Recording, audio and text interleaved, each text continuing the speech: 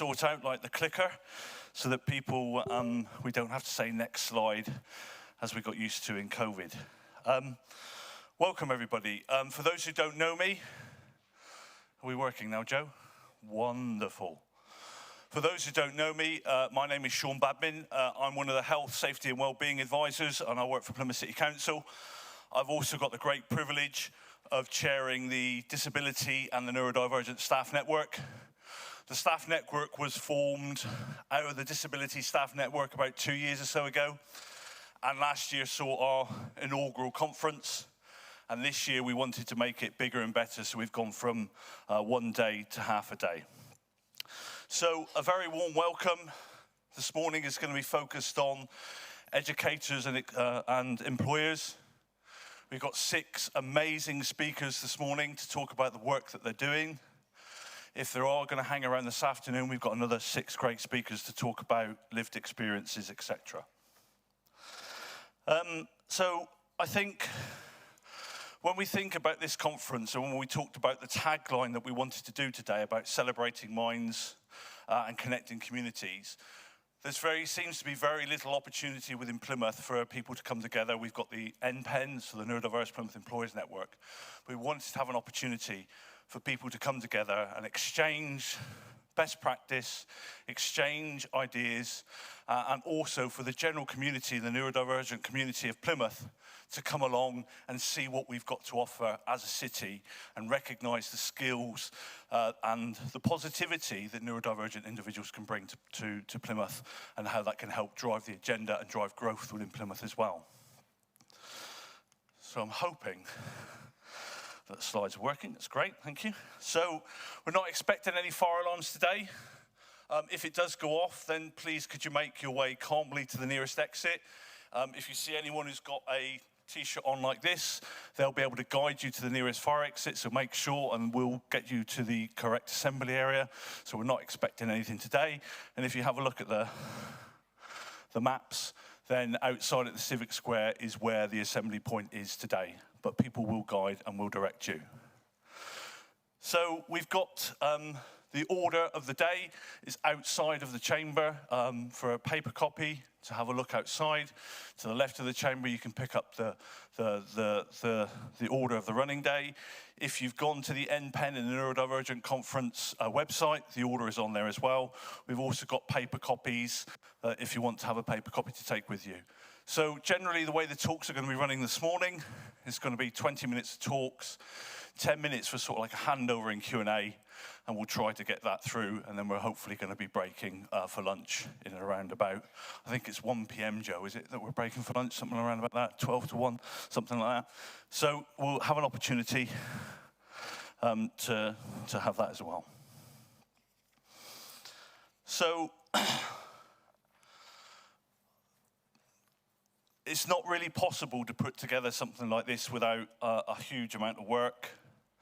So all this has been, and the budget today has come from some generous donations from councillors, so who have donated from their community grants to get this funded today. So we've completely self-funded this.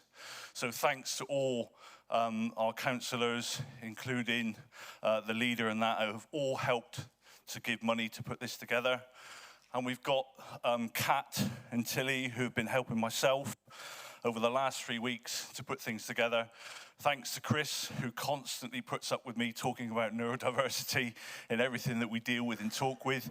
Thanks to all our line managers, particularly mine, Kirsty Spencer, who allows me to have the time off to be able to do this in front of my business as usual job as well. And thank you to all our volunteers, and thank you for facilities management, who without them we couldn't actually run things in buildings today. So we're going to get into the talk. I've done enough talking so far. When I first heard this gentleman speak, he made me laugh and he made me cry. That's funny about that, Dan. So Dan is going to talk to us today. He's an amazing speaker. I wanted him to open our conference today, so without further ado, I'm going to introduce you to Dan Smith.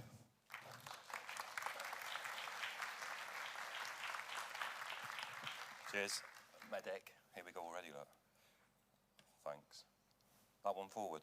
Yes. All right, cool. Oh, hi, everyone. Should have asked that before you all came here. I'm just going to have to turn out the screen a minute so I can see where I'm going next. Cool. Bush. There we go. Look. Hey, we're on. Hi, everyone.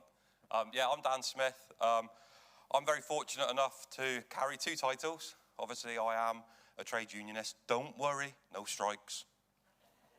Or maybe. But yeah, I do work with Unite the Union. I'm very fortunate enough to sit on their national and regional committee as an advisor for neurodiversity, but I'm also the global chair for a little employer in Plymouth called Babcock. Just down the road, they're tiny. Nothing major. But no, that's me. But what we're going to do is quickly put on this slide up here. That's a little bit about me, all right? Just to break it down, obviously, I have got dyslexia, which will become apparent later on, because I won't be reading anything. You lot will. Nah, I promise I won't make anyone feel uncomfortable. But, fuck. There you go. You've already seen it before I even got to it. I have Tourette's, or tics. It may be good, it may be naughty. So if anything happens, it's not directed at anyone, it's not meant maliciously, and I cannot control it. If I try to control it, my body will go through extreme pain. Okay, so it's a way of releasing. That's why I'm constantly moving around. Probably in about 5 minutes, my shoes will be off, because they're driving me mad already, but this carpet's really soft. So I'm a little bit old, so I was one of the first in the UK, very, very fortunate. I have a very supportive mother and father. The Disability Act 1995, wow, that's a long time ago. I was one of the first to be statemented under that Disability Act. We now know it as the,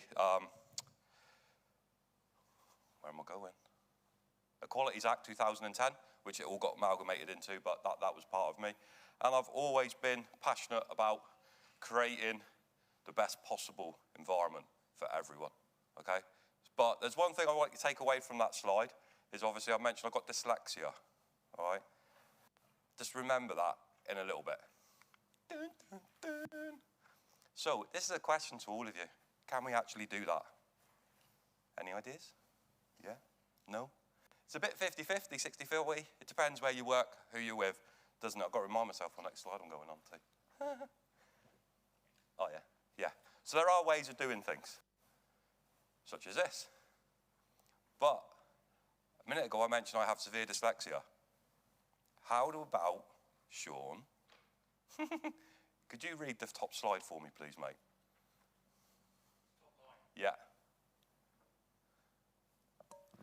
Centre lived voices. There we go. So I've already said that I have dyslexia. Dyslexia is just a word. You never understand actually what dyslexia is. I didn't tell you I have a reading age of a 5-year-old. But on my very first slide, you saw 2 massive positions that I hold. So I'm a global chair of an international company with over 27,000 people. I'm also extremely involved with the trade union movement and the TUC. But I have a reading age of a 5-year-old. But what have we also just seen? We've just seen a reasonable adjustment in the workplace that didn't cost any money. I'm not able to read that slide, but with help and support, we've now been able for me to move forward. All right, so just remember, as we're learning this today, and as we go forward, it doesn't have to cost money. It doesn't have to cost time. All it costs is space and understanding. It's as simple as that. It's not that hard, I promise you. But these are some of the big giveaways that we can do, okay? Like for me, sound, and I've already mentioned that I might be taking my shoes off, straight down to textures already. These are my favourite shoes, but they're doing my head in this morning. So if you have people in the office that take your shoes off, what's the drama? As long as they've washed their feet, minging. But you know, there's not really that much to worry about, is it? Is it harming anyone? No. Is it if someone prefers a certain keyboard? Does it really matter? No. Is it them performing their job? So we hear this word reasonable adjustment. How about we change it workplace adjustment? Change the workplace, not the person. It's a lot simpler. Use the social model rather than the medical model. If you want to dig into that a lot more, crack on, because I really recommend social over medical, because it then puts the emphasis more on society than the individual. The individual is not the problem, okay? It's what we've created, unfortunately, can be challenging and can prevent others from succeeding when we all deserve to succeed. Any questions on that? I'm in walking already, yeah. I don't know where I'm going next. Yeah, why should we do it? Why should we create a neurodiverse inclusion workplace? Any reasons? What about productivity? Yeah? Just a question, I mean, you might not know it. Is a neuroinclusive workplace create more productivity than a non-neuro workplace? Yeah, that's a load of words, wasn't it?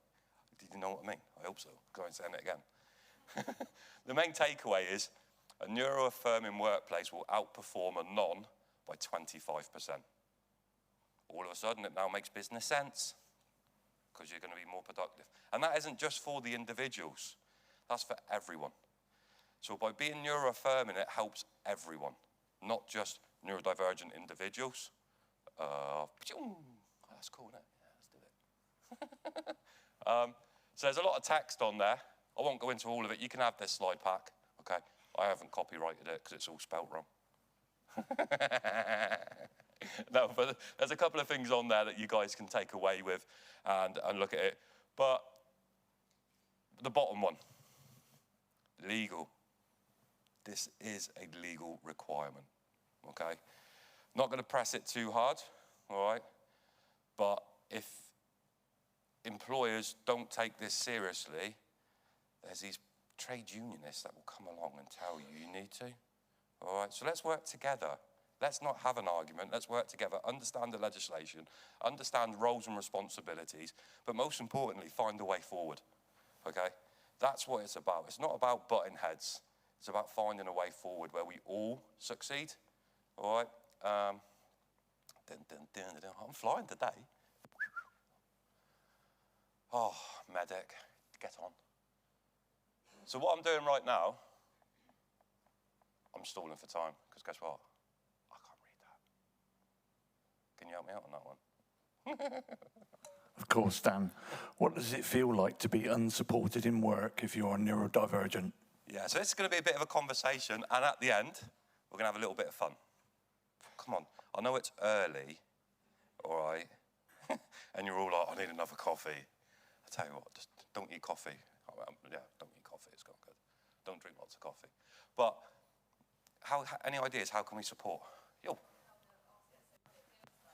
Yeah. Exhausting? Yeah. Any other ideas? At the back there. Lonely and isolated. You're not lonely and isolated up there. We love you. You rock star. Give us a sing. Woohoo! Any other ideas? Angry. Yes, mate. Yeah, I've been there a few times. Misunderstood, definitely.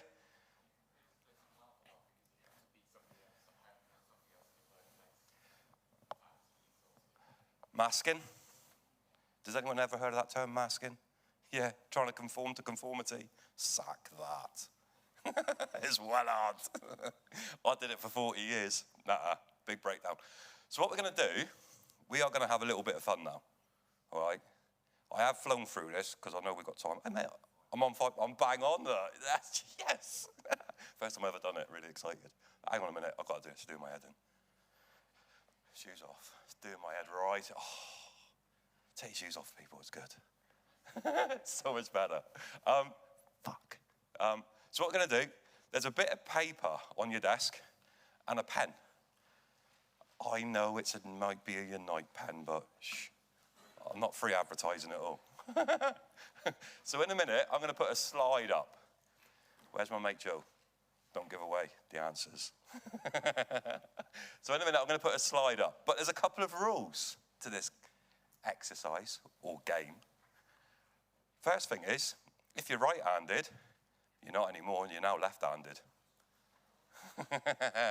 So if you're right-handed, you need to write with your left hand. I am also going to put something up on the screen.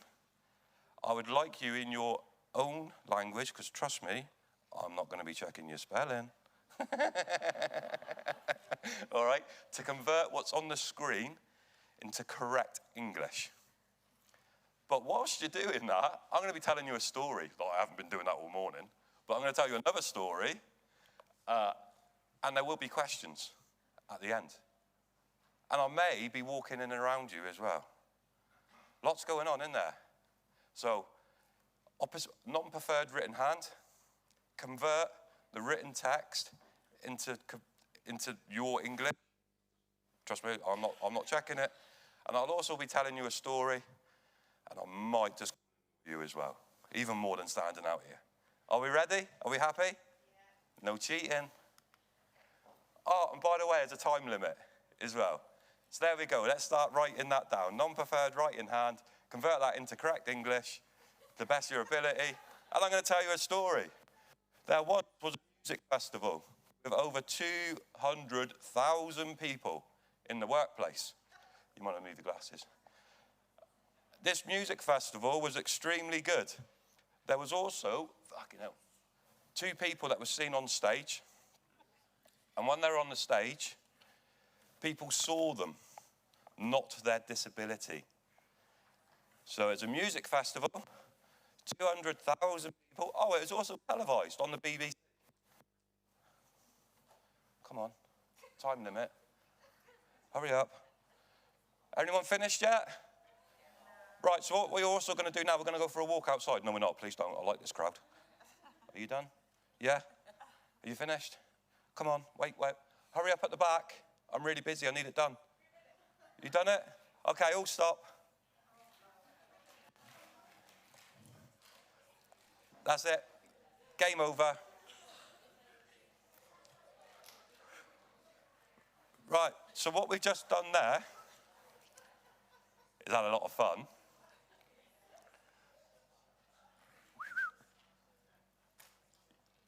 You've all just experienced what it's like to be neurodivergent in the workplace. Was anyone uncomfortable, confused, overwhelmed, couldn't process it, wondering what you're going to do next? Yeah, couldn't find your way forward? Yeah, didn't know where to start? Concerned about what people were doing? Yeah, that's what it can be like when you're not supported or we don't have a supported environment, network, employment, workplace. All right, so it's a little bit of fun, but I thought I'd just let you into our world, what it can be like. What did you guys find of that?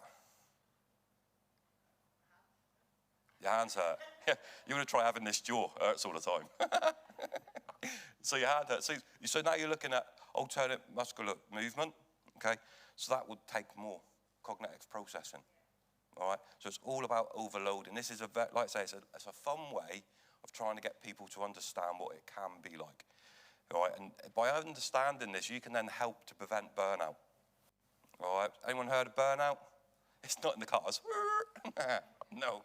A burnout is a cognitive process is when you start getting fatigued, and it can end up in quite a dark and horrible place. But by understanding how the brain works and how the pressures and sensory overload, which we've all just done, enjoyed it.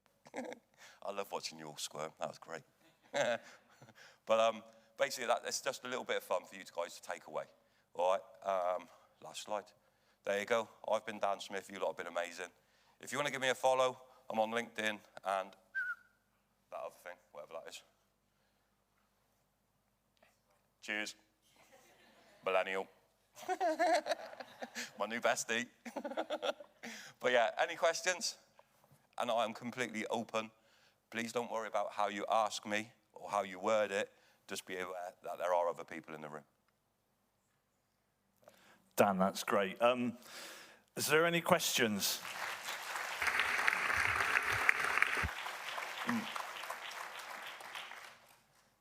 Ian, sorry, not Ian. Dave. Do you want to push the, in front of you, you don't want to talk? I'm waiting for you to get my name right, Sean. It's been an early morning already, mate, sorry. There's a sneak bottle in it for you. What's your question? Dan, I hope you don't mind me asking, you said about the Tourette's and around, obviously, if you try to suppress it, that manifests as pain. Yeah.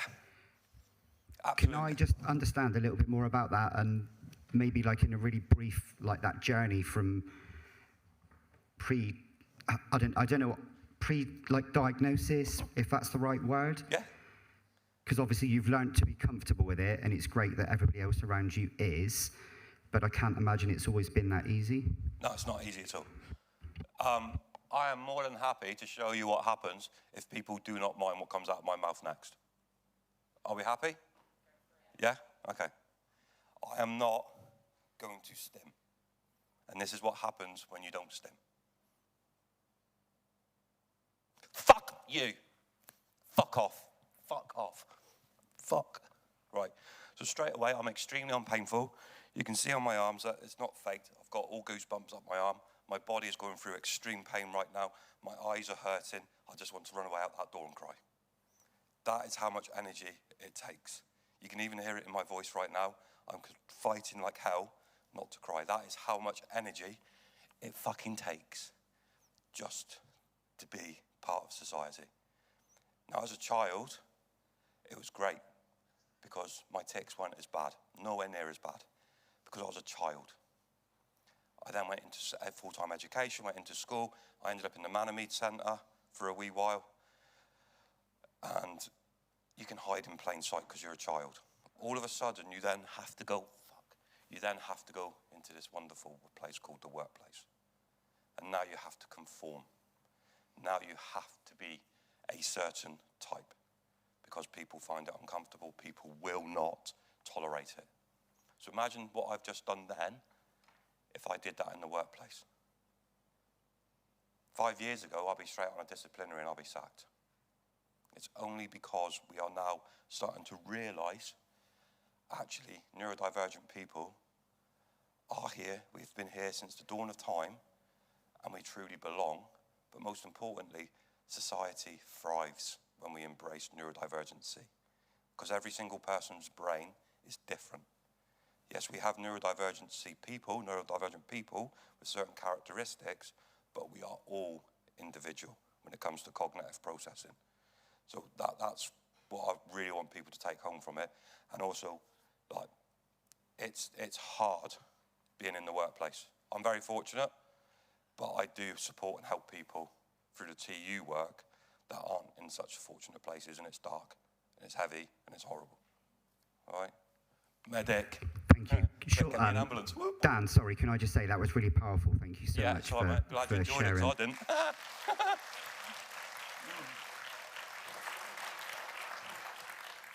Got another question. Get on the microphone. Technology. Sing us a song. Shut up. So just my own interest and fascination, and I appreciate that you're putting yourself out there for everyone. I can see how long it's taking for you to recover physically. How long is it taking you to recover internally? So, for instance, when we look at somebody who's having a seizure, we see a seizure start and stop, but it can take hours, days to recover fully. Your demonstration there, what's the ongoing impact that you're having to manage on top of coping with day to day? About 3 months. Seriously? Seriously, about 3 months. What happens is, at the moment, I'm in a good place, really good. I know every 3 months I will end up in a neurological burnout. And I will go out and I will do these talks, I will go work with businesses, I will flog myself as much as I can to make sure no one ever has to go through what we've had to go through so far to this point in time. But I know every 3 months I'm going to have a week off or a long weekend. I'm going to have to go recharge myself, either by going surfing, skateboarding. I know, 43-year-old still skateboarding. Yes. Prime skate park. Awesome. Or like out with the dogs, things like that, mountain biking. I just started downhilling. But if you look, what am I doing with all those sports? I'm chasing dopamine. All right. So I know my burnout, I need to replenish myself with dopamine. All right. But it takes I've got about a 3-month reservoir that I can take so much, and then I'm just done. Absolutely done. And, I don't mind sharing because I do talk when I do awareness sessions. One time I timed it all wrong and I had a massive burnout in the middle of work. Absolutely broke down. 43-year-old man crying in the middle of a dock, shouting at people, screaming at people because I just couldn't cope with the overload. So I didn't manage myself. And I had a new manager who wasn't used to how I work. And it just ended up in a whole mess. And they were really shocked. They were like, right, go away for 2 weeks, have 2 weeks off, go recharge. And I'm like, nah, I've done this before. I'll be back tomorrow. And they're like, no, you won't. Went home, slept for a good 15, 16 hours, woke up, fresh as a daisy, let's go again. Because it's all washed out by having a big emotional breakdown, crying, gibbering like a little 5-year-old. Yeah, it's dark, but yeah, it's about 3 months. No, mate, I'm just Dan. Dan, thank you. Karaoke. Are you still talking? I am. Are you? Yeah. I'm talking over you. Oh, are you? Is this annoying? No, it's not. It's like two Ronnies, isn't it? Or Yeah, two right. bold Ronnies. Yeah, innit? Dan, thank you as ever. And I'm glad I've found a fellow shoe sufferer, because at the moment I am crying to get these things off, but I'm desperate because I think I've picked a pair of socks that have got holes in it. So I'm sort of like in dilemma at the moment. Check these bad boys out. Right, okay, thanks, Dan. We're going to move on to our next speaker now. And we've got Lynn McBain from DWP. And Lynn is the DWP Partnership Manager for Plymouth, South Hams, West Devon and East Cornwall. Lynn plays a pivotal role in supporting job sector customers, colleagues and partners, working closely with employers and key stakeholders. And together with the Disability Employment Advisors, Lynn helps highlight programs and initiatives that empower people to overcome health-related barriers, etc. So please join me in welcoming Lynn. Thank you very much. Thank you. The final thing before I hand over to Lynn is, if you want to genuinely experience some of the things that Dan has got, downstairs we've got a sensory room where we've completely overloaded on smells, sounds, lights, fans and everything. I can't go in there at the moment because it's just making me feel sick. So if you want to have a look and an opportunity, if you're not neurodivergent and you want to experience it, please go downstairs. Without further ado, I'll hand over to Lynn. Thank you. And how to follow Dan, who was utterly amazing. So this might be a little bit more serious, a little bit more, well, not more serious, that's probably the wrong way of putting it, but something that's a bit more... You've helped me recover. Thank you, Dan.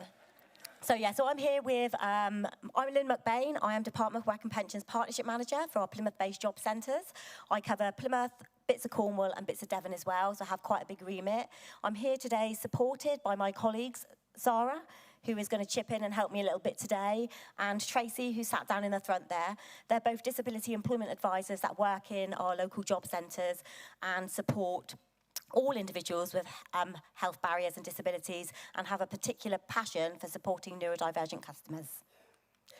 So a quick whistle tour of what we're going to cover today. We're going to cover off the Disability Employment Advisor role, a bit about the Disability Confidence Scheme that we're really keen to promote with employers and partners, a little bit about our job centre employer offer, covering access to work, which helps with grant funding, which isn't repayable if people have additional needs over and above the standards that an employer is legally required to provide. Health adjustment passports. There is a new support system called Support with Employee Health and Disability, which is an online system that can support employers as well. A bit about our Disability Advocacy Service and Strategic Relationships team. And I will be handing over to James Blake, who is going to do a bit of a whistle-stop tour about one of the key programmes that has just come on board in Plymouth called Connect to Work. That is a national DWP-funded scheme run by the City Council, and it actually does provide bespoke employment support for people across health and disability, but with neurodivergence included within that. Okay, I just wanted to start really with a few stats around why it's really, really important that everyone is here today and having this conversation. So it is estimated that 1 in 7 individuals in the UK is neurodivergent. That is over 15 million individuals. We know that there are serious delays with diagnosis of neurodivergent conditions, and actually many people who are neurodivergent choose not to have a formal diagnosis, but that doesn't mean to say that they're not living with neurodivergence on a daily basis. If we look at our working age population, 1 in 5 of our working age population are classed as disabled, so they're all living with some sort of health condition, be that neurodivergence or something else. The Buckland report, I just wanted to pull up some stats from the Buckland report. That was published in February 2024. If you don't know about the Buckland report, it was specifically investigating autism and actually the impact of autism on the journeys of those individuals that have autism. 8 in 10, if we look at the stats when we compare it to someone who doesn't have autism, so 8 in 10 non-disabled working age people are in employment. If you look at those that are disabled, that reduces to 5 in 10. But for those who actually have autism specifically, that reduces to 3 in 10. Now, I am passionate, as a very proud neuro mum, that we need to change the narrative and actually support neurodivergent individuals into work. And I think the stats speak for themselves, that there is perhaps a lot more that we can do. There are a lot of perceptions about what someone who is neurodivergent is and isn't capable of. And I think that we need to break that traditional narrative, break down those misconceptions, and actually realise what a fantastic asset they are for us in the workplace. Our disability employment advisors, as I've already touched on, we've got Tracy and Zara with us today. They work on site in our job centres and in outreach across the city. They provide expert knowledge, both to our work coaches, supporting them to help customers with health barriers such as neurodivergence. The key role about our disability employment advisors is that they can actually support both benefit customers and non-benefit customers. They do offer a fantastic service, actually, for our employers. So if an employer wants to contact our disability employment advisors and have a case conference, either about somebody they're looking to support into a new role or somebody that they are looking to support who is currently already in role, they can check in with us in the job centre, and actually our disability employment advisors will have arranged to have a sort of telephone call, video call, whatever it takes to support them with some top tips and advice around sorts of reasonable adjustments that don't necessarily cost any money at all, that they can actually put into place within the workplace to support across the health and disability agenda, but with neurodivergent people in particular. We've had a number of conversations with employers in the last couple of weeks along that lines, and we've got some really, really good feedback about that. So that is just something that I'd really encourage. Just wanted to touch on the Disability Confidence Scheme. So the Disability Confidence Scheme is a government programme, but it's actually been designed with input from employers, from those that are living with health-related disabilities, and the organisations that support them. So it's not something that the government has just put together and said, this is our take on things. It has some really, really valuable customer insight and lived experience going into the programme. What it looks to do is to support employers to both attract, recruit, retain, and develop individuals who have health-related disabilities, including neurodivergence. What are the benefits of businesses? I'm not even going to cover that because Dan did such a fantastic job of that in the previous presentation, so I shall just skip on from that one. What Disability Confident does is it is a voluntary scheme that employers can sign up to. It takes employers on a journey. The first level is where you sign up to be committed, and within that you're having to demonstrate that you're introducing, for example, some inclusive recruitment practices. That can be really, really good wins actually, and make a massive, massive impact on individuals who are trying to engage in some of the recruitment processes. We know that some of them can be really, really complex, and just throwing things up in the air, making a couple of adaptations can make it much more inclusive and much more accessible to a much wider pool of candidates, which is good for business because you're getting the best of the pick at the end of the day. You move on from committed status to employer status, which is the next level, and then further on to leader. We have some fantastic leaders in our city. I am going to call out Plymouth City Council, who are our most recent leader status actually. So they acquired that status last year. Our disability confident leader employers are absolutely fantastic at promoting the benefits of the Disability Confidence Scheme to any other employers who might actually be interested in starting that journey. I will say that there is a big review at the moment of the Disability Confidence Scheme. It will remain. We've looked at getting some information from our small and medium-sized enterprises in particular that have found the process challenging, and are feeding that into making some revisions to what the Disability Confidence Scheme will look like moving forward. It has been some people have said over recent years that it's become a bit of a tick box exercise, and we are very, very keen to avoid it being seen as such, which is why we're engaging with employers, we're engaging with those with lived experience to actually make that scheme really work for the people that it is there to support. Bit about our Job Centre Plus offer as well. So we do have a recruitment service for employers. We can tailor that specifically to recruitment for those with health related disabilities, including neurodivergence, mental health, you name it. We work tirelessly to work with employers. Our service is totally free. We can actually help write job specs and applications that are more inclusive and more accessible to individuals that might apply for them. We support with jobs fairs. We have a fantastic free online job site where you can advertise your jobs called Find a Job. What I would say, linking back to disability confident, is that if you're a disability confident employer, the actual Find a Job site has a tick box where somebody who maybe has a health condition and wants to apply for work, but wants to know that they are actually applying to work with a disability confident employer, can check a tick box on Find a Job, and it will only show disability confident registered employers within that.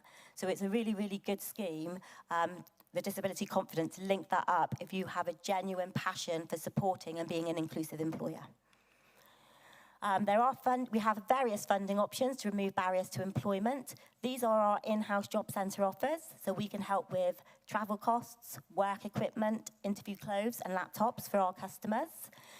We have childcare funding, up to 85% childcare funding for claimants on universal credit, but we also have an upfront childcare offer as well, because we know that childcare is paid in advance and could be a significant barrier. And we also offer training programs, so focus training. We have what's called low value provision. That is a significant fund of money for our job centre customers, where we can get them trained up and certified in certain sectors and areas.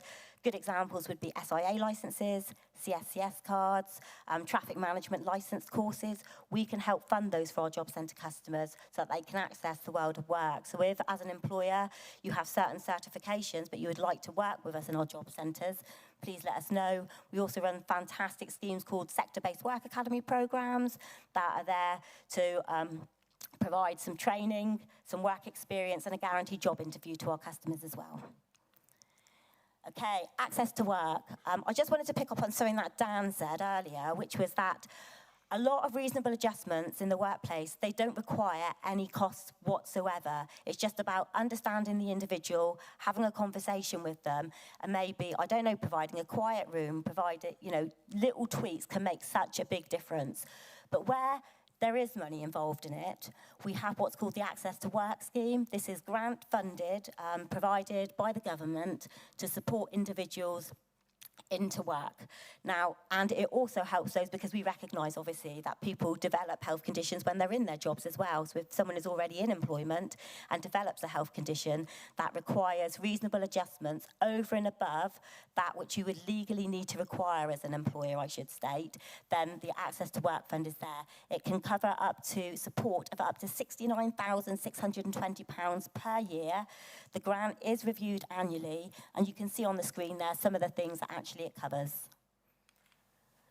There is also an Access to Work mental health support service as well, which both employers and employees can access. We know that mental health in the workplace is something that is in the news quite a lot at the moment. We know that mental health and well-being is really important to retain our staff in our workplaces as well, and they can help with all sorts of things. So not only can they provide counselling sessions for those employees, they can also help employers as well by helping them to put together plans to support individuals, to help understand the mental health of the individuals that they work with, and to complete assessments as well. So it's a really, really good system. Health adjustment passports. I'm going to have a 2-second break while Zara takes over. Hello. So I've got the health adjustment passport. Now, this is something that myself and Tracy are very passionate about. And like Tracy has, Lynn has said, it is just like little tweaks and little adjustments that can be made. Now, this health adjustment passport, it can be found on gov.uk. There is also an accessible version as well. Now, this document supports people who are disabled, who have got health conditions, who are neurodiverse. And basically, it puts all those reasonable adjustments that that person might need to make the workplace accessible, it puts it all in this document. because for somebody starting for a new job, it can be anxious, it can be worrying, it can be a bit nerve-wracking. So we can sit down with them in the job centre, put this together with them, or they may be able to independently do it on themselves and kind of hand it to the employer and sort of say, look, this is a bit about me, this is the support that I may need. And like we said, some of these adjustments, they are little tweaks, they're little adjustments that would just make that person's work just a little bit easier and a bit more manageable and sustainable. So I have got one here, we've also got them on our stand. Tracy and I are going to be there. Come and have a conversation with us about them. Fabulous, thank you, Zara. Okay, so there is support with Employee Health and Disability Service, which is a new online service for employers. It offers free guided information from trusted sources all in one place. There are practical tools, guides to navigate some of the common workplace scenarios and conversations as well. Feedback is that it helps massively with staff retention. Those supported conversations, and it can support with managing some complex situations which we do know arise within the workplace quite often. I just wanted to quickly touch on our DWP Disability Advocacy Service and Strategic Relationship Team support. So our Disability Advocacy Service, they run online kind of like upskilling sessions on a monthly basis. They do cover access to work. So they do the access to work, just an overview of what access to work is, if employers want to get an understanding about what that access to work is and what it provides. They also do cover off the payment side of it as well. And I have to say that payment side of it, we did have a conversation with an employer in Plymouth last year about the difficulties they found with navigating with the payment system. And as a result of that, we now have a payments upskilling session. So I think, you know, if there is any feedback about any of the DWP support and resources out there, do not hesitate to get hold of myself. I don't know whether the slide deck is being shared. Sean, is it? Cool. So I will make sure my contact details are on there, and I'm happy to answer any questions alongside, obviously, if anyone wants any of the other support that we can offer with conversations to support people in the workplace. So come and find us today. So we have a stall in the main area where we can answer general queries and information, and we also have a room downstairs if you wanted private conversations on a one-to-one basis. And I'm now going to hand over to James. So James is going to discuss the Connect to Work programme with you all, which is the new DWP-funded provision in our city to support those with health-related conditions and vulnerabilities through a supported employment programme. Thank you.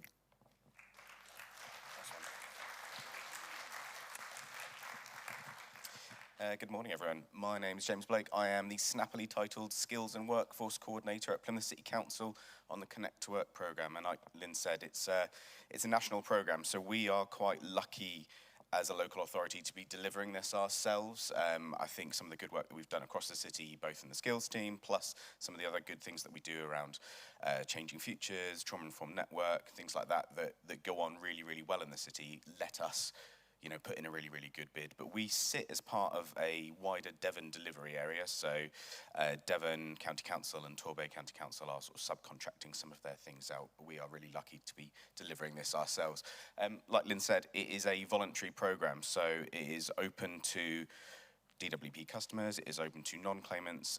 But people need to want to engage. So it's really around the motivation to work and people who have had barriers in the past, and that could be disability, health conditions, including mental health and neurodiversity, or complex barriers to work. And I'll dip into those a little bit further in a minute. The programme is not new. Supported employment is not a new programme. We're quite lucky in the city to have several other schemes, Plus and Live Well and Shekinah deliver some supported employment programmes. But on this scale, supported employment hasn't been rolled out across the country like this as a sort of united front, and so it's really exciting to be part of this delivery. It's a 3 to 5 year programme. We'll be supporting over 2,000 people across those 5 years, and really looking to build partners with community organisations, with employers, with the DWP, and obviously internally with our local authority colleagues to try and support people into sustainable work. I mentioned Live Well and Shekinah, so you might be aware of Live Well's IPS scheme for people with a diagnosis of mental health. You might be aware of Shekinah's IPS scheme for people who are on drug and alcohol recovery programs. We are working alongside those organisations to support people who are going through similar conditions. Maybe they haven't had a diagnosis, maybe they're not on programme, maybe they finished that support, but we're trying to complement that provision, not compete with it. I mentioned Changing Futures and some of the great work that goes on. We are very, very aware of the way that we're approaching this programme. We have quite small caseloads. People are ensured that they are going to be treated as individuals. It is not a one-size-fits-all. People have quite small caseloads of 20 to 25, so it is really around how can we do the best support with the person in mind. As much as we are keen to continue to develop organisational links with community organisations, we have found that as soon as the programme went live, we received lots of self-referrals. So the groundswell of support has been great, and it's been really good to sort of link in with organisations around the city. But people are coming towards us, which is really, really key. And that voluntary aspect, that motivation to work is really, really key here. I mentioned about target groups, and as the disability and health conditions will be fairly self-evident. There are lots of other complex barriers that people face, and it can be current or lived experience of, so people's employment outcomes will have been affected at some point, whether they have had lived experience of the criminal justice system at some point in their life, whether they are a current carer or have been a caregiver in the past, whether they have lived experience of homelessness, and so that could be hidden homeless as well. Those sort of things can impact people's outcomes as they move forward. We already do some great work as a Armed Forces signatory as the council, but we're also supporting veterans and their partners as one of the key cohorts through the programme. I mentioned our work alongside Shekinah for people who are going through drug and alcohol recovery programmes. So if people are having those issues, they are also eligible. One of the big focuses for us here at the local authority is supporting care leavers and care experienced young people. So that is one of the key cohorts for this programme. Refugees is also a key cohort, so we have one of our employment specialists embedded with Plymouth Hope at the moment, so there's a lot of good joined up work there. Again, we're also extending that to people who are on the Ukrainian or Afghan resettlement schemes. We are supporting victims or survivors of domestic abuse, so we've got links into Trevi and PDAS, gifted women. We spoke yesterday at the Vulnerable Customer Network meeting where these last two sort of came in around young people involved in serious violence, and though this is a work-related programme where it will largely be 18-year-olds who will be coming forward for this programme, there is a little bit of flex around 16, 17-year-olds who might be involved in serious criminal violence or be involved in county lines, and through the Devon and Cornwall Police Pathfinder programme, this is a great diversionary way for them to get a great outcome. And also then victims of modern slavery. So obviously the Plymouth Anti-Slavery Partnership is relatively new. Matt Lawrence did a great chat yesterday at the Vulnerable Customer Network meeting. So there'll be some great joined up work that we can do there moving forward. I mentioned about the employment specialists having relatively small caseloads. This allows them to go that little bit further. I'm going to pick you up here, Lynn, on something you said. You mentioned it's about employment support.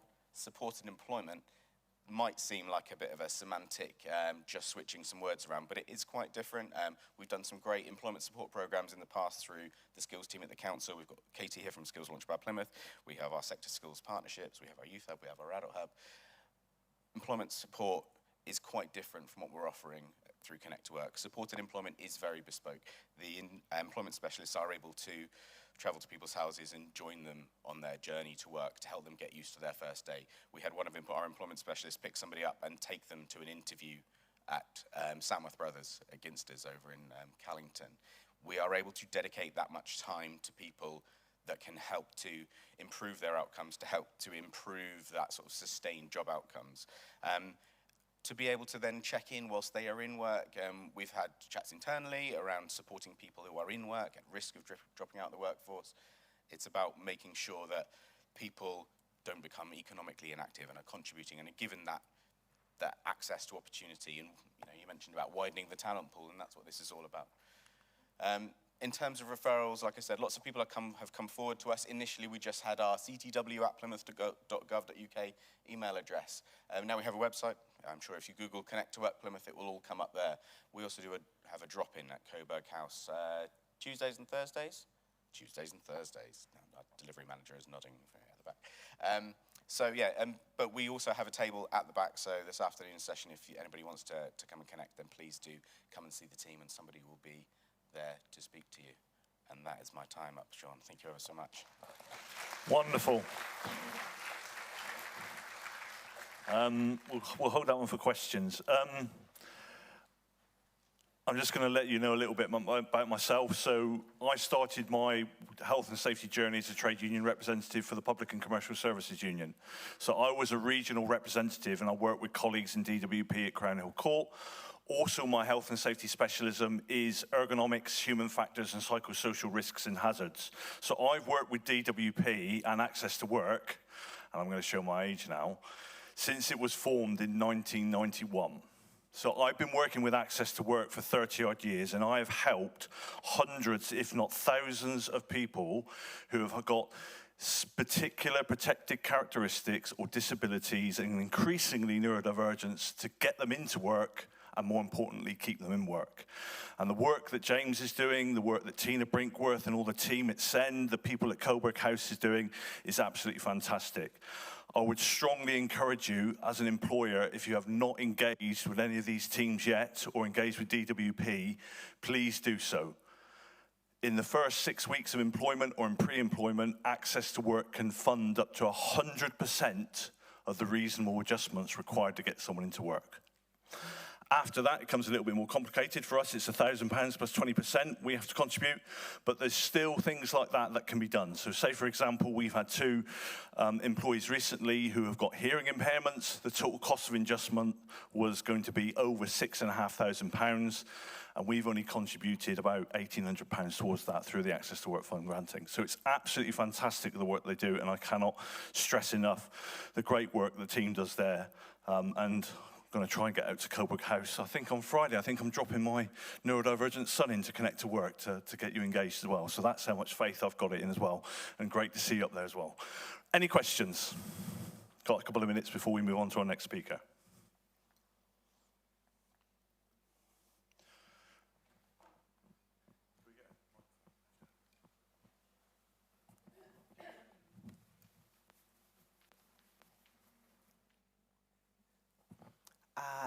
Thanks very much. Really appreciate the speakers this morning.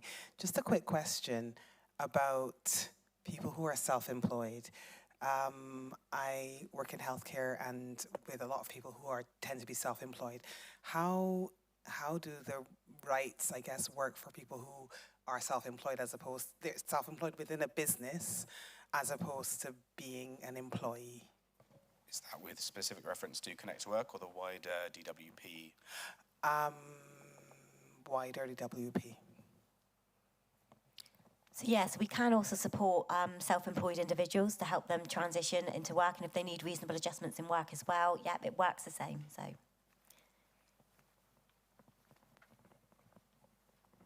One thing I just wanted to say really quickly, Sean, about Access to Work is upfront disclosure and application before somebody starts a job will mean that the process will be a lot quicker and a lot more seamless. I think it would be remiss of me not to acknowledge that there are some backlogs when somebody is already in a job and they then put an application in for the Access to Work support. However, those backlogs don't exist for somebody who is starting up work, so which is why I think what Sarah said about that health adjustment passport really, really enables a really open and upfront kind of conversation. And actually, we should live in a place where we can disclose up front, and we shouldn't feel that to disclose any sort of health-related condition we have, that it would then be a barrier to us being offered a job. And I think there is very much a perception that that is the case at the moment. And then that does cause delays when somebody with a health condition does go into work, to enable them to get the support and the reasonable adjustments into place. That schemes like Access to Work can support. If we're much more open about it, have that conversation and encourage that upfront disclosure, we can avoid those delays and actually make sure that the correct support and reasonable adjustments that might require additional funding from a scheme like Access to Work are in place at the very start of the job. That's correct. I think, James, you mentioned, I think someone mentioned the Buckland Review this morning. And out of the Buckland Review, we know the fact that 1 in 10 people will never disclose their neurodivergence to their employer, will never do it. And it's something that we're trying to promote within Plymouth City Plymouth City Council as a culture, that if you can disclose to us as early as possible, we can help you. Now, I haven't got any direct government figures, I'm just speaking anecdotally now. So some of the access to work cases that I've been working with, I've been told if they're in employment, I've had up to a 37-week wait. If it's in the first 6 weeks or the pre-6 weeks, that practically disappears. So we're now through our pre-employment and onboarding stage and at our occupational health stage, trying to encourage people to disclose as soon as possible so we can get that support in place. I think we've got some more questions at the back, Joe, but I'm going to have to pass you a mic, I think. I think we can use the mic in front of us. Sorry? We can use these mics. Okay. These individuals don't have them. Thank you. Firstly, for the access to work, now I applied and I'm self-employed, and I actually work with people with disabilities apart from being disabled myself. Was the tax threshold, because I wasn't making an awful lot of money and I was declined access to work because they said I didn't have a full tax return? I'll have to take that away because I don't, if I'm honest, I don't know the answer to that. So I'll seek an answer to that and aim to get back to you if that's okay. So if I can get your contact details and we'll pick up a conversation about that. Thank you. Absolutely. Yeah, morning. My question's around a question that was asked recently by Matt Surtees at a full council meeting around the number of people that have a disability within Plymouth City Council specifically.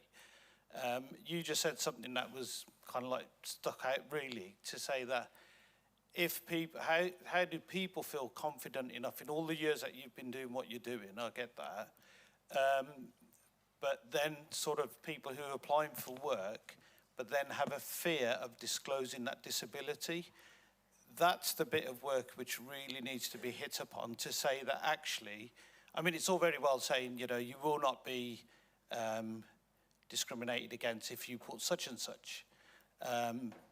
But the answer that came back from the cabinet member was that some people fear disclosing that disability. So what really is being done about people having that fear, almost like saying, you know, that would be a hindrance to sort of like say, if I did have a disability and I had to disclose it and I'm applying for a job, but I know there's an organisation that only has employed 97 people out of 2,700, my perception of that organisation would be, I don't think they're really disability friendly, even though they've got that tick box thing that Lynn talks about. I think those schemes are great, but the proof is in the pudding when you look at the figures. It's a really good question, and it's a really good challenge. And as someone who works and chairs these lead networks, it is something that we're constantly trying to improve, okay? So we go through the Disability Confident Leader status. As a person who did the majority of the work together with my colleagues in HR, I truly support that. And I'm an advocate for that throughout everything that I do, and even in my business as usual job. What I will say is that as an employer, and I'm sat here knowing full well that my boss and my director of HR is sat there, I believe that our people strategy and I believe that the culture has changed within Plymouth City Council since I've worked there in 2017. And I know it because I'm helping lead that drive and that change. There are still going to be people, irrespective of how much work we do, who will not disclose. And the Buckland Review identifies that and tells us that 1 in 10 people, no matter how much work we do, will not disclose. But it's about embedding the work that we do for disabled staff and neurodivergent staff in every part of our organisation and recognising the skills that can bring. And we have got departments and directorates within Plymouth City Council who successfully champion neurodiversity. So the Office of the Director of Public Health, the Health Determinants Research Council, actually look at people's neurodiversity and pair individual up so that their spiky profiles match and they get a better product. So although I can't give you any specific figures, I can tell you that up to about 17% of the population could be neurodivergent, up to 25% of the population could have some form of disability or protected characteristics. So that equivalent in Plymouth City Council is more than the whole of customer and corporate services. So you're talking about 600 to 700 staff. We will still try and do everything to disclose that. And what we're going to be trying to do is part of, hopefully, an announcement on Friday with the work that we're going to be doing with neurodiversity in toolkits.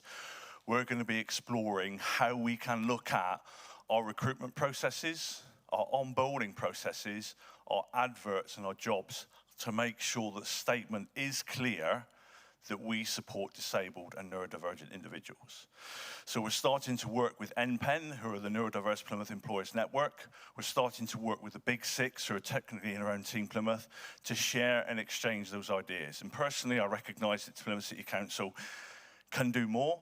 We've got leaders like Babcock, we've got leaders like the University of Plymouth. So we need to engage with those employers to try and drag all ourselves up to make sure that not just Plymouth City Council, but every employer in Plymouth who wants to be a leader in neurodiversity and disabled and disability can and do so.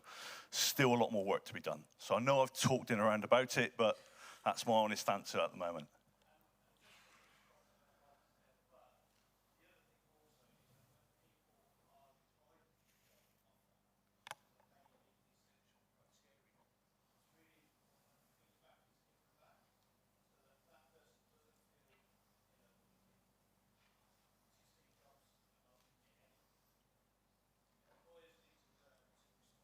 Completely agree. And this is some of the work that we can do. I only take it from my point of view as an interview chair and an interview panelist. I make sure that I spend and give at least an hour's feedback to every unsuccessful candidate who was called to interview and was not successful. But that's just from my personal point of view. So we are going to be looking at the way that we recruit, select, and onboard. So yeah, okay. Any other questions? Thank you very much, Lynn. James, wonderful. Thank you. Right. I actually feel strange introducing this person next, because I seem to probably about 2,500, 3,000 messages that we've exchanged on Teams over the last 2 to 3 months. So I've got the great pleasure of introducing you to Tilly. Tilly is one of the co-organisers for this conference. She helps myself and Kat put this together, and it's a classic example of hyperfocus, so much so that I call Tilly Little Miss Hyperfocus for the Little Mr. Mrs. Men. She's an active member of Plymouth City Council's Neurodivergent Staff Network, and she's recognised as one of the most prominent promoters of neurodiversity, particularly for women in Plymouth City Council. And she's here today to talk about her lived experience as a neurodivergent woman in the workplace. Welcome, Tilly. Thank you. Christ, what an intro. Thank you. I will just say, Joe's just given me a chair just because I don't want to pass out on YouTube, but hopefully I'll be fine. I'll try and stand. So I'm going to be talking about neurodivergent women in the workplace. I'm going to start with a little bit of a disclaimer. I'll be talking about my own personal lived experience, and as a result, I'll be mostly referring to autism, as I have autism. So I don't claim to be an expert, but I'm an expert in the sense of I have lived experience. So while I will be broadly talking about neurodivergence, I'll be referring more specifically to autism just because that is where my expertise lies. So neurodivergence can look different in women. I've worded it like that for a reason. I've said it can look different. I'm not saying it always does look different. And I'm saying look different, not is different. It's about how it presents for women. It's not about actually being any differently wired to men in terms of how your brain works. When we talk about autism, we talk about the autism spectrum. You know, the full term for autism is autism spectrum disorder or autism spectrum condition. So that word spectrum is in there. A lot of people, when they think of spectrum, they sort of think of that horizontal left to right, less to more. That's not how it works. you're not placed on the spectrum because you're less autistic or more autistic. It's more about that spiky profile, which Sean referenced. So in that kind of second image there, if you kind of think about all those autistic traits going around that circle, you might have particular strengths or particular difficulties with each. And that will kind of build a bit of a spiky profile where you'll have things that you may find more difficult and things that you find less difficult. That doesn't place you anywhere further or lower on the spectrum. So it's about kind of rethinking how we imagine autism in that sense when we use the term spectrum. Like I said, it looks different for women often. That doesn't mean that it is different for women. It's about how it presents, and I think the biggest reason for this is because it tends to be internalized for women and more externalized for men. Again, I'm kind of generalizing. I don't mean to offend anyone. I'm not an expert. But that is commonly how it kind of works. The reason for that is there's kind of more different societal expectations on women for how we're expected to present and how we're expected to behave. Women and girls are expected to act a particular way, and as a result, that can lead to their autistic traits kind of being shrugged off as personality types. The kind of stereotype that people might have for an autistic person may not fit how an autistic woman or girl actually presents or looks or acts or thinks or feels or talks. So they might appear more quiet, they might be seen as a bit like weird, a bit strange, they might be seen as a bit more emotional, a bit more sensitive. And it's not that kind of stereotypical autistic person that people might have in mind. That is often male, and it's based on those more male presenting kind of stereotypes and characteristics and traits. This then leads to masking, which is a huge thing, which if anyone's in the council, they may have seen I did a staff room article on masking last year. So masking is that kind of idea of trying to present as normal, trying to present as neurotypical, trying to fit in, trying to blend in, trying to not look autistic, if that is even a thing. You might struggle with eye contact, but you might force yourself to make eye contact because you're masking and you're trying to do what everyone else is expecting you to do and what everyone else is doing. You might be kind of copying the mannerisms, the ways other people talk, the way other people move, their body language, because you're seeing what other normal people do and you're thinking, I need to do that, because then they'll think I'm normal too, and actually I'm so not normal. You might have particular kind of stims or things that urges for things that you want to do that make you feel comfortable. You might repress those, you might hold those in because, again, that doesn't appear normal. People will notice that, so you might hold that back. And often you might find yourself rehearsing conversations or kind of scripting conversations and interactions in your head before you have them. So I wouldn't be able to just kind of walk in and start a conversation with someone. I need to kind of think, what do I need to say? And then I'll be telling myself, right, they've said that, so you need to respond with this. Remember to look them in the eye, laugh, smile at them, relax. Why are you so stiff? Why are you so awkward? I have this full conversation going on in my head the whole time, whereas from the outside, it might just look like I'm making small talk and having a conversation like anyone else would. But there's so much internally that goes on for me to be able to actually do that on the outside. And that takes a lot of effort. And a lot of kind of emotional effort as well. And that then leads to burnout. So it's tiring. You're constantly putting on an act when you're masking. You're constantly kind of playing this character to try and hide those traits, and you're kind of pushing through those difficulties that you might find in social interactions and everyday life. And you're kind of just repressing them and trying to ignore them just so that you can appear normal, which everyone else seems to be doing with like minimal effort. So by the end of the day, you're absolutely exhausted because you've been putting on this front and putting on this act all day, and that is really tiring. So this then, like I said, can lead to burnout, it can lead to increased anxiety, and just feeling a bit misunderstood and a bit lost. So there's a huge gender gap, which is why I wanted to focus on neurodivergence and particularly autism in women. Basically, way more boys, men, males are diagnosed than girls and women. And part of the reason for that, the diagnostic bias kind of comes from the research bias.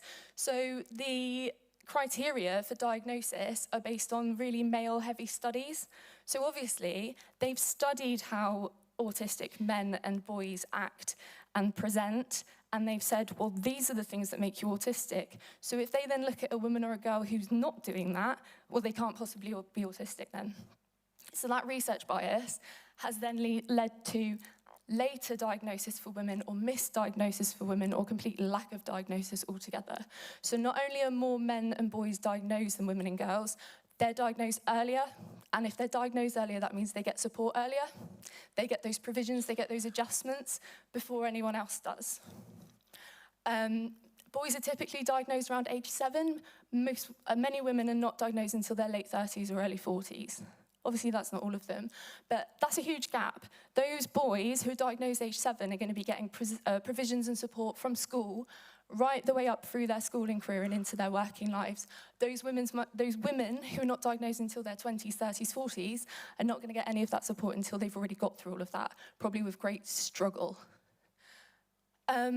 Boys are 3 to 4 times more likely than girls to be diagnosed before age 10. So like I said, in school, you're going to see more autistic boys than girls. You're going to see more diagnosed autistic boys than girls. It does start to equalise. Women do catch up eventually to men. As with most things, we're a bit behind. We don't get thought about quite as much, but we do get there. But like I said, by that point, they've missed out on those opportunities for support, provisions and adjustments that could have been in place and could have made their lives so much easier up until that point.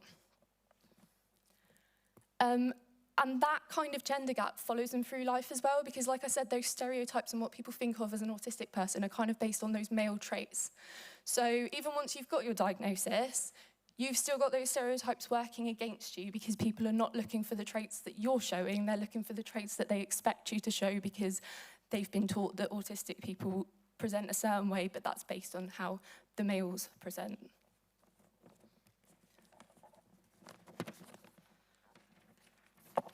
Referring back to my disclaimer, this is about my lived experience. I'm not an expert. So the experience of a neurodivergent woman in the workplace. So this is just a few of the key things that I've kind of listed when thinking about my experience as an autistic person in the workplace. Masking, like I said, is a huge one. You feel like you're putting on a show, you're playing a character, you're kind of putting this performance on to be able to just get through daily life. That's outside the workplace and inside the workplace. And like I said, that's really tiring. You're trying to appear normal, you're trying to act as expected, you're sat in a meeting thinking, what's everyone else in this meeting doing? I need to be copying them so that I blend in. Nobody knows I'm different here. You've also then got people pleasing. So I'm always like really scared to let people down, and I'm quite a yes person, which often works against me because I need to push back on things and say no more, but I physically can't.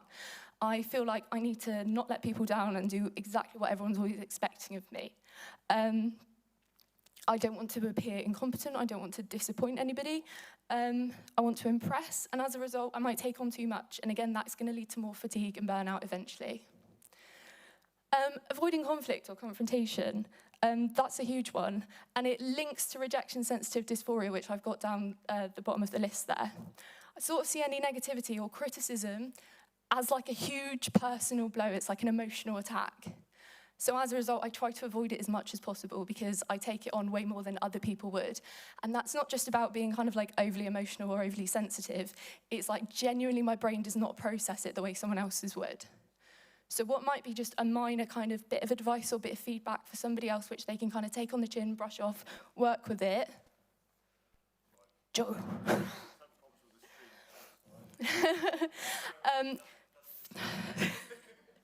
For me, that's like a huge personal criticism. I take that really personally. I think, oh my God, they hate me. I've ruined it. I've let them down. I've done a terrible job. What a failure. And that's so not the case. So like I said, as a result, I'll try and avoid confrontation and conflict because I don't want to take it the wrong way. Sensory and environmental impacts. If you've not already, down in the Warspite room, we've got like an immersion room, which kind of replicates what it's like to be totally overstimulated in the work environment or any other environment. We've basically just got loads of like horrible sounds playing at the same time. We've got really smelly air freshener in there. But you are overly sensitive to things that are loud, to things that are bright, to particular smells, crowds, busy places with lots of people, lots of talking happening at the same time. That is all really overstimulating. So the environment, as a neurodivergent person in the workplace, that environment has a huge impact on your ability to then do your job successfully and be able to actually physically cope. Structure and expectations. So I have a bit of a fear of the unknown. I like my routine. I like to know what's happening, exactly when it's happening, and who's doing it, why they're doing it, how they're doing it. I'm not spontaneous. I I'm impulsive, but I'm not spontaneous. There's a difference. I couldn't just kind of know something's happening at some point today, not sure when. No. When's it happening? I need to know exactly when. I need to mentally prepare for that. I need that structure. I need that routine. That's not to say that I can't cope with change. If things do change and, that happens, things come up last minute, I can cope with that. I'm okay under pressure. You've all seen me running around like a tit today, getting all of this set up. I was fine. There were a couple of last minute changes. I took it on the chin, I handled it. But in an ideal world, I would have liked everything to go exactly how I expected it to go. That's just how it works. Social battery. So like I said, it's really exhausting, masking all the time, putting on that show, having social interactions when you don't want to have social interactions, and forcing yourself to look people in the eye and talk to them and make small talk and all that stuff. That really drains your social battery, and by the end of the day or the end of the working week, it's like, I just need to shut myself in a dark room and not see another human being for a little while. So, yeah. And then I've already mentioned rejection-sensitive dysphoria, or RSD. Then we've got imposter syndrome, which really links to the masking. So you're kind of putting on a show or playing a character. You're playing a character as like the competent version of me who can do my job, but on the inside, I'm like, that's not me, I'm just pretending. I don't actually know what I'm doing, I'm not qualified to be here. Even this talk right now, why are you all listening to me? I don't know what I'm talking about. I'm literally just a child. Please don't listen to what I'm saying, I don't know anything. That's what's in my head right now. It's massive imposter syndrome. Like I said, you're playing this character who knows what they're doing, but I don't feel like that's actually me. But obviously it is me, because I'm playing that character. I'm able to, even if I'm faking it, I'm doing it quite well. But yeah, that's a really huge one. And I've kind of just put a few arrows on there to kind of show you how some of these all link together. They all do kind of tie in and connect with each other and just paint a picture. Like I said, this is my experience, but I do believe it is quite common. But there are positives. So like Sean said, I'm Little Miss Hyperfocus. If I need to do something, I need to do it now, and I need to do it well, and I need to absolutely smash it, and I will lock in, I will focus on it, and I will get it done. And people will go, blimey, you did that quick. You didn't need to do that straight away. Well, I've done it now because I wasn't going to relax and rest until it was done. So that can be quite a positive for some people. I'm very observant. I'm very aware. I'm quite hyper-aware. I'm always looking, watching, listening, seeing what's going on around me. How is that going to impact me? What do I need to do? And that makes me quite a good problem solver, because I'm spotting things and I've got that lateral thinking to be aware of what's happening and be able to deal with it and come up with solutions. My memory is insane. So like someone could say, oh, hey, can you just remember this phone number for me? Or can you just write this down for me? Ask me years later, I can tell you what it is. It's just in there. I don't want it in there. That's taking up good brain space, but it's not going anywhere. Attention to detail and focus. Like I said, I've got that hyper focus. I'm very fixed in on the details, and that can obviously be a huge benefit in the workplace. And again, organised, proactive, and that pattern recognition as well. In organisation, I bloody love a to-do list. And the dopamine hit that you get when you tick something off just can't be beaten. Even if you don't have a to-do list, but you achieve some stuff, you then retroactively write a to-do list just so you can tick it off. That's me. And yeah, the pattern recognition. Like I said, I'm observant, I'm focusing, I'm looking at what's going on around me, and I'm noticing things. And as a result, I pick up on patterns and I can start to predict things that might happen. Not in a kind of like crazy, creepy, psychic kind of way, but just from knowing what's happened before, I can kind of pre-plan and prepare for what then might happen. I'm not going to talk through all of these, there's absolutely loads. Subject knowledge. If you get me on a special interest, you're going to find out a lot. But also, I can make random things special interest because I like researching, I like finding stuff out and learning. So it might not have been my special interest yesterday, but someone's mentioned it to me. I've gone on a little bit of a Google black hole, and now I can tell you everything about it. I'm going to just quickly mention that ethical mindset and sense of justice. That can be a positive and also a negative, because I'm like, if something's not fair, that will destroy me, and I will really focus on that, and I'm like, I need justice. Not like in a Batman way, but just in a like, maybe in a Batman way, actually. And that creativity and unique perspective, I think outside the box, I'll see things differently to how other people see things. That's a real win. My brain's not wired like yours, so you all might look at it this way, well, I'm over here looking at it this way, and it looks really good to me. So yeah, there's a lot of strengths to being neurodivergent in the workplace. It's not all doom and gloom. It's a little bit doom and gloom, but there's also, I don't like when people call it a superpower. I think that's a bit cringy, but they're strengths and they're pretty super and powerful, so.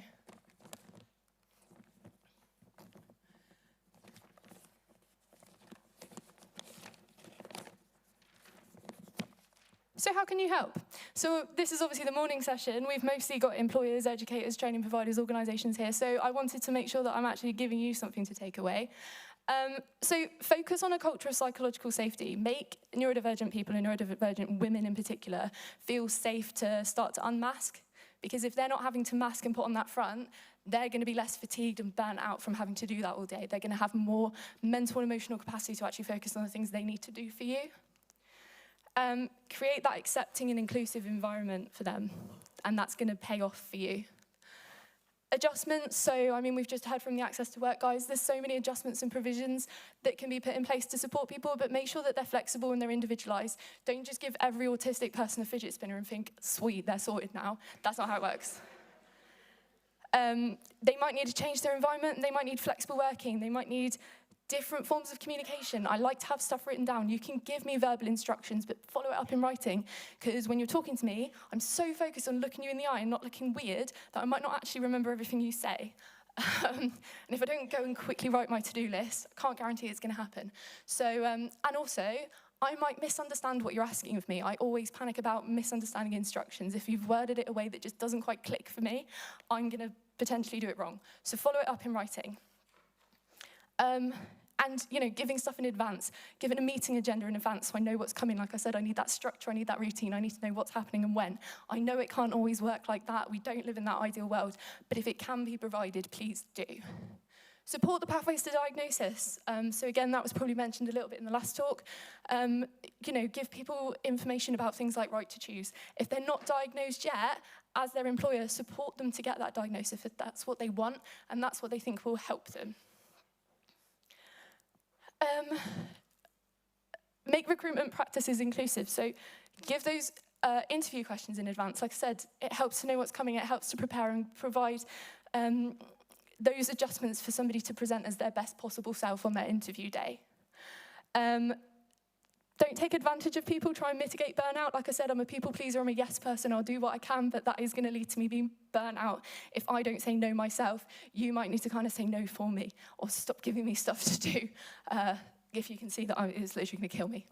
And be open to feedback and change. It's about that culture, it's about those policies. Put that stuff in place. Have those staff networks. This entire event came about because of our staff network. So support that, because these cool things happen if you do. So just to sum up, women are not less likely to be neurodivergent, they're just less likely to be diagnosed.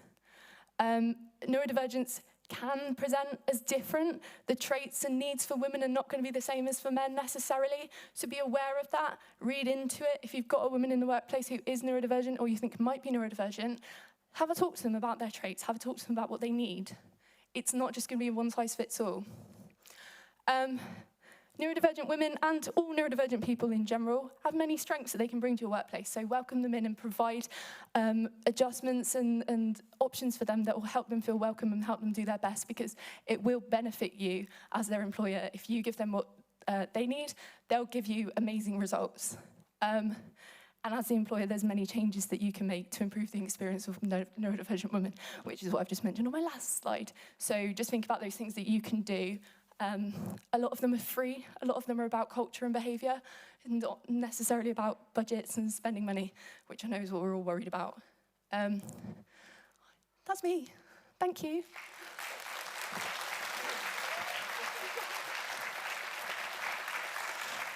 Thank you, Tilly. Only you could fit a 45-minute talk into 20 minutes, and that's what I will say. I'm like dribbling a little bit. Thank you for that, Tilly. That's great. Have we got any questions for Tilly? I need to get the next talk started at 10:30 because Babcock are off to London this afternoon, so I need to get them away. So have we got any questions? Hi Tilly, I'm a midwifery lecturer and obviously I work in mainly a female-based environment, both in the university and within the hospital. And while you were speaking, it got me thinking hormones. And obviously when women are pregnant, hormones are, exacerbated and everything. Do you find that as your lived experience, that there are certain times where you feel... I think, yeah, it's all connected. And we had a lunch and learn this week, which was about neurodiversity and menopause as well, which is obviously another huge hormonal conversation. Yeah, it's all connected. It's all about your body and how your body works and how your brain links up to that. So yeah, definitely. And that can make it more difficult. It's certainly something to be aware of, but obviously neurotypical people are going to have often similar issues or, difficulties when it comes to hormonal changes as well. Yeah. But it's definitely something to be mindful of for neurodivergent people. Yeah, I think in the lunch and learn they were talking about the fact that if you're neurodivergent and either perimenopausal or menopausal, it's almost like your effects are being doubled down because the hormones doubly impact on that as well. We also picked up in that talk about how it can affect the trans community in that as well, so that's something we're going to be talking about with our LGBTQIA plus network here, because I don't think at the moment we've got any provision for how hormones in the menopause and perimenopause affects the trans community, so we're going to be doing some work on that. Yep, so we've got another question here, if you want to just push the red button. Yeah, thanks, Tilly. That was awesome. Thank you for sharing all of that. I'm working with people in the job centre who I want to really encourage to be able to self-advocate, and that's, as you know, probably really difficult, especially going into an unknown work environment. Is there one... I'm neurotypical, so I don't get it. I'm not going to lie. Neurobland. Is there a piece of advice that I could share with those young women about starting to advocate for themselves? I think that message of everything is individualised. They don't need to compare themselves or assume that because they've got certain traits or they don't have certain traits that they align with anyone else. It's all about the individual.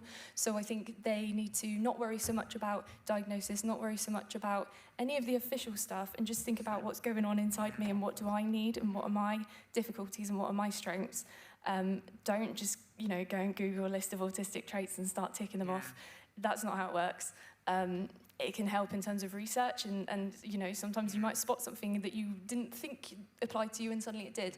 But yeah, it's make sure that they feel that it's about them as an individual and what they personally need, and not comparing to others at all. Not being told what they need. Thank you so much. I'm just going to advocate for staff networks. I always call us the hive mind, and if anyone has got something to share, even down to what type of headphones, noise cancelling headphones, do you feel comfortable with and why, we can always have this lengthy conversation with the staff network, and that helps people find a solution. I don't have a diagnosis. At my stage at the moment, I'm not in my diagnosis, but every time I hear someone speak, just like with Dan, I do want to take my shoes off, but I've realised I do have holes in my socks today, so I'm not going to. But the organisational aspects, there's various different things. So I re-emphasise what Tilly said about that individualism. And if you can start a staff network, if you're an organisation that is large enough to start a staff network, do it, because this was born out of a staff network and 3 people who just said last year, shall we do a conference? And 3 It'd be weeks nice later, to do a it was done. conference, and then 3 weeks later we were here doing a slightly smaller but still pretty significant version of this. It's enhancing and grabbing hold of those people who are neurodivergent and let them lead it, and that's the thing. So I'm just the person that gets pushed out to the front because I'm comfortable doing this, but I've got this huge sort of like wave of support behind me and wonderful people like Kat and Tilly who help support us. So staff networks are really, really key as well. Yeah. But I would say if you've got a staff network, I mean, we're completely inclusive in the fact that our staff network will help people who might be customers. So I will talk to the Connect to Work people. I will go in and talk to that as well, and we will have links with that. And their parents, their spouses, their children, their friends, their next door neighbours, they come through us to ask questions and bits and pieces like that. So we've got that mind that we can talk through. Any more questions for Tilly before we move on? Just push the red button, that'd be great. Drop the microphone down. Yeah, wonderful.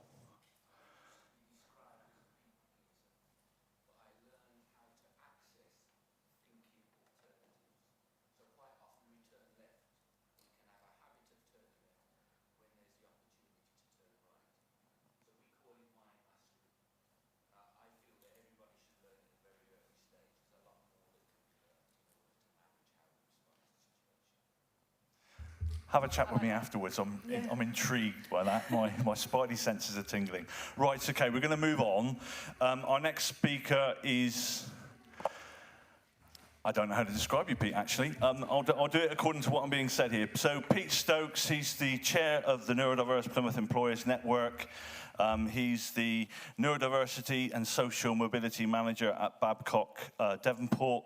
He's one of the most passionate people that I've seen advocate for neurodiversity, and he is one of the main reasons that I got involved in NPEN and the neurodiversity community within Plymouth. He leads a range of workplace inclusion initiatives, been instrumental in establishing permanent neurodiversity support across the Devonport site. You also have the joy of managing Dan as well, I suppose, yeah. So, and has contributed to evidence in the House of Lords Autism Inquiry and doing a lot of great work with Team Plymouth and that as well. So please welcome Pete Stokes. Thank you. That's quite an intro. And the positive thing is I don't have to follow Dan this year. Yes. Yeah. So, yeah, I'll grab the little clicker. Okay, so I'm Pete Stokes. I'm the Neurodiversity and Social Mobility Manager at Babcock. I haven't always had that job title, and it's been a bit of a journey to sort of go on in terms of us as an organisation getting to this point. And it's been an 8-year journey. We've had ups and downs, and what I'll do is I'll talk you through how we got to where we got to. And we recognise that not everyone can do what we can do. We're supporting 7,000 staff, so it's almost the sort of same population as Tor Point. And when you look at the percentage of neurodivergent individuals in there, we've got a higher percentage of neurodivergent individuals in the dockyard than a lot of other industries as well. So I'm in a bit more of a privileged position in terms of what I can do to support individuals, but there's lots of learning journeys and lots of things that you can pick up that we did, and like Sean said, networks are incredible. That's a brilliant place to start. So, move forward. So when we look at our site, we've got over 30% of our staff are neurodivergent. So when you look at that in terms of 7,000, you're looking at about 2,300 staff that are neurodivergent across the site. And in different pockets and different parts of the business in terms of engineering, data analytics, in some of the different roles, it's up to 40% of neurodivergence in those roles as well. Especially when it comes to engineering, we see a higher percentage of autism.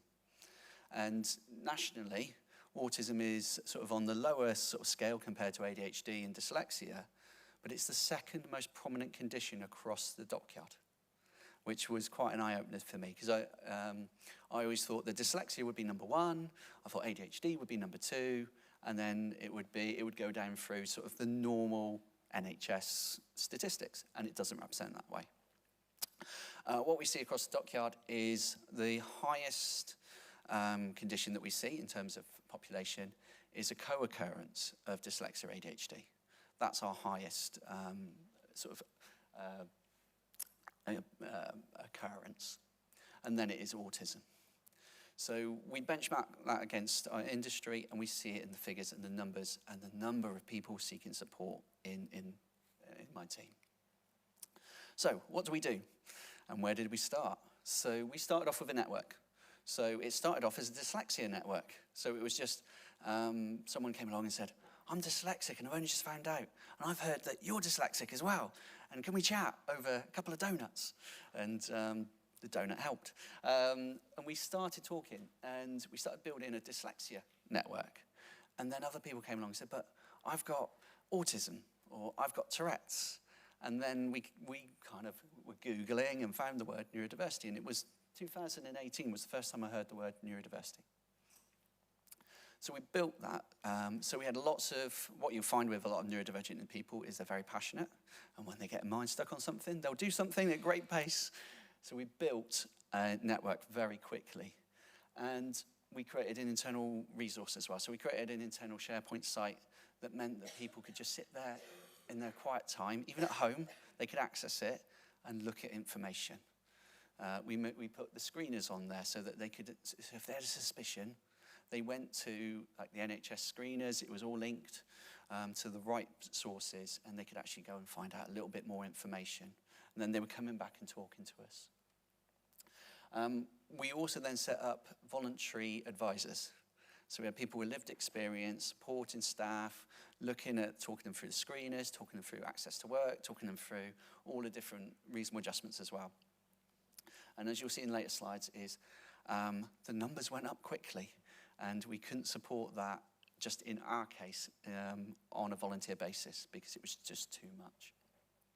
In 2021, we had a really good conversation with Fiona Gordon and with Tara at the Parent Carer Voice. And we talked about actually, we're doing this internally. What can we do on across Plymouth? And what could we do? And that's when we created the Neurodiversity Plymouth Employers Network. So that's where we talk about best practice. That's where we have fantastic connections across the city. And I see a lot of our members in the room as well, which is great. We built up an amazing network. If I've got a question, I know exactly who to talk to now. Lynn is one of my sort of most go-to people. And we've built this brilliant sort of support network for all of us. That went on, we won a couple of national awards with that, which was amazing, and it opened up our directors' eyes then. They started seeing us getting recognition, and it also started to coincide with COVID as well. So we'll go on to the pandemic effect in a minute, but you'll start seeing sort of actually, it all came to perfect timing, so where it suddenly is reaching a point where you couldn't ignore neurodiversity. We got to the point, as I said, with our volunteer advisors, where we're just burning them out. There were so many people asking for support and help. And I know not all businesses can do this, and I'm really privileged, as I say, because I can do this. But we went to our board and said, we need a permanent provision. We did the math, we'll show you the statistics and the benefits of a business having a permanent provision for neurodiversity. But we actually went and placed a business case with them. And then we were able to we've got 3 people, myself and 2 advisors. And I'll show you that that isn't enough as well. I'll show you our statistics. But we went on the business model. So I'd love to do the social model every single day, and it's so passionate, but I work in a business. So I've got to persuade a business how to support neurodiversity. So I've got to wear the devil on that shoulder and talk that through. So we did it around retention. So we looked at retention. Neurodivergent individuals are statistically far more likely to stay with you if they feel psychologically safe. And we used the old figure of £30,000 a person to replace a person, and it quickly became easy to justify our team just purely on retention. In terms of improving sickness and well-being and the number of people going off sick, that was another factor. Output, you support somebody with neurodivergent, somebody's neurodivergent, the output goes up quite considerably, just having simple reasonable adjustments. As we know, 58% of reasonable adjustments are free or little cost. So there was loads of actual business benefits. Also, as my managing director said, it's the right thing to do. And I loved that. That was the best thing. Because I went in as a business meeting, coming in as a business point of view, and my managing director said, no, it's just the right thing to do. He said, you made a business case, it's a no-brainer, but it's the right thing to do as well. And it makes us a better employer choice as well. So if businesses are looking at it, you've got all these talented individuals. The rate of sort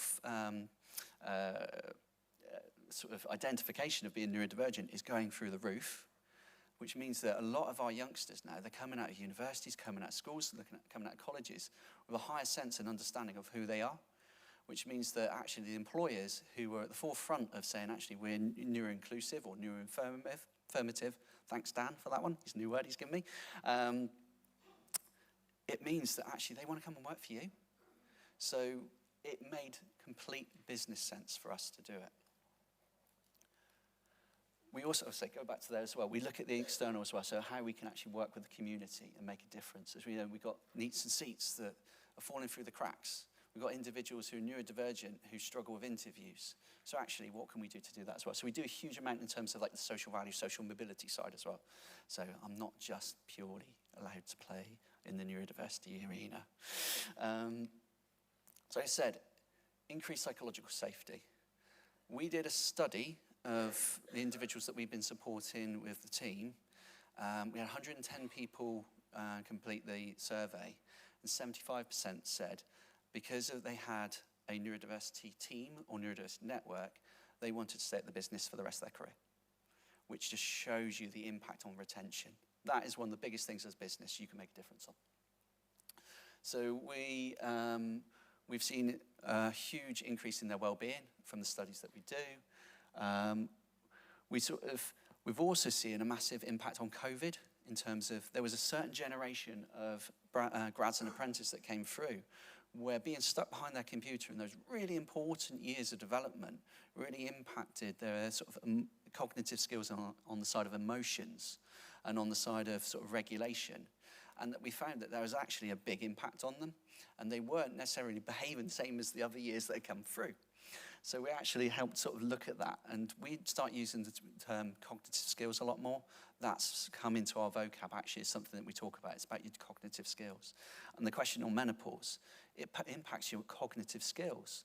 And we also look at universal design as well. What can we put in place for everyone that aids our neurodivergent staff every single day, but can aid any other member of staff as well? So we look at universal design, which makes sure we don't other our community as well, so that actually what we put in place can help everyone. So we looked at improved retention, improved stress, improved productivity, and also it makes our site safer. So I love this one when I walked into our health and safety director and said, this C-pen at £200 could stop you having a £14 million HSE investigation. And he asked me to explain it, and I said, a lot of your staff have come through, especially our older staff, came through a time where if you struggled at school, you was just straight on your tools. You went straight into apprenticeships. And a lot of them hide the fact they struggle to read. You go into training, they'll go, oh, I forgot my glasses today. They'll have coping mechanisms that meant that they didn't necessarily need to read because they struggled with reading. And rightly so, they feel like they don't want to share that with people. They're quite embarrassed about it, and they don't want to bring that forward. And we want them to feel psychologically safe as well. So, we want to encourage them that if there's support and help that we can give them, and that they feel that they can have dignity and respect whilst doing it. And the C-pen is amazing. So the C-pen reads aloud written text, and it's got a thesaurus on there. So if you don't understand a word, it means that it can tell you what that word means. Now, what that means to us is they're reading their risk assessments. They're reading the set to work. We're in a big industrial site where there's lots of things going on. We've got big mobile cranes. We've got all these industrial aspects. So actually, they know what they're doing better. And it makes it safer. So it was an easy win then to say, we need a C-pen. So talking about our journey, I'll just double check my time as well, Sean. So the Office of National Statistics in year 2000 said it was 6.7% of the population identified as neurodivergent. And in 2025, that was 20%. It's considerably higher than that as well. So that's just the Office of National Statistics. But as you can see, it was a massive jump. Massive jump. And what we all found, and we've seen this in our business as well, and we see it across the news in terms of diagnosis and requests for diagnosis, is the demand for it has absolutely skyrocketed. So what were the reasons? And this term I came across there was actually the pandemic effect. So all of us, we had years of knowing where we were, how we worked, our set routines. We had everything in place to make it psychologically safe for us. And then they said, go home, work from home. And all our routines changed. Everything changed. And then suddenly people who were thriving in work weren't. And they were struggling. And also, they were going home, and their children who were being diagnosed as neurodivergent, they were recognizing the traits in themselves of the children. And then social media had a massive impact. And we had sort of new routes as well, like right to choose. It became easier to get diagnosis. Now, don't know about the waiting times at the moment, but the routes became easier and opened up. So what we saw was a massive effect from the pandemic. And as you can see here, I should have done it in a bigger bold, but it starts in 2022, I think, and then works up. You can see we were getting around 50, 60 cases a year of individuals coming up and saying, can we have support, please? We launched our team, and we highlighted we launched our team. And that's what happened to our demand. So we went up to we're supporting in the region of 600 to 700 people across the dockyard. And it was because of making things easier, which meant that everything changed for us as a team. So we couldn't do belt and braces. That was our process map. That's how we did it. That's how we went and supported individuals. We wanted to give them everything. We wanted to make sure that they were 100% safe, that we wanted to make sure that they had support at every journey, which was great when we had the smaller numbers, but when we had figures that high, we had to change it. But what we didn't want to lose was the quality in there. What we wanted to do is keep the actual really important bits of the process, but also we had to remember, one, treat them like adults. So you don't need to hold their hand through an access to work application. If they need help, they'll ask. You can still support them, but don't assume that every single person needs an hour in their diary to walk through an application. Let them learn at their pace, because what you'll find is that individuals will come across and they'll say, oh, I think I am, but they need time to process and it needs to be at their rate. And remember, you're a business as well. So one of my advisors, if they'd forgotten their birthday card, she would have gone out and bought them the birthday card for them, posted it for them and done that for them because she wanted to do everything in the world to help individuals. But we are a business at the end of the day, so we've got to make sure that what we're doing is appropriate and proportionate. So we've got to find that fine line between being a business and doing everything and supporting everybody that we want to do. So we looked at that where we actually got a proportionate approach. So we got a four-plan approach. So you got an individual come in and it'll be like, I quite fancy one of those active noise cancelling headphones. All right, do you have a diagnosis? Well, I think I've got ADHD. And then we'll work with them for some screeners and we'll be out the door. And in half an hour, if they qualify, we can order them a pair of headphones. You get the one where my wife was watching the One Show last night and said, that's you. And they don't know anything about it. And it's a bit of a journey. That can go two ways. It can be a couple hours and they're kind of like, oh yeah, I understand myself a lot better now. Or it opens up a huge can of worms where there's a massive effect on finding out that maybe that you've got a condition and you've lived your whole life with this condition. And it explains a whole lot of things in your life that happen, different events. And you see this massive psychological impact on the individual, and they take a bit longer. We have individuals with complex conditions. We have individuals that actually need lots of time taken with them. We have individuals who might be in disciplinary. I mean, it could be down to some of the conditions and the traits of their conditions, but they haven't only found out when they got to the disciplinary.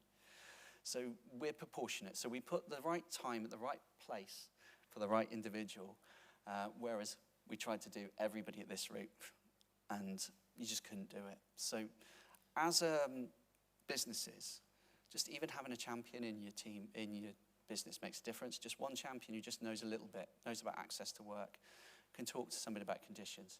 Somebody with a neurodivergent condition makes a massive difference because that first conversation of same as me is one of the biggest things. It psychologically lifts the individual to feel like they're not alone. Those small things can make a big difference. But as a business, this is something we should be looking at. But don't make a massive process map for yourself, because it will absolutely burn on your resources. But there's ways to do it.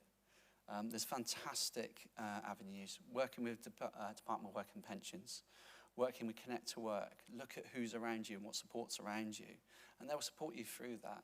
NPEN will support you through that as well. So we talk together. I can see Nina in the second row there, and Nina's working with LiveWell, and you've learned a huge amount. Just joining and talking to others who are going through the same process. But yeah, you all do it at your different rates, but you've got to get the right balance between the two. Okay. Not quite as passionate as Dan. I don't think anyone is as passionate as Dan, and I'm sure he can hear me outside. His ears are probably burning. Pete, thanks a lot. For me, yeah, thank you. For me, I just want to, before I ask for any questions, for me it was just reflecting on that staff network and taking that step forward and how you see the acceleration, and also the comment you made about because there's a staff network in place, neurodivergent individuals want to stay with you in employer, and we found the same, to be honest with you, which is why after Tilly spoke, I spoke about the importance of staff networks and letting those people initially lead that as well. I also wanted to pick up on the comment about making things universally acceptable. Yeah. And, you know, a classic example is lighting in offices and talking to our FM people to say it's not just neurodivergent individuals who want LEDs that are different colours, different brightnesses, and you can switch them off instead of switching off the whole wing. If you make it accessible for neurodivergent individuals, you make it accessible and adjustable for everybody, and that improves the overall work environment. So that's great. So have we got any questions for Pete? Yes. Thank you. Going to be slightly greedy and ask two. One simple, one bit more technical. First one links to what you were saying. So with your C pen, have you found an uptake in what we define as neurotypical staff using the pen as well? Maybe not some of the neurotypical individuals. It's been a higher uptake in terms of our industrial staff we've seen. Sometimes though, we do get neurotypicals going, actually that would help me with a lot of our applications, like we're finally getting Remarkable 2. It's taken us years. But things like that, you see devices like Remarkable 2, and then you see like directors going, actually that would improve my productivity in a huge way. Because the reason I ask is this issue around undiagnosis. Yeah. And just supporting those staff as well. So I would say that we probably see a huge amount of people who aren't quite ready to reach out for diagnosis, because we put it on our catalogue, and all they do is write a little business justification. You will see people ordering it who just, it's a bit more discreet, they just don't want to come out and speak to you just yet. But yeah, we will see that quite a lot. Yeah, and my second question, which I'm just trying to remember, it's very much around how you see psychological safety actually working in an environment. Now, Babcock, we know it's a massive employer, and we know the coastal communities are socially, economically challenged. So what work are you doing as an organisation for the future to try and improve? So it all comes down to culture. Fundamentally, the biggest thing we can do is change the culture in an organisation. We do a lot of talks with our managers. We do a lot of talks with our staff. We talk about the stereotypes. We challenge all those stereotypes as well. We do a lot of lived experience as well. So we talk about sort of what it's like with an individual. I came in on the end of the last conversation about when we were talking about diagnosis in women. And one of the things we raise is actually women mask so much better. So it's so much harder to spot in our female staff than it is in our male staff. And we raise that and we talk about actually someone with ADHD might be the quietest person in the room. And so we raise awareness around it. And what's great is you'll find that it sparks a light bulb in at least one or two people in that room. And then it grows, and then it grows, and it grows. And I think I was talking before, we get now involved in nearly every decision. Like if it's going to affect the staff, they come through the neurodiversity team or the neurodiversity network to just ask, is this right? Is this psychologically safe to put through to our staff? So yeah, so it can start off small, but culture is the biggest thing you can do. It's a really interesting question, and as a health and safety professional, the two things and the two phrases are key to me at the moment is psychological safety and also leadership behavioural integrity. So how your leaders behave and how they behave at the top directs the behaviour downwards. So, and sometimes you will find blockers in organisations. There'll be service directors or strategic directors or someone who won't embrace the things like that as well. But those are the two things you're going to hear a lot, and you'll see psychological safety creeping into everything that we're talking about. It started off in the health and safety field about being able to speak up about safety reasons, but it's so much more than that now. Yeah. We had another question. So, hi Peter. I just wanted to ask, you were talking about you have a dedicated neurodiversity support team. You know, at Live Well, we have our neurodiversity network, and I chair the network. So we don't have a neurodiversity support team, so we end up being the neurodiversity support team plus the network. Yeah. So how do you balance, what's the difference between both for you and your organisation? Because we're kind of doing everything all in one, and we find we're getting overloaded. Yeah, exactly. You're on where we were a couple of years ago. Yeah. I'm listening to this as well, Pete. All right. So what we did was, I'll go back slightly just to show you the differentiation. We kept the network. So the network is your peer support. So the network is where you can talk to the people who live the world like you do. So those are the ones who could be talking about a unique experience that somebody else might have. So we kept the network, and they do a lot of our comms work. They're the ones putting all the articles for Neurodiversity Celebration Week, because simply I just don't have time to do it. But they're the ones who are kind of listening to the community. But the team purely just looks at, someone will come through our door and they'll say, they could be that they know or don't know. We'll have a really good conversation about actually what's going on, try and understand home life, understand work life, try and just let them get it all off their chest. Then we look at the screeners, and we use like the NHS screeners and recognised screeners, because we're not clinical. So we've got to make that legal definition as well. We're not clinical. So what we can say is actually on the screeners, we see this. Then we put them through Genius Finder Pro, which is a wonderful tool in terms of your cognitive view. We look at the complexity, so we can send them off a clinical assessment, but it needs to be through a gated process because it's very expensive. And as a business, if I was putting 700 people through at £1,400 a time, my director would go insane. So it's about, like I say, that proportionate approach as a team. We are busy from the moment we get into the moment we end because of demand, but it's just kind of having that set kind of boundary as well. We'll look at reasonable adjustments as well. We'll advise, and we work with them for access to work as well. As we know, it's sometimes just having that person to phone up and talk to. So we kind of set ourselves like this boundary where we were just about getting you understanding yourself, reasonable adjustments, support, and then help with things like coaching. Because so on your access to report, we say you need coaching, but somebody might say, what does that mean? How do I do it?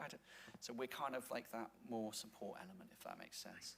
So we separated like the community side to the support side. Great, thanks. Any more questions? No. Pete, thank you. I know you've got to rush off to London now for a meeting, so thank you. And I just want to thank you formally, Pete, for the stuff that you do for NPEN and the work that's done. It's so great. I'm starting to hear talk now outside of Plymouth about how Plymouth could be becoming sort of like a neurodiversity hub for the Southwest, and that's really, really good. So thanks for all the help and effort you put into that. Thank you very much. Right, our next talk is at 11 o'clock, and it's Francis Holmes from Microsoft.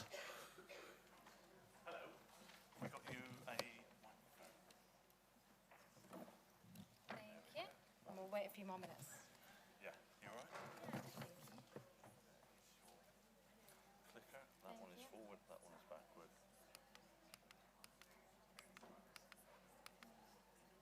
There we are. Thank you. All right. The lunch and learn yesterday was amazing. Oh, good, yeah, Julie is awesome. Yeah, I know quite a bit about Windows 11 and that sort of stuff, but even I've got stuff to go away with and have a look at now. I didn't realise the depth of some of the stuff that was available and had to be done. So yeah, really, really interested. So I've got some follow-up questions for you. I saw an email in my inbox, but I've not had a chance to look at it yet. So. Oh, yeah, all right, okay. But we can definitely do more. An hour is just back to the surface. Yes, really I know. quickly. I saw that. I started to dive down some rabbit holes last night when I was just looking at things, even sort of like the co-pilot prompts and all the sort of stuff like that as well. It's just, yeah, I could have spent hours just looking through it. Yeah. But, yeah. I even used it yesterday. I was looking at things that I could talk about, and I was like, if I was, because I'm dyslexic, I know my prompts I use. So if I've got ADHD, what would I use you for? Like, tell me how to use you to my best ability. And Copilot came back with prompts. I was like, never even thought about that. I know, it's amazing. Yeah. I'm really, really looking forward to it. Right. A couple of minutes. I'm just going to do a quick circuit. Go.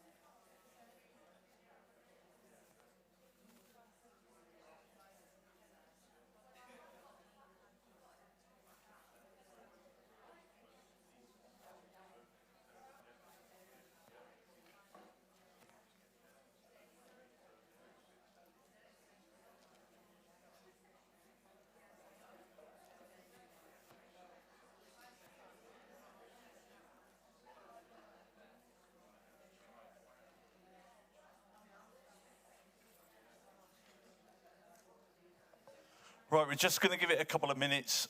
People have requested a comfort break, and it's noted in the back of my mind that when we're doing full-on morning and afternoon sessions now, Sean, you must plan a comfort break because not everyone has got an iron bladder like yourself. So we'll start in a couple of minutes' time.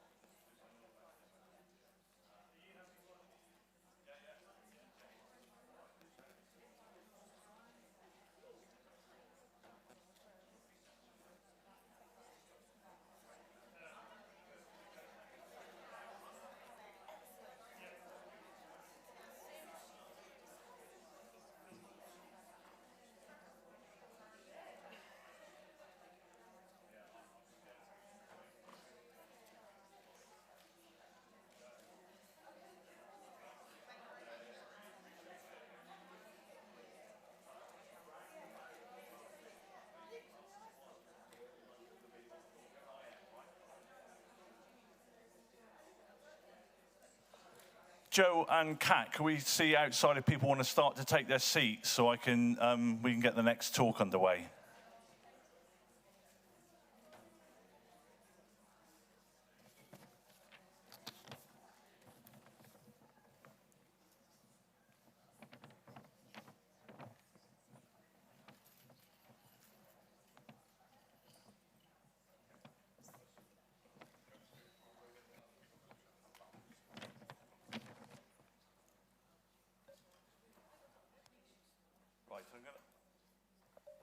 Right, I'm going to make a start because I want to make sure we get an opportunity to break for lunch. So our next speaker is Frances Holmes. She's from Microsoft, and she's one of, I would say, our newer contacts within the neurodiversity world.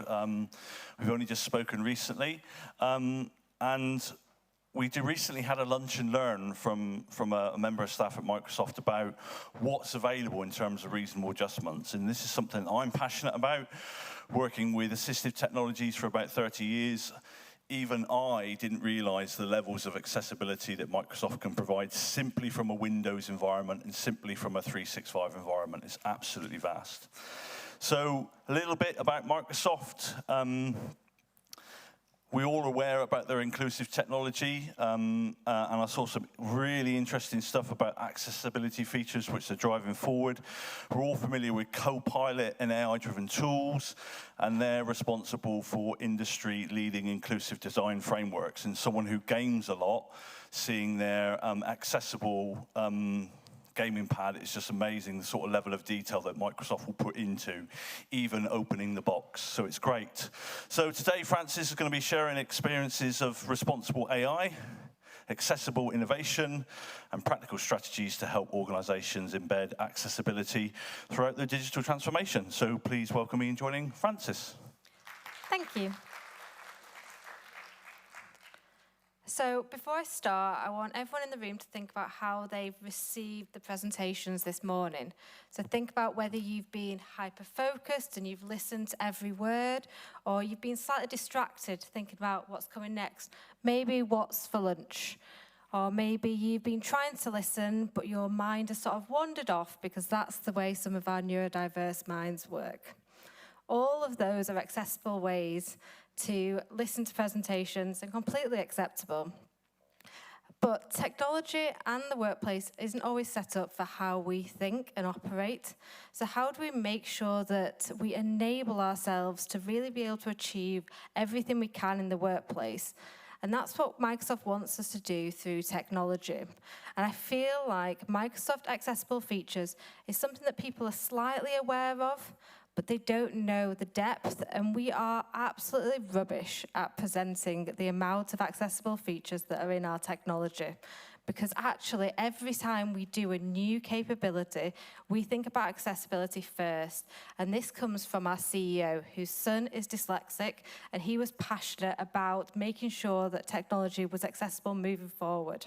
And now everything we do, we start with accessibility in the mix, in that design feature. We don't leave it as an add-on at the end. But I don't think we communicate that very well. So I'm here today to talk you through some of the features. But why am I here? I'm a tech lead at Microsoft. I'm also passionate about accessibility because I am dyslexic. I'm really passionate about inclusion in the workplace, and I've also set up a not-for-profit around inclusion in the workplace using data-driven insights. So all of this comes together is why I'm really passionate about sharing what I know today to try and help one individual in the room at least to understand Microsoft technology and how it works for you. I'm going to start with the basics, and I've only got 20 minutes, so I'm literally going to scratch the surface on Microsoft technology. We have thousands of capabilities, and I hope you'll just learn at least one thing to realize that you actually don't know anything about the accessibility features in Microsoft, and you go away and dive in and figure out a bit more of what can be used to help you. I'm going to start with the two basics. And I'm going to start, many people in the room will know that these are there, but every time I do this talk, I find at least one person that didn't know these capabilities existed in the Microsoft tools that you use every day, or didn't realize that they'd come so far that they're actually leading in the capabilities and they're not just secondary anymore. Because I'd have said, 10 years ago, I wouldn't have used Microsoft technologies for some of these accessibility features. They just didn't compete on the market. But now with the world of AI and the enhancements we have made, they are market leading and they're really worth considering rather than purchasing other software, because these are things that are already in your license today and things you can access today. So dictation, this is when you basically speak to your device and it'll start typing for you the words you're saying. So for someone who likes to verbalize their thoughts, it's really useful. People who struggle typing or want to type quickly but don't get the spelling right, dictation's a key feature to try and make your life a little easier in that space. Then we'll go to read aloud. Read aloud is basically what it says on the tin. It will read those large documents out to you at a speed you like and in different voices depending on what your preference is. As someone with dyslexia, I hate reading reports. It's the worst thing. I also hate reading long emails, which my boss inevitably sends me all the time. So I use the read aloud feature all the time to make my life a bit easier. I don't get that cognitive strain from having to concentrate more on reading. For those who might have seen the shift in Outlook, I don't think Read Aloud exists anymore. I think it's all through Immersive Reader. If you can find the Read Aloud toggle, though, let me know, because I've not been able to find it for a while and have to use the Immersive Reader. But actually, this is really helpful for people who have ADHD traits, which I do have alongside my dyslexia, where I get distracted really easily. So if I'm trying to read a message and then I see a notification ping up, I see a call coming in, I see another email, I'm completely lost with the train of thought and I'm not following the message I'm reading. So Immersive Reader takes those distractions away. It really immerses you in that specific text that you're reading. You can do the color filter, you can make the text a bit bigger, because for me, I don't want to make my font text on Teams bigger for read certain things and then reduce it down again. I'd much rather just have it all in Immersive Reader set up for me so I don't have to come back and forth and change different techniques. Immersive Reader really works for me to focus, especially on the tasks that I just can't be bothered reading but know I need to do. Then finally, among the basic things, this is something that I did not know Microsoft had until I started working at Microsoft. But I will say, this is rubbish for people with ADHD traits because there's too many distractions, or at least is for me, because there's lots of pings and stuff, so it doesn't work for me. However, for people with autism who work with me, they find this really, really helpful. It's a presenter coach, so you can go in and practice your PowerPoint presentation, practice the pace, see whether you say or some other phrases a bit too much that you might not realize when you're in the flow of presenting. It's a really good tool that's built into PowerPoint that many people don't know, and it helps you adapt your presentation style or just feel a bit more confident in your presenting style, because you might have that imposter syndrome and think that you're doing a rubbish job. And this helps to give you reassurance that maybe with a few tweaks, you'll be amazing. I'm going to now move on to what's standard in Windows 11, because Windows 11, the move from Windows 10 to 11 wasn't a massive technology shift, but where it really focused was on accessibility features. And we didn't really communicate this well, but the accessibility features in Windows 11 have transformed, and also accessing them is being a game changer in how we operate. Everything accessibility is in one place now. For me, having to go through different areas to try and find all those different accessibility tools, making text different sizes, putting color contrast on, it was everywhere in Windows 10. And now it's all in one place. So I don't have to remember where it is. I just type in accessibility and all those features show up for me really easily. I'm just going to talk about 2 features that are relevant for people with neurodiversity. However, there are hundreds of features, so please go and dive in if you think there's other things that might be interested to you. First one is color filters and high contrast. People have different eye strains, different color sensitivities that make the cognitive burden on them really, really hard if they're just on the normal colored screen. Put in high contrast mode, reducing those color intensities is really helpful for your day-to-day operations, help your brain last for longer and not be as tired. And it's all available in the accessibility tool and tailoring it to your needs. And then this is key for me, coming back to that distractions, you can tell that I get distracted very easily. But doing focus time, we used to be able to do this in Teams, so you could put a focus time in and stop notifications. But you now can do it across your whole device. So it stops any notifications popping up, it stops any phone calls coming through on Teams, it stops any of that noise around that might pull you away from a task. I do this when I've got to do the boring admin tasks that I know that I've been avoiding and really hate doing, but I know I've got to get them done. I set a 15-minute timer and just focus on those 15 minutes, and then I give myself a reward and go and get a biscuit and a cup of tea. But I'm going to come on to quickly the best thing for neurodiversity, in my opinion, and that's the world of AI across our workplace suite now. I'm sure many of the people in the room have used ChatGPT or Claude and things like that to support the way they work today, as they've been out in the world for a few years now.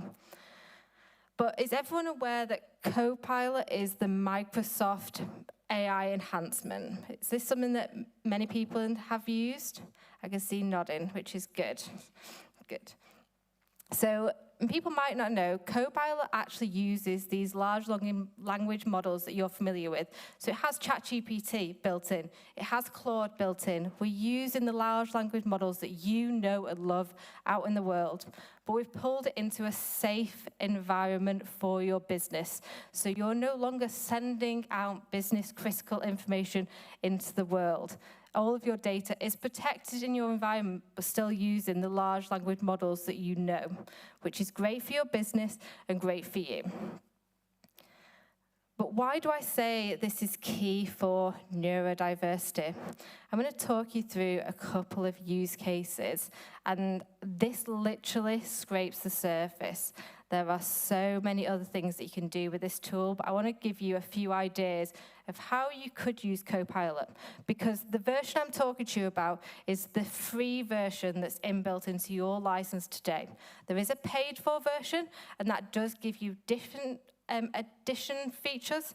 However, the free one is so good that every single one of your employees could be using it and getting advantage of it, and it's no additional cost to your organization. So the first thing is, over the past 3 months, it's been rolling out across your Office suite. So it's now embedded in Word, in PowerPoint, in Outlook, that it wasn't before. It used to be a separate app or across your Bing browser, so you had to copy and paste things in. That's no longer the case. The free version is now embedded in those apps and should be, at least within your next update across your environment, it will be in all of your devices. And this is the game changer, so you don't have to go out of the app to use the tool. It's directly in there and knows the context of the app that you're in. So let's talk about a few use cases for neurodiverse individuals. The first one is for dyslexic people. The fear of a blank page is really true for dyslexic people.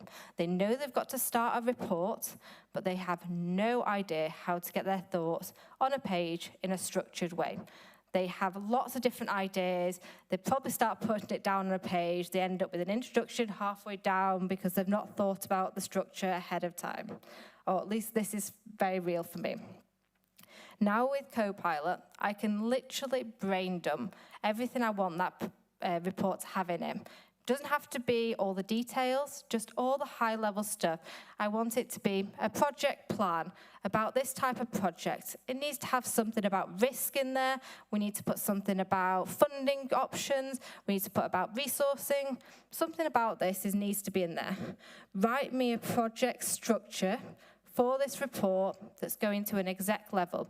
I want my CEO to be able to read that document and know what it covers from the start to finish and things that they will care about. I need to make sure that it's a professional document about 5 pages long with these types of structures. Make me a structure. Copilot now can create you that structure around that themes. And then you can add bits in. So you've got a segment on that report around funding options. Are there funding options that we might not have thought of from the web? Can we pull things in that the government, UK government, have started doing funding options for? And it can highlight things across the web with sources and pull it in. It's not going to give you a finished document. That is not the point of Copilot. It is your co-pilot. You are still the pilot in that ship, and you still need to validate what's in there, but it gives you that starting point so you're no longer starting from scratch and can really help drive that structure for you when you've got that mind blank at the first part. Then I want to talk a bit about an ADHD trait, which I didn't know was ADHD. I just thought I was forgetful. However, it's having to do and learn a task every time you start it. An example that I got given was pivot tables. Apparently, there are some people who just know how to do a pivot table every time in Excel and don't have to learn it again and go on Google and research it again. I didn't know that was a thing. Every time I have to do a pivot table, I have to go on YouTube and be like, show me a video of a pivot table. I do it probably once a month, still have to learn every time. I didn't know that wasn't normal. But now Copilot can take my data set and I can say, make me a pivot table across these columns and these datas, and it will at least give you a basic pivot table that you then can pull and drag and drop and find the right data for you. So I now no longer have to use YouTube to learn it every single time.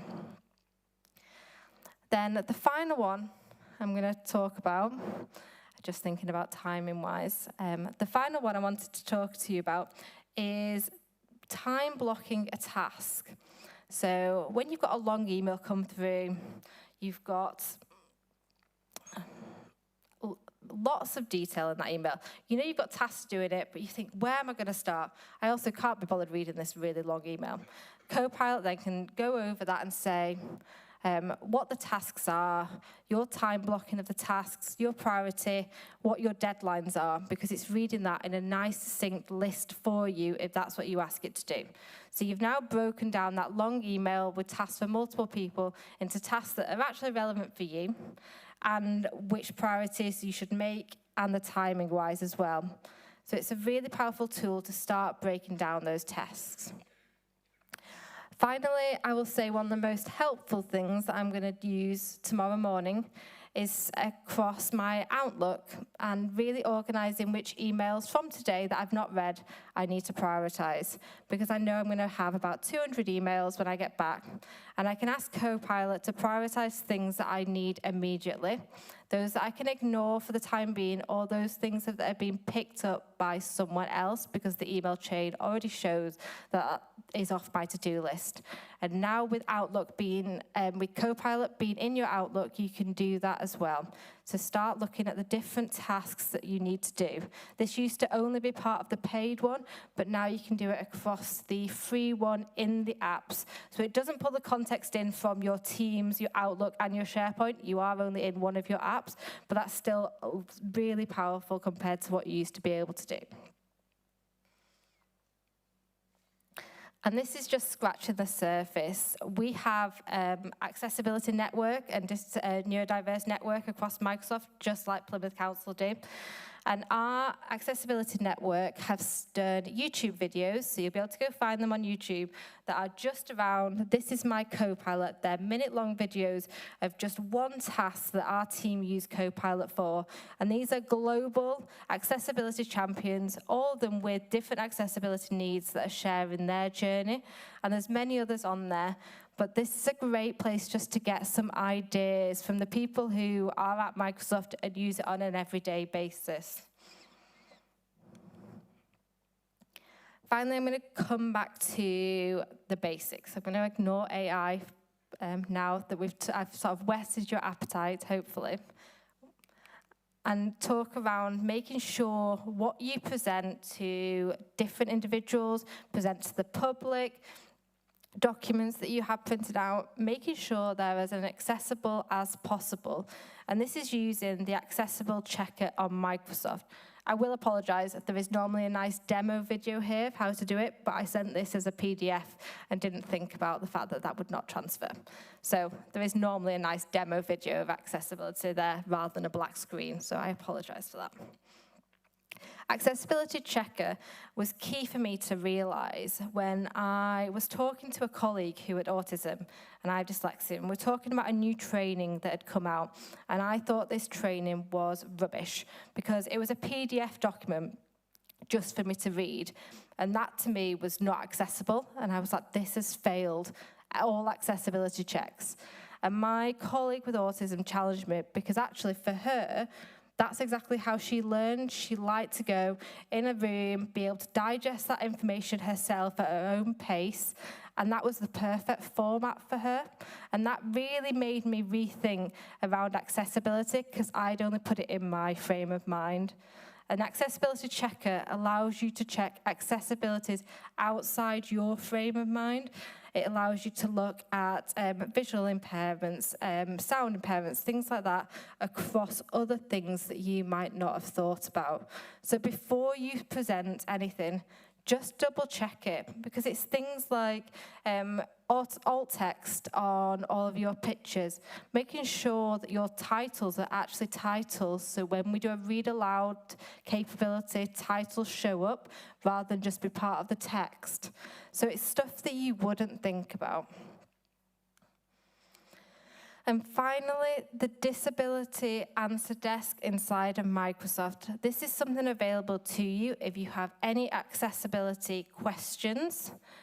You can just go and ask the desk, but it's also your feedback mechanism. If you've got an accessibility tool that you think doesn't work properly or has completely missed the mark or isn't included in the Microsoft technology, we only know what we know.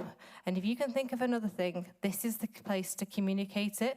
Accessibility features is high on our agenda, and these things that get put into this desk get put into our tools about 85% of the time, because we see the true value of it. And the ones that haven't been put in is because there's tools somewhere else and we've just not communicated them.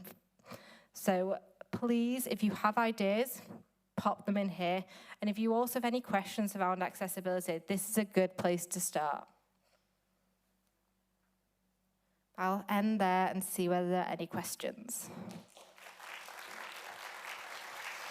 Thank you, Francis. And just to give an example, I've been using Microsoft products for over 30 years now, even from Windows 1.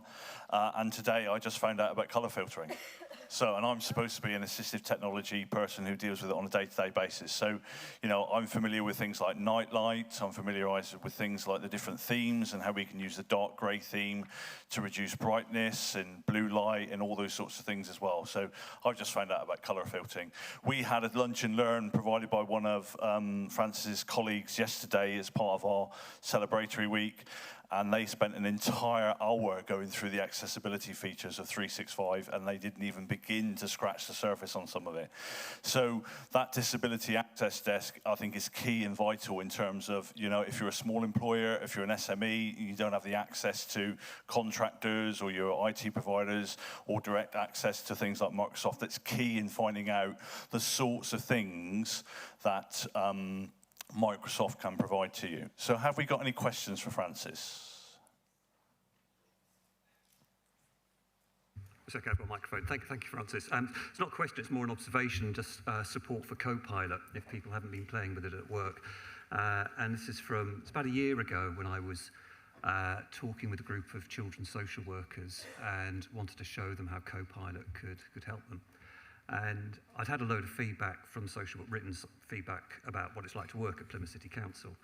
So I said, right, we're going to take all of this and we're going to put it into a report. So dropped it all into a report, got Copilot to write the report. Fantastic. And one of them said, actually, Chris, can it change it into language suitable for a 10-year-old? Gave it the prompt and it came out with a report that was suitable for reading by a 10-year-old without the swear words and such like. So it's how you can use it, I think, to promote accessibility, not just to ourselves, but also to the people we're working with as well. It's a really good point, Chris. I was working with 2 apprentices who were in the organisation as part of and had huge access to work support. And they were struggling with PIP and personal independence payments. So I just said, why don't you just go into Copilot and say, explain to me PIP as I'm a 6-year-old. And they typed that prompt into Copilot, it broke it down, and they were able to sit there and work through and ask Copilot the questions on their application form as they went through it. So it's a fantastic tool if needs be. Any other questions for Francis? One over there. Hello, that was a really good presentation, thank you. We come about it from a slightly different angle. We both work at university supporting students. I loved what you said about AI, but we work with a lot of confused students and confused lecturers, where AI sits in essays, We've got cohorts using it very well, we've got students using it very well, and we've got people using it very badly and being used as plagiarising tools. Can you ever see a place where, for neurodiverse students and neurotypical students, companies working with universities and educational establishments to find a middle ground? Because you've got lecturers very confused. Yes, and we're still very much on the journey because it's seen as a solution to everyone's problems, and it isn't. It's meant to be an enabler, and it is an educational piece there around what it's for and putting those guidelines in place.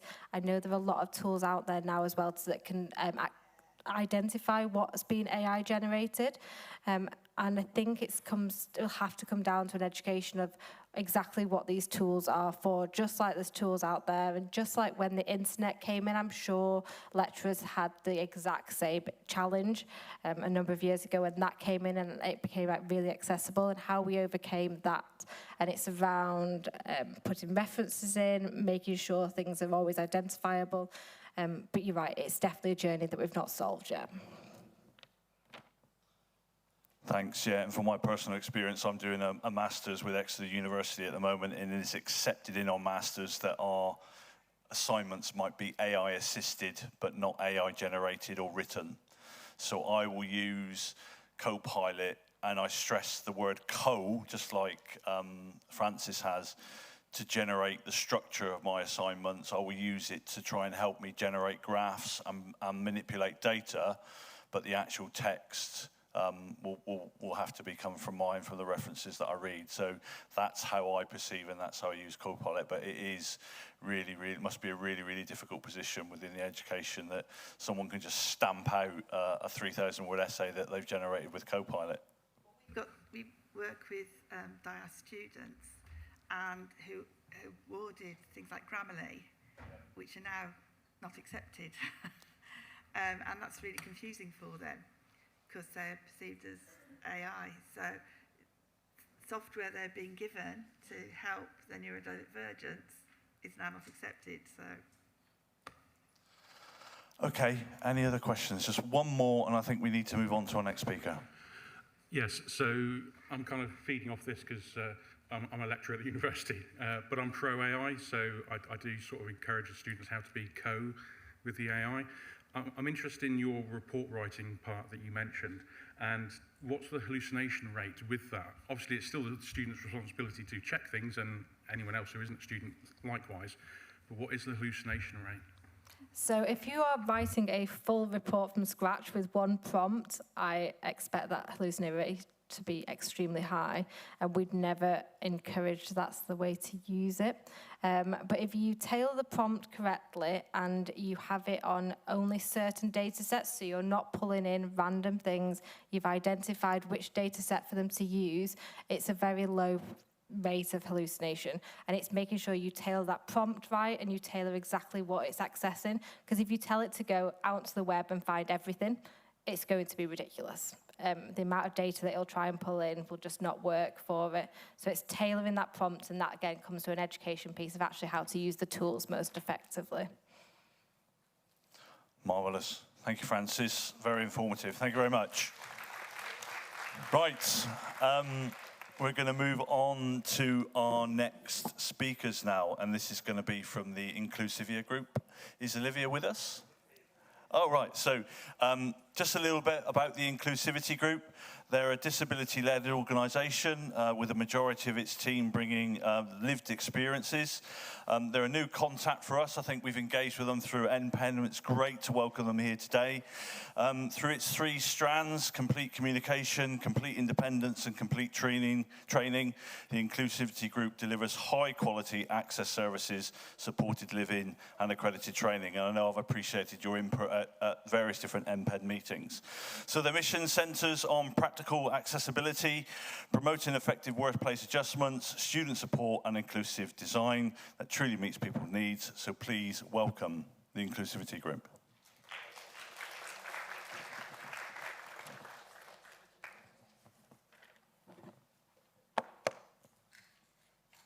There's a lot of you. So I'm sure that everyone else's presentation has probably been quite formal. That is not who I am as a human being. So I'm just going to let you all know now. We can all relax. I'm going to wander around a little bit. I've got ADHD, and standing still with all of you staring at me makes my brain explode. So I'm just going to let you all know. I'm really sorry if that impacts anyone. So just a little bit about me.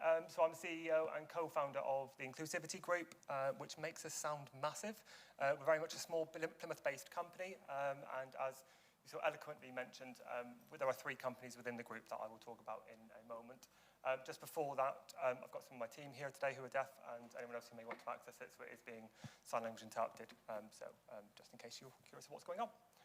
So for myself, I'm a sign language interpreter for a living. That's where I started out, massively passionate about access and inclusion. Our entire ethos across the company is I genuinely do not care what someone's goal is within our business and our clients. Controversial. Don't really care what it is. What I do care about is how I can support somebody to achieve that goal, because it's not my goal. It's the ethos that we have as an organisation. Our goal is to be able to support someone to get there. It's not my job to empower, to take on. If they don't get it, if they do get it, we'll support them, we'll empower, we'll encourage. But actually, we are very strong about empowering people to be able to be their best and being able to achieve what they want to be able to achieve. No, that's not a problem at all. Feel free to leave it off. I'm all right with that. So the Inclusivity Group, as I mentioned, it makes us sound like we are massive. Within that, there are 3 companies. There's my baby, Complete Communication, that we started off 7 years ago. Most of you will probably never heard of us. We don't advertise. I have a rule that if I need to advertise, there's probably a reason that we're probably not very good at what we do. A lot of our work is actually 85% referrals, and that's kind of the way that we want our work to be. Do you mind moving on to 2 slides, if that's possible, please? But that's the one. So Complete Communication, we provide everything from sign language interpreters, note takers, lip speakers at festivals and events, audio describers, people with visual impairment, so on and so forth. We provide support with access to work and employment-based support. I know you've heard about access to work. We will talk about it a little bit more. So now is the opportunity for you to escape if you are done with hearing about access to work. But we will talk about what we do within that. And we also support people within the community and within education. So whether that's by disabled student allowance, somebody moving into higher education, moving into employment, or out in the community, we'll be able to support them with that. That's Complete Communication. The next one will blow everyone's mind. Complete Training is a training company. We provide training services, so we've got 156 online CPD-approved training courses, everything from deaf awareness, disability awareness, loan working, British Sign Language, level 1, level 2, level 3, online, face-to-face, so on and so forth. The one thing about Complete Training is we will only ever offer training courses that align with what we deliver as a group. So we always say you're highly likely to ever see hairdressing on our website. Nothing against it, unless all of a sudden we start working with GHD and all of a sudden they're really passionate about access and we're supporting them with that. There might be something on our website, but we're never going to be Reed or Randstad and have 6,000 courses. It's just not our goal and ethos. And then Complete Independence is our community-based company, and I always say it's a terrible business model because the entire ethos and goal of that business is to support individuals to be independent, therefore not need us. We're a business. Most businesses tend to keep their clients and want them to stay with them forever. For us, we would like them to move on and to leave. Of course, we're very aware that some clients will stay with us, but actually the entire ethos is somebody in their bedroom and all they want to be able to do and achieve, and their goal, that's not my goal, their goal is to go downstairs and have breakfast. Or to write a shopping list and then be able to go shopping and be able to come home and prepare a meal. Or is it that they want to go to the theatre and we go with them to the theatre? And then the next time we sit 2 seats down. And the next time we sit 2 rows behind. And then we sit in the cafe. And then they go on their own.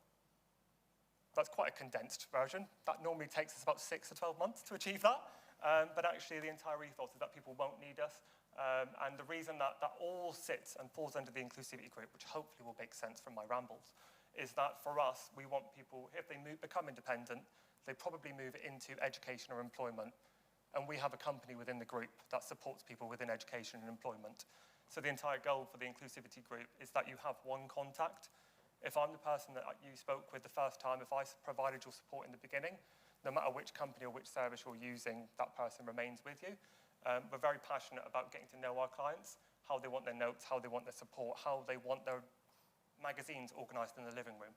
We will go to the nth degree, so it means that you don't have to keep repeating your story. And when I talk about story, let's face it, it's never the story that you want to sell. I don't want to start today's presentation going, hi, I'm Daryl, ADHD, I'm going to fidget. But I've got to, because otherwise people will go, he won't stand still, will he? So actually, sometimes you've got to tell that story, and you've got to put that out there. For us, people tell us that story once. So one team, one story, one system, one process. It's to remove the barriers and remove those cliff edges that happen after school and after employment and so on and so forth occur. Next slide, if possible, please. I've got a clip of you as well. Thank you, that'd be amazing. I love that you can trust me with that. So a little bit about us, disability-led organisation. Both myself and the other director are neurodivergent, and 65% of our team are neurodivergent, long, short-term health condition, or have a disability that they've disclosed. I'm probably biased, and the government can come to me at some point. I'm probably biased towards employing neurodivergent and or disabled staff. For me, there's such a richness within that, the ethos, the way of thinking, the arguments, the creative ideas for me, it's so valuable. Our team think so differently. We own the word weirdo in our office. We really like it. So if you don't like it, I'm sorry, but we do. And we always say we're a bunch of weirdos who shouldn't work together, because we shouldn't. We're all so different, but actually, do you know what we do is we accommodate for each other, and we trust each other, and we match each other. So I don't want to send an email, because you're not going to get it. I want to sit down and have a chat about it. One of my team who I work with quite regularly, she needs something written down. So what we do is we're both unhappy, is that we sit and have a chat, I've got my bit, and then after I send a message of what needs to be done. I always go, a reasonable adjustment is that actually everyone is equally unhappy at the end. Then actually, do you know what, you've probably achieved what is a reasonable adjustment. Everyone's getting something that they need.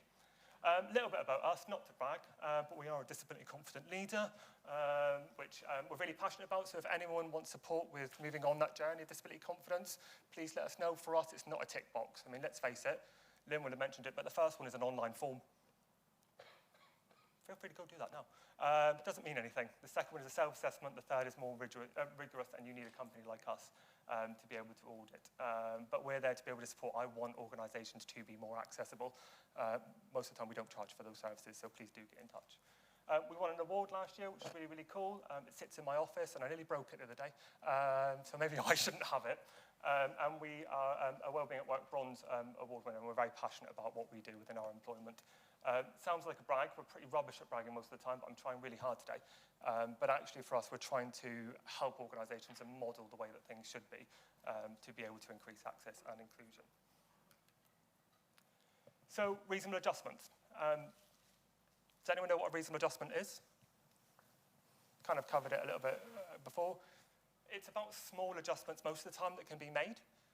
Sometimes they're bigger, and then things like access to work can come in, which we'll talk about later, which can cover funding. Sarah, today, is funded by Access to Work. Thank you, the government. Really appreciate it.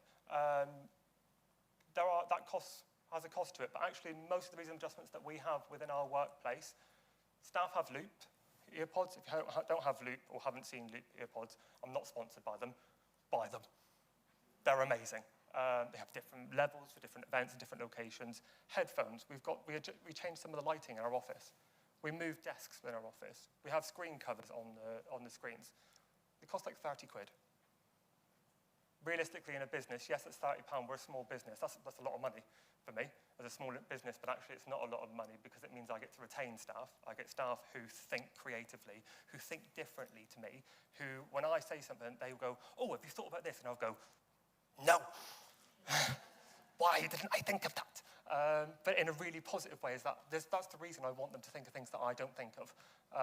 So actually, reasonable adjustments, a lot of the time, cost bugger all, but make such an impact and such a difference for individuals. And I think it's a lot of the challenges that we're all facing within business, within charity, whatever area sector that may be.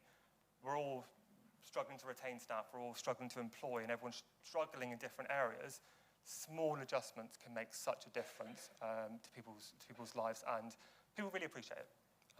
They shouldn't have to, that's the main thing, but they do. So yeah, reasonable adjustments are absolutely unbelievable. And they can go from everything from having a sign language interpreter to having different equipment and screens to allowing someone to have some loop headphones in. Or fidget toys when you sit in a meeting. We've got a lovely bag of fidget toys in our office, and sometimes there's a lot of distraction in a meeting because we're all fidgeting away. But do you know what? The meeting gets done.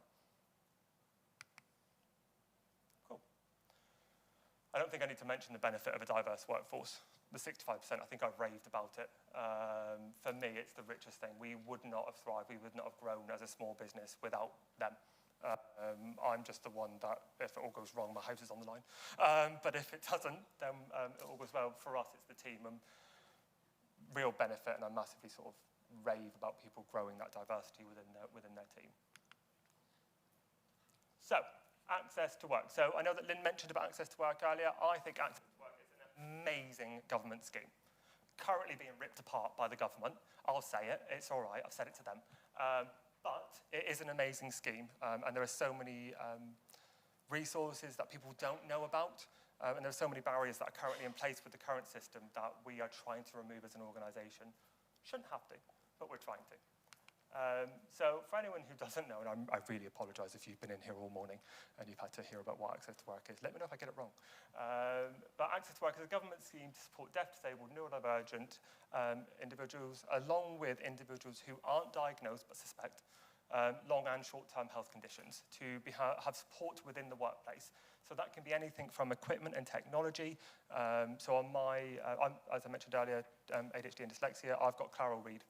I don't use any of the other parts now. I use one part of Carol Reed. It's got a ruler. It's amazing. Because I've got to read really boring contracts, and I want to see what's at the bottom, constantly. So the ruler blocks out the bottom so that I cannot see it. I should be able to do that. I cannot. There are small bits that, and actually that was funded by Access to Work. You could have a note taker, you could have a sign language interpreter, various training, whether it be counselling or mental health training or support within that area. Absolutely amazing scheme. Already mentioned what you need. So in employment or in a supported internship, a supported internship works slightly different to the employment, mostly within employment or work trial. Really important things, and I think Lynn mentioned earlier. If somebody is moving or starting a job, they need to apply for access to work before they started, or straight away. Because if you have a new job or are just starting in employment, did anyone else hear that? Okay, cool. Then you move way up the list, and at the moment it varies. Sometimes it's 4 weeks, sometimes it's 6, 8, sometimes it's 3 years with access to work. But you get seen a lot sooner. If you're in employment and you apply for access to work, I'll be really honest, it could be anywhere between 6, 8, 12, 18 months before your application is seen or something's done with it. Access to Work are doing a lot to improve that at the moment, but they have also always been doing a lot. Try not to be pessimistic, I'm a realist as to what's going on. So when it comes to us and our offering, I'm just going to check the next slide. No, that's fine. So Access to Work, the way it works in the beginning is there's an online DWP webpage. Have a look at it and go, that's not accessible. Come and look at our website because we've written it in a way that's accessible and it'll explain what the process is.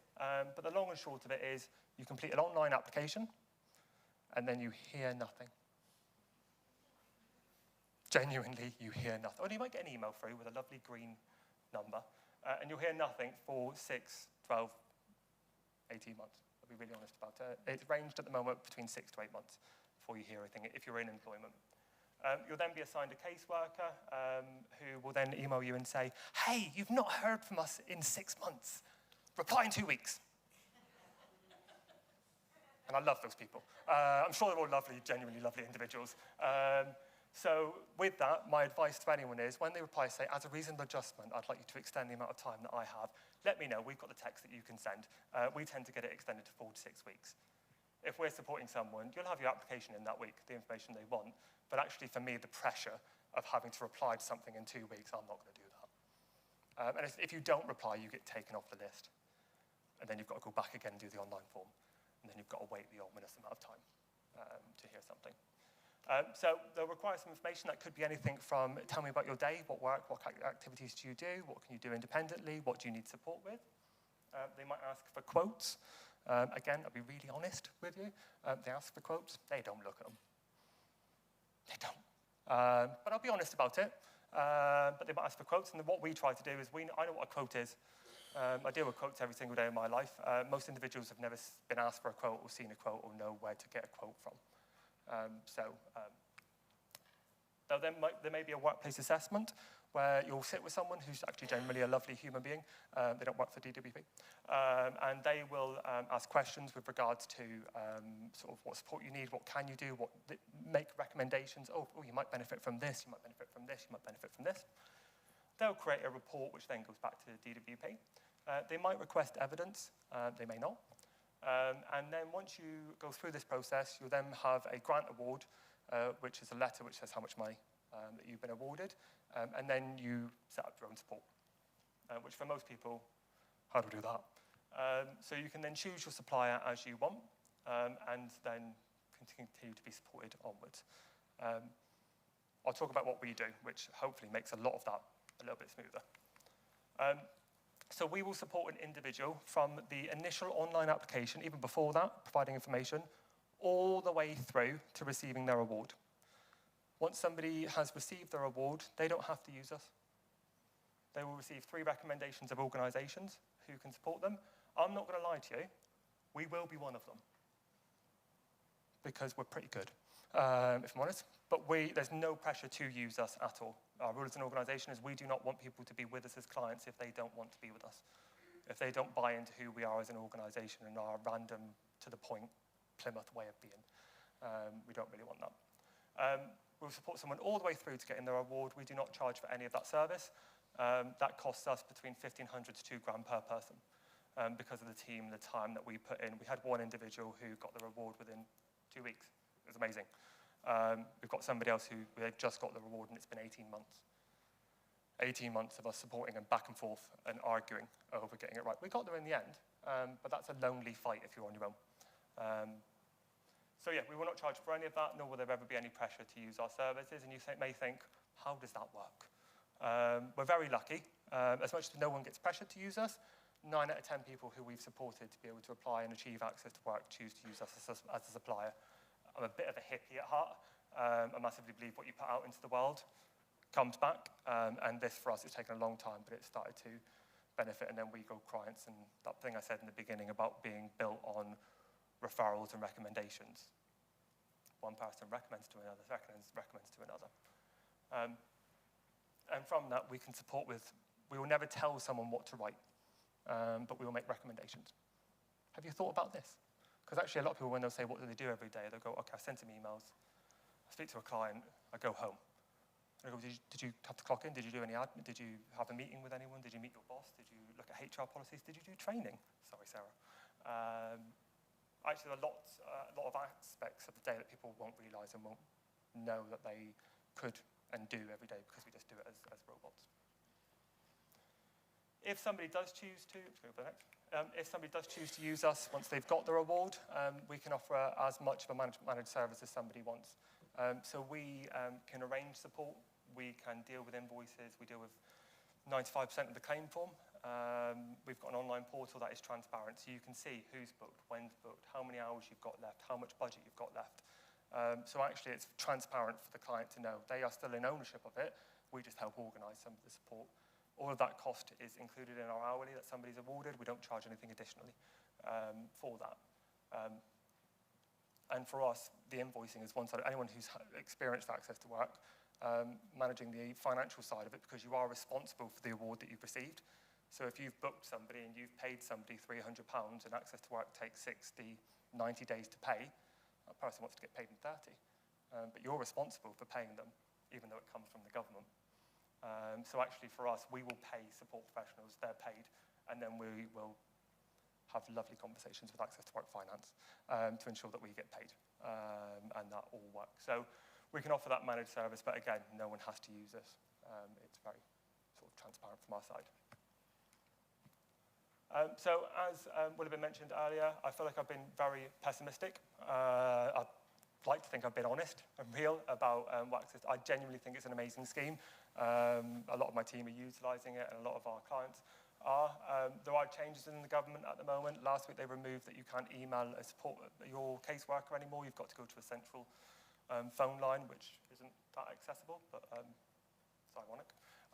So there are some flexibility that's being removed, some rules are being changed. They're also massively cutting budgets for everyone. So I have Access to Work. My Access to Work budget was cut by 76% per hour. That's a big amount. So actually the Access to Work budget that I received doesn't actually cover what I need. 3 clients have had 56, 72, and it was 84% of their budget has been cut. Crazy. We're fighting it and we're supporting it, and lots of other great organisations are fighting it as well. But yeah, I'm just being really honest, it's an amazing scheme, but there are some challenges and some changes within the government that are happening at the moment. There's also some changes within the equipment. You used to be able to get an iPad and a desk and a screen. That's not possible anymore, but it's about being really realistic and creative with what you request and what you require. Is this going to play? There's a video that may or may not play. Hi, my name's Tasha. I'm profoundly deaf. I have 1 cochlear implant, so I lip read, but I also use BSL and SSE. And I have quite a few different jobs. I work for the National Deaf Children's Society. So that means I work online, on Zoom, face-to-face. And as well to that, I work in the media. So I did the Great British Bake Off 2 years ago, and that means I do quite a few jobs linked to that. I met Complete Communication when I applied for my first job, just after lockdown, and this is my first job after leaving university, so I wasn't sure how support in the workplace worked. I had no idea how Access to Work worked, and that made me really anxious, and I didn't realise there was full support out there. So when I started my first job and found Complete Communication, that anxiety just melted away, because then I understood that there was so many kinds of support available, and people available to support with the support. So things like access to work processes, understanding benefits, all those things. And that was really life-changing. And when I went on Bake Off, I knew that there was only one person that I would be happy to have in the tent with me. So I think that was a new thing for them, really. Very different situation. They supported me all through that. They created a deaf awareness training course. The staff there were ready for when I arrived, and he kind of took that burden off me in terms of advocating for what I needed. It's really tiring communicating in the hearing world, but if you have the right support, that tiredness just decreases and I can just be my best self, and that's what Daryl allowed me to do in the tent. If you're struggling and you're not sure what you need to help, that's okay, because that's where Complete Communication can support. They allow you to explore what you need and what works best for you. I would 100% recommend Complete Communication and the Inclusivity group to anyone who needs support in work or university, wherever. They are really responsive and will work their hardest to find the right support, and they just take that burden off. They reduce it for you. I couldn't do what I do without them.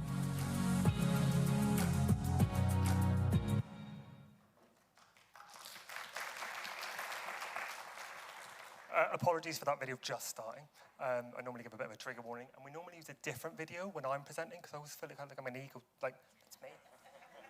I've lost the bake-off weight, so we're all good. Yeah, so Tash, just for context of Tash, she was one of our first clients. What she didn't know. Hi, my name's... Don't start again.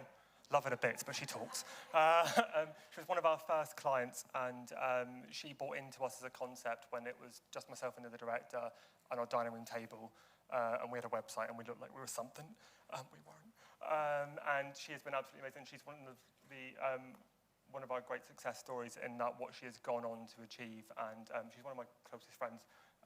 Absolute pain in the arse, but a great human being, and she's someone who has grown, started off with note-taking and has moved on to having silent lip speaking and interpreting and gone on that journey, and that's her goal. And it goes back to my original point of our interest isn't in what your goal is. Our goal is, how can I get you there? Because I didn't want to do that.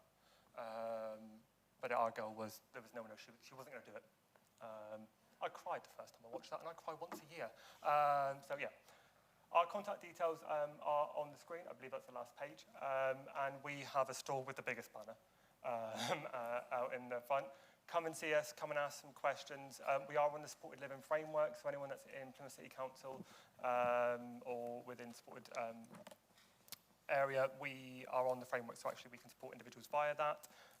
A lot of our services we don't charge. I don't like charging individuals, so we're pretty good at finding funding from somewhere. Yeah, that's us in a nutshell.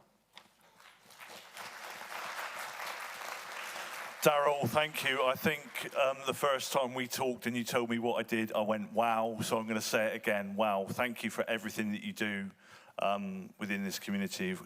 We're going to break for lunch in a minute, but we're just going to have a quick Q&A. So if there's any questions for Daryl before we break for lunch?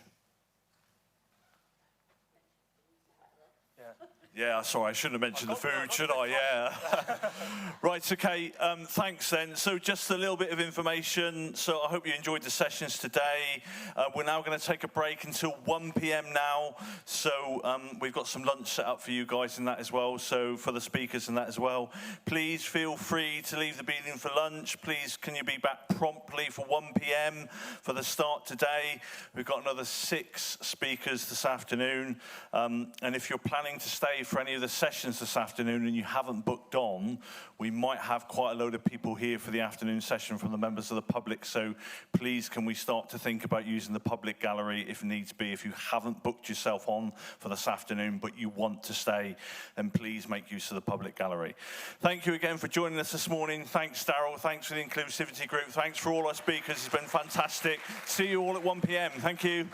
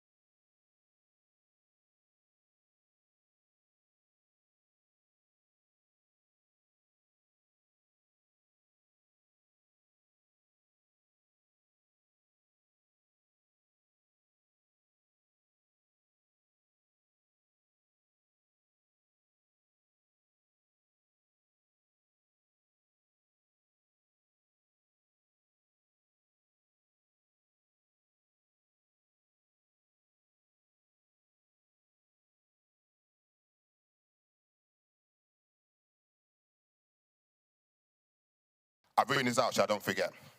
Okay, cool. So basically a few years ago in my previous role, I had a meeting at 9:30. And with that time, I thought, you know what? Let me get up 45 minutes earlier so I can go and get myself a coffee from my favorite coffee shop. Think about that. So the night before I devised a plan, I got up 45 minutes earlier.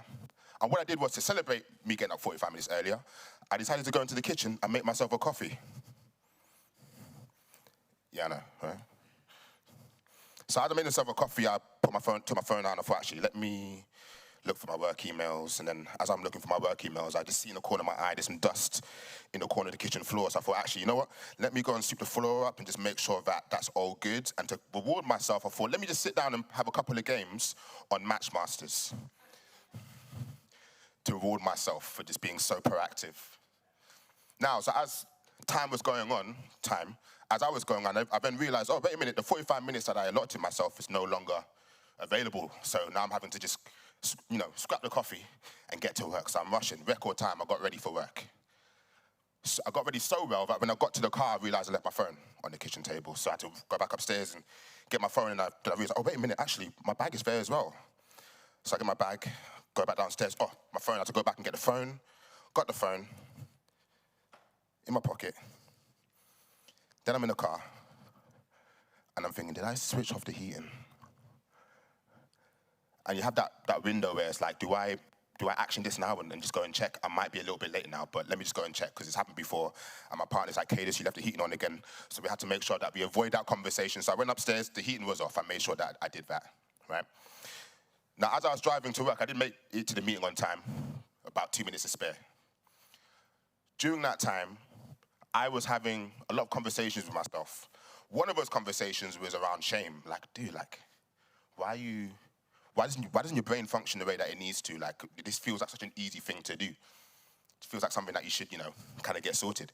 And I've had so many people in my life always saying that to me, like, hey, you have so much potential, but you keep misbehaving. Come to class. Stop getting in trouble with the police. No, I'm joking, it wasn't that bad. Or I might have. And this really was something that sat with me very, very heavily. It's something that I kind of carried with me through life. And it was only through my work with young people where I started to realize, oh, I'm seeing myself in these young people who have been almost isolated because of how their brain functions. So this is something that really kind of was a massive driver for me to kind of embed in my own work. Now, as I'm telling that story, I'm not going to ask for a show of hands, but I'm sure people can relate to that, right? That story time. And that was probably the biggest thing that I realized, actually, that story wasn't my own alone. I think so many people share that story. And I think it's really important that we hold that. So I'm just going to keep that in everyone's minds and just reflecting it as we go along. So, if you know me, I don't like to talk for like the full half an hour, 45 minutes, an hour. I like to be a little bit lazy so I get everyone else to engage as well, all right? So if you can just look to the person next to you, I'm going to ask you a question. What are you passionate about? We're going to go in a bit deeper. I want you to turn to your partner, and I'm going to give you about a minute each.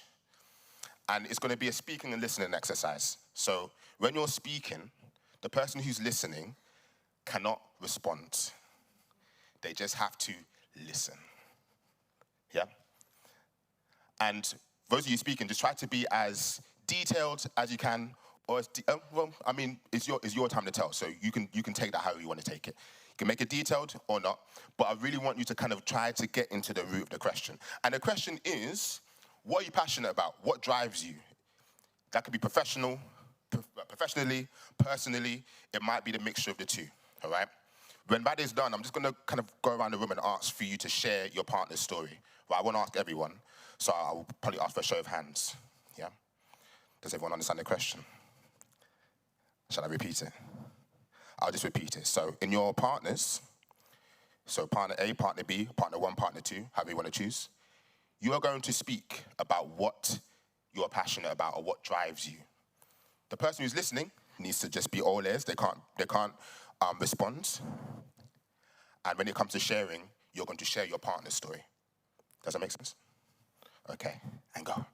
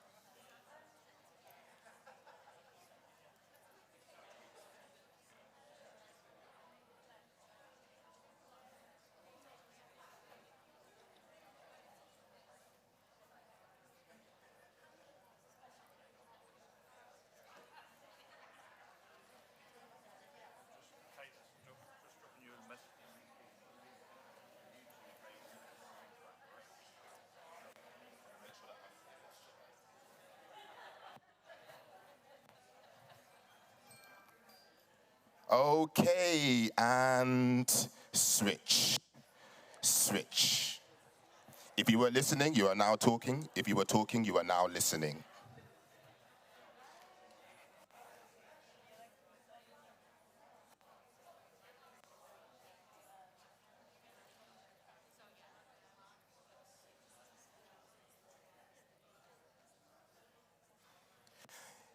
If you haven't got a partner, if you don't wish to speak, then just reflect on it internally. It's always good to always reflect.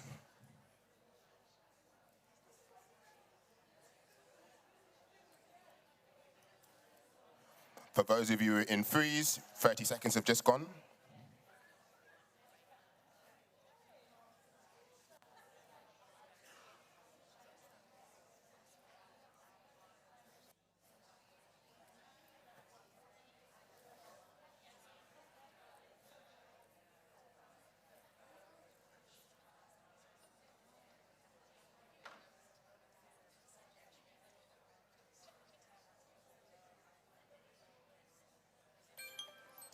And stop, please.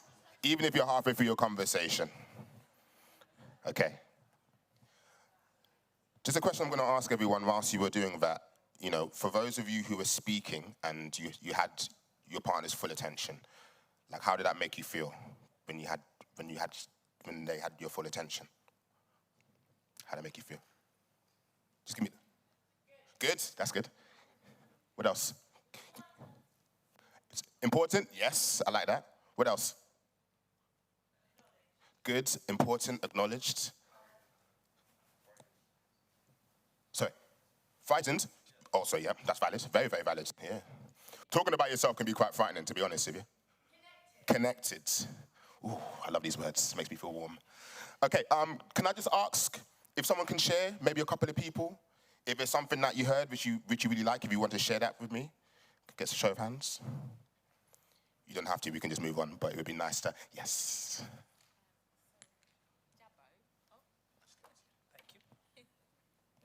So Jabbo said that his passion is about what is legacy is leaving for the next generation. And he spoke about today's actions, influences / driving towards leaving a legacy. So how does his footprint, iPrint, everything that he leaves onto this earth, continue to drive change and help people to be inspired to follow what he's left?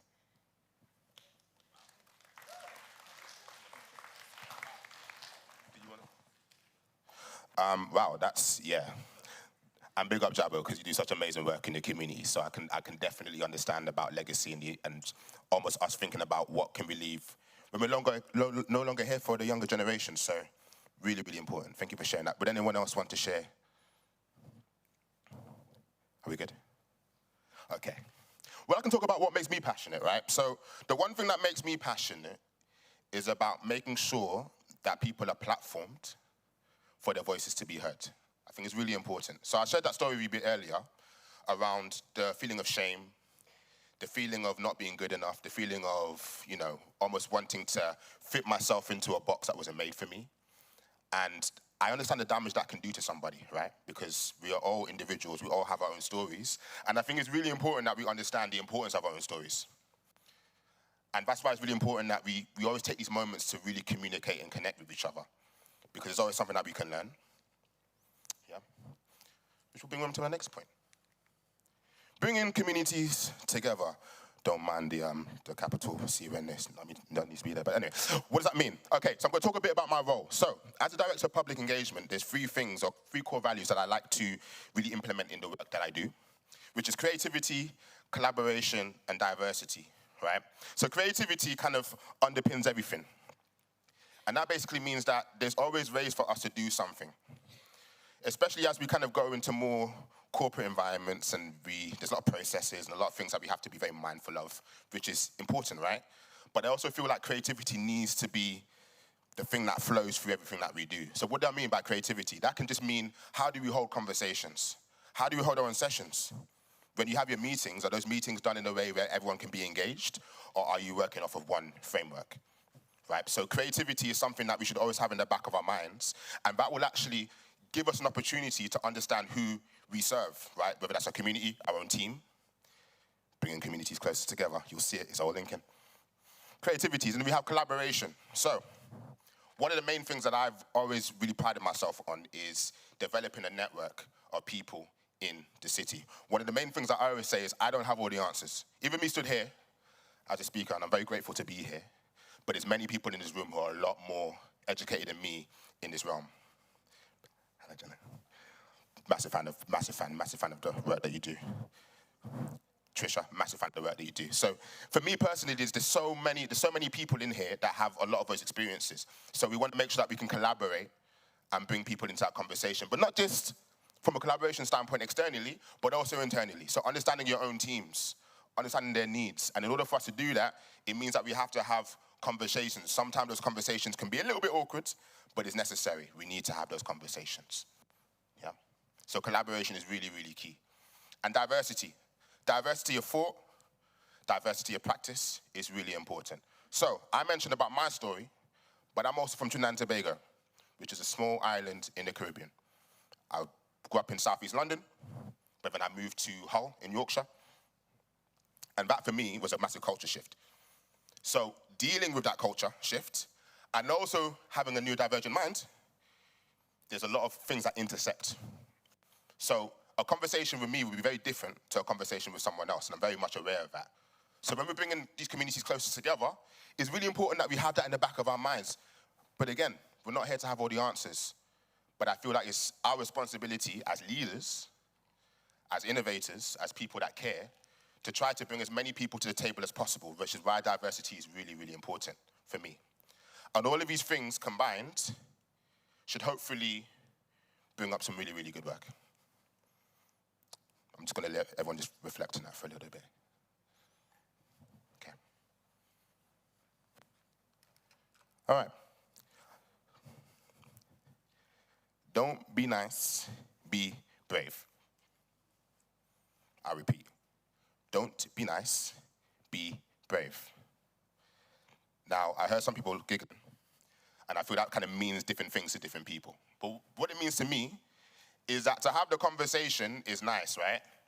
To make sure that everyone feels cool. Hey, you okay? You all right? Got your water? Have you eaten today?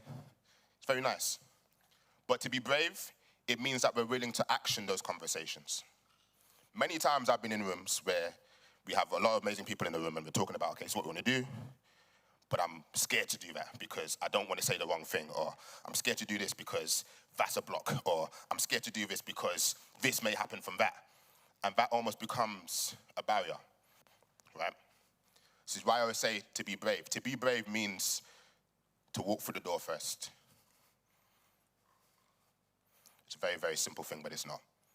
This is why community is really, really important, right? So you need to find your tribe. That's also the other thing that I would say. And the reason why this work means a lot to me, and the reason why I'm so privileged to be able to be in the position that I'm in, is because over the past 2 months as I've worked at the theatre, I've had so many amazing conversations with people, and I'm very, very lucky to work with an amazing team. Big up, Jane. One of them. I'm so, very, very lucky to do that. And the reason why I'm lucky is because I'm able to tap in to a lot of great minds. And with that, the tapping in is good, but there's also the minds that are brave to kind of walk through the door first. And I think it's really, really important. So as everyone here who are leaders, future leaders, facilitators, the one thing that I'll say is this: it's always important for us to see the human first. See the humanity first. It's really, really important. And I know that can seem quite simple, but as we go through our day-to-day, your 9 to 5, you're thinking about your bills to pay, if you've got children, you're thinking about have they got what they need. It's very easy for us to kind of slip into just a box standard routine that we need to do to kind of live, right? But I think it's really, really important that we see the humanity first. Because when you can do that, that's when you can tap into those little nuggets of information that can help your business, your organization thrive. So, going back to those 3 values that I mentioned about being creative, diversity of thought, and collaboration, is really, really key that whatever your values are, you hold those tight. But don't be nice, be brave. Thank you.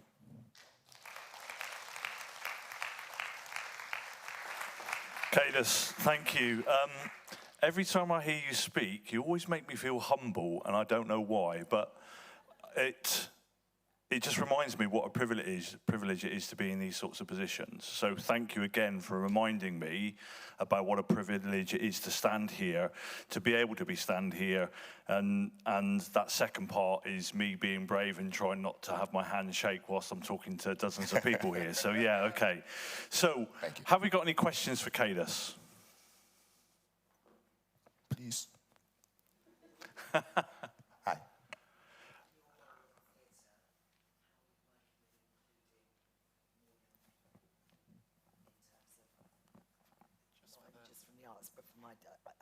I really don't like microphones, but just from the artists, the inclusivity of the arts for younger people and social justice, how are you working with that? That's a very good question.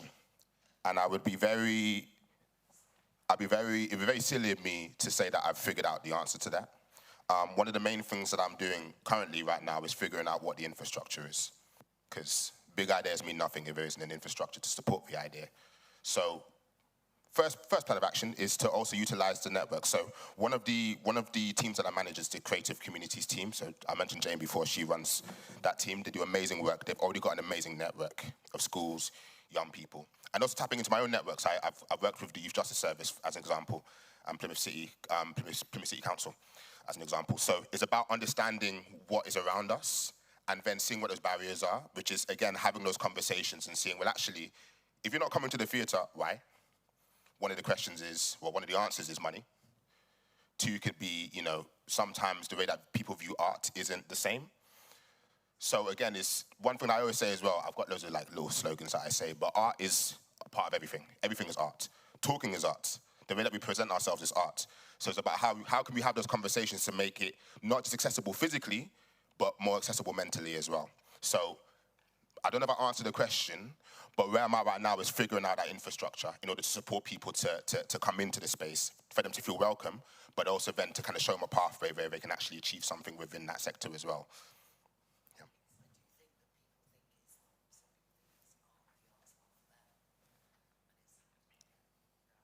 Yeah. Wow.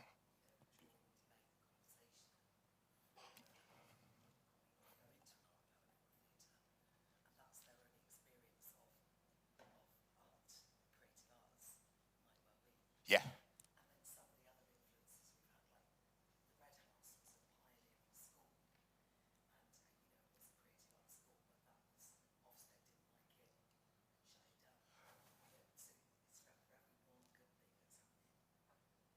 Yeah, I'm trying to not say too much, but there's a lot of things bubbling. But yeah, that's a very good question, right? So for example, in my previous role, I'd work with a lot of young boys predominantly boys who would be excluded or on the verge of being excluded from school. And a lot of the times when people kind of look at an alternative provisional offer, they would say bricklaying or carpentry. And the reason why they would look at that is because you can use your hands, and you can kind of see how much money you can make. But ultimately, for example, has anyone heard of TR2? So we have a second building called TR2, right? And they do a lot of set building. Have you been in the building? It is magnificent. It's magnificent. If you can get your tax and you can email me, we can try and organize a tour. But within that space, people are building sets, which is the same skills that you would need if you were to be a carpenter, a welder. But again, you're using your hands and you're being very creative with it, right? So again, it's trying to figure out where the art intersects with day to day. And that's something that I really want to try to solidify. I say we as a team want to try to solidify. So hopefully, if I have an answer, I'll get back to you properly. Thank you. Any more questions for Cadus? Does anyone know what I'm going to have for dinner tonight? If you could push the button in front of you that says speak and use the microphone, because we're live streaming at the moment, and if you don't use the mic, people can't listen to hear what your question is, so that's great. Thank you. Thank you very much. I just want to ask a personal question as well at the same time. When you're saying be brave, and there's a time you find you are not being heard or you're being seen, what does it mean to be brave? Ooh, Jabba.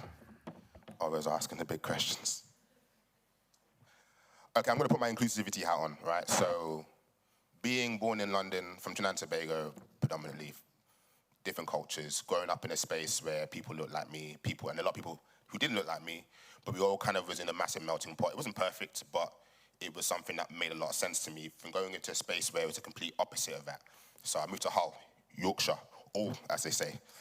And being in that space, there was only me and another black person in the school. His name was Maka. I tell the story all the time, right? And my experience being in the school was almost stripping away parts of my identity to fit in. Not just culturally, but also how I thought as well. I was like the weird kid in school. I'm the weird vulnerable kid in school, as they would say back then.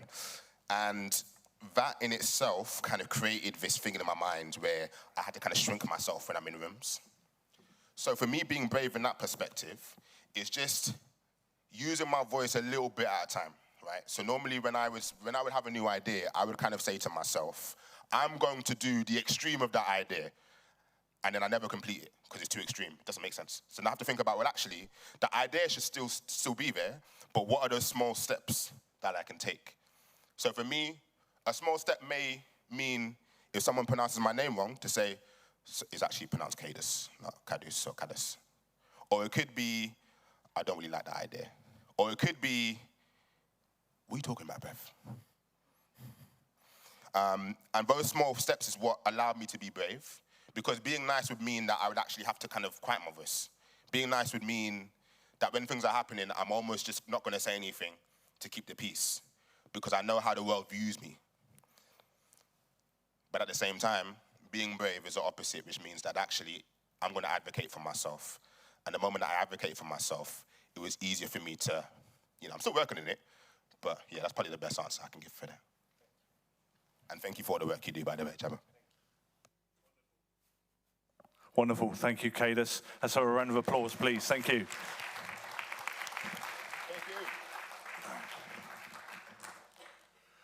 Right. Our next speaker is from City College. Is Ben here? Wonderful. Thank you very much. So our next speaker and our next group of speakers are from City College, Ben Hill. So City College are one of our organisations that provide us a huge array of skills and training, and provide a central role in creating opportunities across the Southwest. Ben leads the college SEND pre-employment pathway, is that right, Ben? Wonderful. Supporting learners as they prepare for work and navigate in the evolving labour market. So Ben's going to be talking about supported internships, sharing insights into what works and what doesn't, and how changes in local employment shape inclusive education, career preparation, and the skills people and businesses need to thrive today. So please join me in welcoming Ben. Thank you.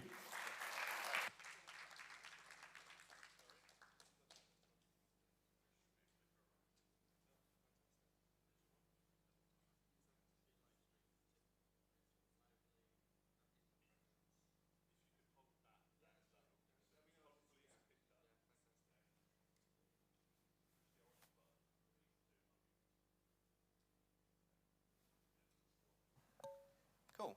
Is that all right? Lovely. And I'm just going to test the clicker. So yeah, we've done that. Cool. Hello, everybody. My name's Ben. I'm a program manager at City College Plymouth, and I manage the Access to Work pathway. I'd really like to talk to you today about the work that we do with our students from the lens of the employer partners we work with and the positive impacts that our students have on their businesses. Just to make sure everyone's on the same page, just going to talk through what a supported internship is and who can access them. So our student interns need to be between 16 and 24 years old. They need to hold an education, health and care plan. And alongside doing a work placement with an employer, they need to be on a course with us, completing maths, English, tutorial, and an employability qualification. Generally, the students we work with on our pathway have been within our department for at least a year, so we've got a really good idea of their needs to match them up to the right placements, which I'll talk about a bit more in a moment. That's just a little snapshot of some of the employer partners that we work with. We're really fortunate this year to work with over 40 different employers around the city, which is really, really positive in terms of giving our students the very best experience. So when we reach out to an employer partner, to ask if they're interested in taking on a supported intern. Has anyone got any guesses about the kind of answers we often get, or the concerns or the thoughts? Don't have to be audience participation, but any predictions? That sounds like, yes, that's an enormous one. Yeah, a big concern is the workload that comes up. So 90% of the responses that aren't a yes start with, we would love to, but they don't have the staff available to support this, or there wouldn't be enough work for our intern to do. But we're really fortunate. We've got these 40 partners at the moment. Some of them do also say yes. Of those employers that do say yes, that doesn't mean to say they don't have concerns. So we sent a little survey out to our partners to ask, what were your concerns, if any, about taking placement students before they started with you? And these were some of the responses, all along a really similar theme. How much time it would take away from our staff. Getting behind on tasks that are expected of me due to watching over someone and being uncertain of their needs. The time that we may need to divert into training them up for tasks required, and how much workload we could divert in their direction. How much extra work it would be for my team to make sure they have equal access to the workplace. And these are all really legitimate concerns. They're coming from a really nice place of wanting to support our students. And the thing that makes these placements have value to our students as an experience is there are real world work pressures, there are real expectations. So it's not about ignoring these and just, it's a blank slate and we just keep putting support and support and support in place. It's got to be sustainable for the students to become independent in the future. Now, the way that we deal with those concerns, thinking back to slide 1, not enough staff or not enough work, is we have a model where we ask our partners to nominate one or more people who are happy to work as a mentor to that young person. And the idea is our students shadow that person, get an understanding of their job role, and when the mentor feels they're competent enough and confident enough in that task, they start to hand it over to them, at which point that mentor's work role shifts from completing the task themselves to quality checking it with our student, and in the most successful cases, that student then takes that on independently. The two courses, stages of course we have on our pathway are the pre-supported internship, where students come to college, they do 2 days a week on placement, they start their day at college and they're supported by staff to commute and access their placement, and they come back to college at the end of the day for a debrief. And we also have our supported internship where we have interns 4 days a week on placement, and once they're inducted, they then practice commuting directly to their placement, again to prepare them for when they finish with us and they are ready for work. The support we offer to our employers starts at the documentation stage. I'll talk about standard 10s in a moment. As part of that pre-supported and supported step, we offer travel training and extensive induction with our staff, and that support is provided by various roles, learning support assistants, job coaches, and it's managed and pulled together by tutors and work placement coordinator. And the way we monitor a student's performance in that role is through a workplace appraisal, which we seek lots of input from the employer mentor with, and the idea is it follows the same expectations that would be there for a whole member of staff, a fully employed member of staff in that workplace. I'd like to be really specific now, and I'll keep tying things back to examples that have come from our partners. So when we're trying to set up a work placement, we have an employer that says, yes, they'd like to take a placement student. The first task that we do is our work placement coordinator reaches out to them. They get an idea of the business need, the task that that business completes, and they take all that information to give a really good idea of what skills one of our students would need to have to go and contribute to that workplace.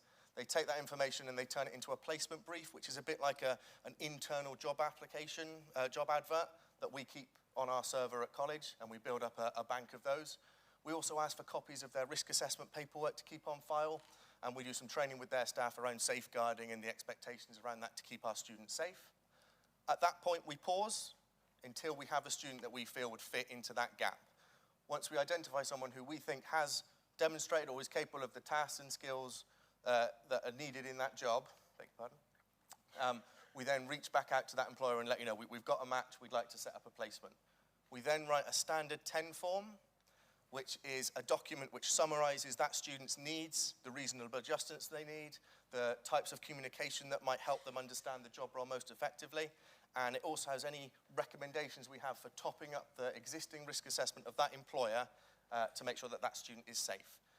The employer signs a copy of that, we sign a copy of that, and we both keep copies on file to make sure it's really clear what we think needs to be in place for that student to be successful.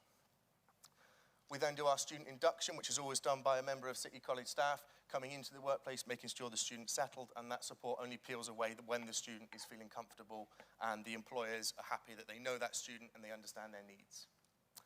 So the Plymouth Soft Play Cafe said that they had the opportunity to meet with the student and her staff prior to starting the placement. It was good to know in advance what to expect and the learning needs of the student. Their job coach has helped us understand the needs and enable us to work well together and ensure that tasks be completed together or separately. And it goes back to that shadowing and the mentor role changing as the student develops their confidence with the task. We're really happy with them completing tasks being monitored together with their employment mentor. Once that induction period is completed, the support peels away, but it's always bespoke based on the student need and the business need. We're always checking in to see how it's going. We have that daily contact during the induction period, but that remains available, and support sessions can be planned in after induction. So one example of that, we're really fortunate to have 4 students on placement at the range. And one of those students, as part of their job role on the shop floor, was using a smart device to scan items and print off tickets and update the pricing. They had completed that, they had been shown how to do it by their mentor, they had it broken down into chunks, and they had learnt that task. Their mentor was happy that they could do that to the right standard, but that student was really nervous and needed a lot of reassurance they were doing it correctly, and that was starting to impact on the mentor's workload because they needed to step away and complete other tasks. So because we've got 4 students at the range, we are able to allocate a job coach there for all of the time that the students are there. So the job coach initially stepped in so the mentor could step away and complete their tasks. We then arranged for myself and our work placement coordinator to go in for scheduled visits where that student then taught us how to complete that task to boost their confidence. And the job coach, working with the mentor to make sure we were meeting the business needs, developed a series of structured interventions where, first of all, the student was prompted to complete an aisle with their mentor, with the student doing the left hand, the mentor doing the right hand, and then a quality check. And then as that was becoming more and more confident, more and more secure as a skill, the level of check-ins was less. So a student was completing a whole aisle, and then their mentor was checking it up to the point where they were then completing whole areas of the shop floor. So we didn't end up pulling that mentor away from their job role. We were able to step in and give that structured support. So bike space fed back that a soft start with known staff has helped us navigate the first couple of sessions and aid integration. Having feedback on the emotional and communication needs is vital to our knowledge of how to work best with our placement students. This is always met with positive results. And the student has weekly contact with their support worker, but other than that, the student happily gets on with tasks set and has the support of our team when needed. That's what we aim for by the end of a placement. Not every student achieves that in every placement, and that's not something we force on employers or students. It's depending on the pace that they are able to work at. In terms of the impact that these placements we've set up has had on the employers, Plymouth Soft Play Cafe, having the student has had minimal impact on any workload. The student has had a few jobs that she's able to carry out without supervision, but the majority of jobs the student is required to complete are done with supervision. So thinking back to those 2 initial anxieties, we don't have the staff for this, it's not impacted their workload and pulled people away, and they've not had to make busy work just to keep the student busy. This has helped us with the workload as students have taken on responsibilities. Fantastic. There's been positive impact on the team because of the fantastic attitude shown by the college and the students when they're working with us. This makes workloads easier to deal with. And all the time when our staff, our LSAs, our tutors and job coaches are going out and working with students, they're including the mentor in those conversations. They're talking about how they would view chunking a task down to make it manageable for a student, or any hidden information that might be implicit with an instruction that's being given. So that's also increasing the skills of that mentor and that wider team. The student can lighten the workload for a team, take on routine tasks, allowing us to concentrate on more complex and immediate tasks. And it is also about highlighting some job chunking and what tasks an intern can do to take the workload off of others to support the team that they're a part of. So far, the impact on the employers, we do everything we possibly can to make sure there's not a negative impact. We're not affecting the performance or the conversion rate in retail. We're not having any negative impact. We're just putting that wraparound support for our students in the work placement. In terms of longer term impact, our work placements have been a positive influence on our staff. They're learning to adapt to reacting and communicating in different ways, which is fantastic to see. So around 20% of adults in the UK will experience a communication difficulty at some point in their life. Thinking about that in any business, That's 20% of your staff, that's 20% of any service users, any customers you'll be interacting with. That's going to affect people's pool of people they can recruit from and the retention of their staff. So if we can develop the staff's confidence to communicate with our students, those skills are only going to be applied in different contexts as the placement goes on and that team becomes more confident. Taking on placement students has proven that just like anybody else, they have a valuable and beneficial role to play in the workplace. So it's also just changing the culture and the perceptions around people with additional needs in employment. It's going to widen up the pool people can recruit from. It's going to reduce your staff turnover if people's needs are being met. We've all improved our patience and active listening to try and help with general conversations and realizing and rewording tasks to ensure that students have understood.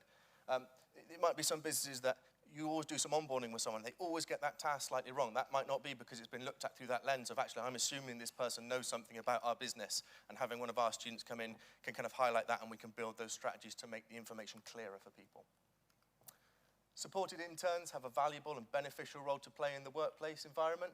The current student has slotted seamlessly into our department and is a valued member of the team. And that is what the impact we ideally want to have, integrating one student fully into that team and then hopefully looking for some employment afterwards. I really hope it's come across in this presentation how passionate me and my team are about finding placements for our students, giving our students we work with opportunities to find employment, and that's a realistic option, that they have something positive to contribute. I do also want to talk about some operational and fundamental realities that we have to consider to make sure the impact is never negative on our employers and that our students are adding value where they're working. Occasionally, you do get square pegs in round holes. That happens in recruitment and onboarding in every industry. It's not about us just dropping it at the first sign of trouble. It's about us putting that support in place, making reasonable adjustments, but having the knowledge of our employers to understand where adjustments stop being reasonable and whether we're setting up a student to have lots of support from us for the year that they're on their internship, and then when that's pulled away, that's then very challenging. And also, any workplace will have an induction and a probation period where you're judged against that business's needs. So we support that, and after we've tried various different ways of supporting a student, if it isn't working, to make sure we're supporting the employer, sometimes placements need to be paused. If retail's going very well and then the Christmas rush comes along and that's an environment that's not working, we can pause that, swapped, or sometimes ended to make sure we can move that student to a better placement match. Students and families need to want the employment outcomes. We've had some really fantastic successes this year in terms of students being offered paid employment, and that's had an enormous impact in terms of the anxiety that's placed on families because of the uncertainty of how that will affect their financial situation. So we're developing our curriculum for next year to add more input from the job centre to help families understand the wider impact that what is success for us will have on them long term. Going back to the first slide, there's 2 points with the employer anxieties. We don't have enough staff or we don't have enough work. Employers that aren't disability confident will always be able to express that anxiety as operational limitations. And it isn't within the power of anyone within our team to be telling people, well, no, you do have enough staff, or no, you should be finding work for them. We can help deal with that anxiety and upskill staff and develop that toolbox of communication strategies to support people, but it does need employers to buy in with that for it to be effective. Really happy to share the example of the range. It's also important to be really realistic that we do need critical numbers of students to be able to provide the level of support we've talked about here. Having 4 students always on site at the range at the same time means we can send a dedicated member of staff every hour that a student is there, we have a staff member there. If because of a business's nature, it's only appropriate to have one mentor and one person, one student on placement there, that does affect how much support we can give. The geography of where they are can affect the response times to different needs, and it's about having those honest conversations with the employer and bearing that in mind when we're supporting students into placements and making those placement matches. The final point I want to make on this, fundamental realities it's important to bear in mind, is that being a disability-confident employer, it's a massive boost to any business's efficiency, but it's a process and not a label. In my 8 years of teaching, I've never taught a class that has behaved or had similar needs in exactly the same way. I've met lots of students with really similar diagnoses and paperwork that express those needs very, very differently. within all of us at City College, we're constantly developing and building those skills and learning best practice.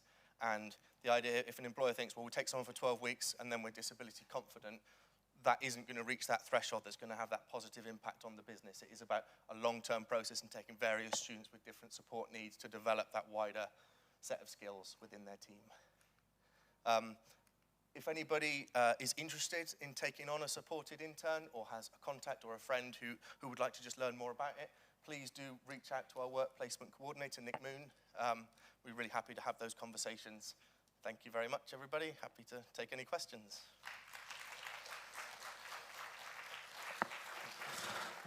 Ben, thank you very much. Any questions?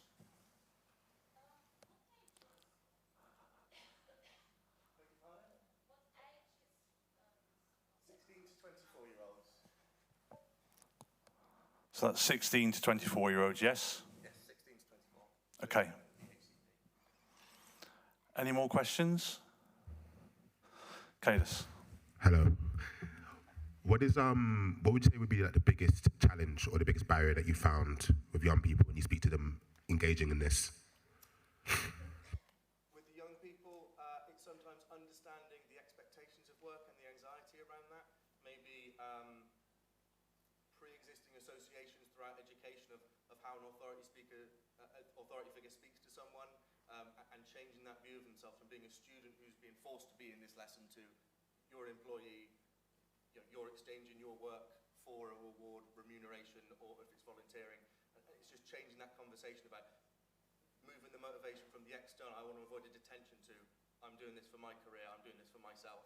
And it just takes time to come. If you've experienced that first one for all of your memory, it's a tricky challenge. Any more questions? I've got one.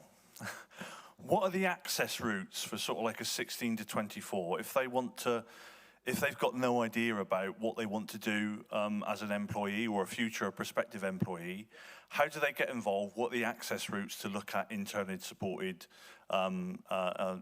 scheme? And the final on that is it 12 months, or is there sort of like various different periods, sort of like 3 months, 6 months, or 12 months? So that's my questions. Anyone who's interested in themselves or a young person that they know joining this, just reach out to the college careers team. They'll be able to signpost you to pathways for progression. We'll then meet with that young person and have a conversation about what the expectations are on the course. Some people coming straight in find it helps to have that extra bit of transition doing a year with a course within our department that's internal, that helps us to build those relationships, identifying their needs to be able to communicate them to our employers. In terms of timescale, if we judge that a student needs that extra transition between our on-site provision and our supported internships, we have a year of pre-supported internship, which is the lower duration on placement, but building all of those core skills. So that's potentially 12 months, and then the internship is 12 months. For both courses, we try and give them lots of different opportunities with different employers over the year. So the ideal, if we can find the employer matches, is on the supported internship, it's 3 12-week rotations. So 12 weeks to learn a job role, get quite comfortable in it, and then it's a little bit back in the deep end, another 12 weeks somewhere else, because we don't want to teach someone to just do one job where there might not necessarily be a position within that team. We want to be able to generalize those skills as well. That's great. That was one of the follow-up questions I was going to have. And I couldn't help but notice that Prince Rock Depot appeared up there. What's the sort of range of jobs and activities that you've got? Because, you know, we've talked about the arts and we've talked about those sorts of things today. We've talked about things that are very hands-on. We've seen some retail stuff. So what are the sort of range of supported internships that we've got? We've got links with the council. So the Prince Rock Depot is an administrative role. We've got lots of retail. That's just the makeup of our city, and hospitality as well. So they're quite generalist roles in terms of those core employability skills that if we are aware a student has a particular interest, we can then reach out to those more specialist employers, but it then requires their buy-in and that student match to be correct. That's great. I think one of the things we don't do enough is we don't celebrate the opportunities that we have in Plymouth for people who are struggling to find employment, no matter what they might feel, no matter what their diversity, neuroinclusion, what barrier to employment, care experienced in that as well. And I know there's some great work being done within our office for the Department of Public Health and the Health Determinants Research Council, who are looking at things or what are those barriers for young people to employment. And I've engaged with them about the neurodiversity in that as well. So there is stuff being done. It's great to hear the work that you've been doing, Ben. Any more questions for Ben? If you could just push the speak button, that'd be great. Hi there. I work in one-to-one alternative provision, and I've had my own ADHD journey over the last 5 years. In my reading, I'm noticing that I'm wondering if there's a space in education for us to help young people with their executive functioning skills, actually give them specific training, because it seems to be those are the skills that are impacting them going into the workplace and getting their qualifications done. Do you look into that at all in the city? I'm not as familiar with the literature as I imagine you are with it, but I think within formal classroom-based education, you want the executive function, but because it's quite results-driven or module-driven, that's as soon as there's any challenge with executive function, that support comes in to keep you on track, keep you in the scheme of work, get you through that exam by that date. Whereas in the workplace, there are deadlines, but they ebb and they flow, and there's just that expectation to develop that skill. That's definitely something I'd like to maybe look at more formally within what we offer to our employers and for our students in that space. And we don't want to miss deadlines with our employers, but give them that space to, maybe this needs to be done, and actually it gets to the deadline 5, 10, 20 minutes go by, and we look at the consequence of that to develop that skill. Sometimes we don't allow our students to fail. It's coming from a really positive place, but in terms of that executive function, you are de-skilling people potentially there as well. Thank you.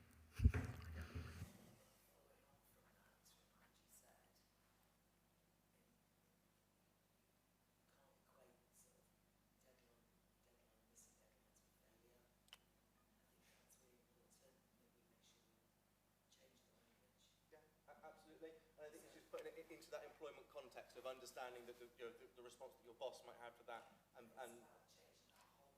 yeah, absolutely. It'd be great to have a conversation about that and maybe integrate that into what we're communicating to our employers to make sure we're doing that. And I think that's something that's underestimated. I think it's something that, if you've been in employment for a long period of time, you take that for granted. If you're an employer, if you're a manager, sometimes you take that take that for granted. And I know something that we've shared on our neurodivergent staff network is about that transition into employment. And I know there's several autism charities and groups out there that talk about that transition and that change. And the strength of what we have about what this community is what we've got with then Penn and people like yourself. And I've done it for parents within Plymouth City Council with my daughter wants to be a marine engineer. They want to go to Babcock, but they're neurodivergent. They know nothing about the apprenticeship process. They know nothing about the application process. They don't feel that they've got any skills.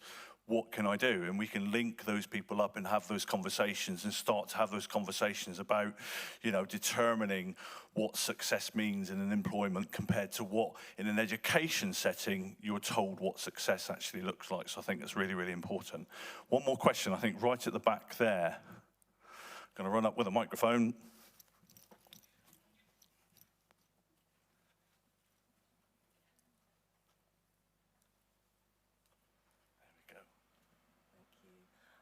It actually piggybacks onto your guys' comment about executive function or dysfunctioning.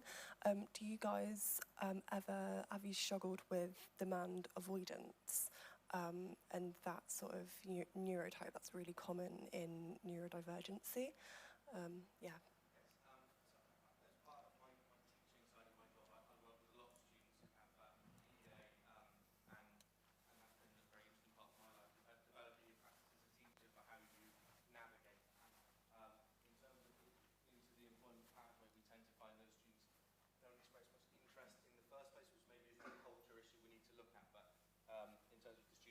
Which pathway within our department is the most appropriate. They're quite reluctant to maybe be exposed to that kind of environment because they've got an idea in their head of how mostly secondary school was, and then college becomes a bit more, treat them like an adult, and then back into work is a bit scared of being placed under that level of demand. So there is definitely maybe a deficit in the recruitment for students with that need on this particular pathway. I also think it's something not really understood. Same with resection, sensitive dysphoria as well, about how we deal with that in the workplace. So I think it's something I think we all need to be a little bit more aware of, and how we plan and how we develop managers to think about someone's just not being difficult. They've either got PDA or they've got rejection sensitive dysphoria. So those sorts of things as well. Any more questions before we take a comfort break for the afternoon? Okay, well, we're going to take a comfort break.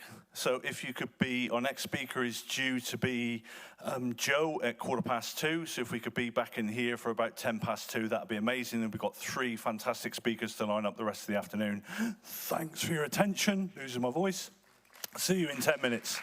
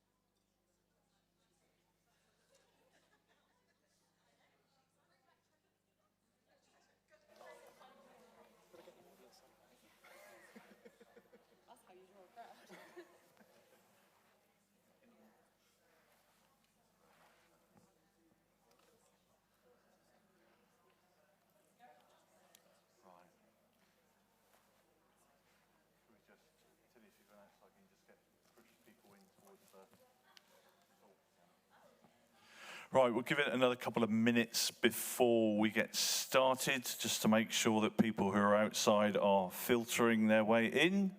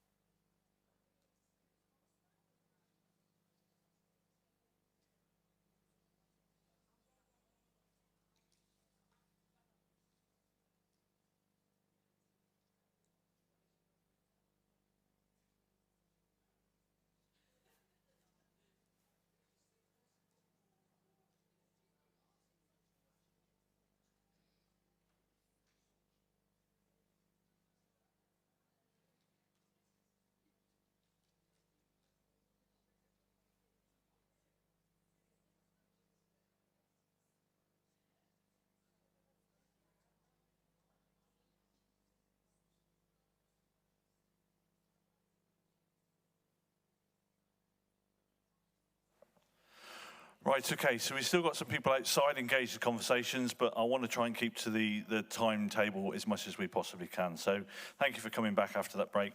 Our next speaker, I always have a problem introducing people that I've worked with and are close with. So I'm going to introduce you as the co-founder of the Plymouth City Council's Neurodivergent Staff Network. This is Joe. Joe works for Unite, primarily as an educator for Unite the Union, specialising in neurodiversity. As I mentioned, he used to work for BCC. We used to run the Neurodivergent and Disability Staff Networks together, and Joe's been a great inspiration to me in terms of his passion for neurodiversity. And just want to say about, Unite and particularly some of the trade unions are recognising the growing importance of acknowledging and embracing this diversity. So Joe's work in Unite focuses on helping organisations create environments where everyone can be understood, supported and able to thrive. So please welcome Joe Savage.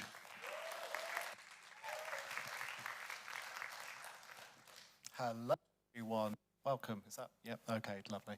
I always worry about tech at the start. So I've got some notes here. I do promise I know what I'm talking about. It's just to keep me on point because I love to waffle.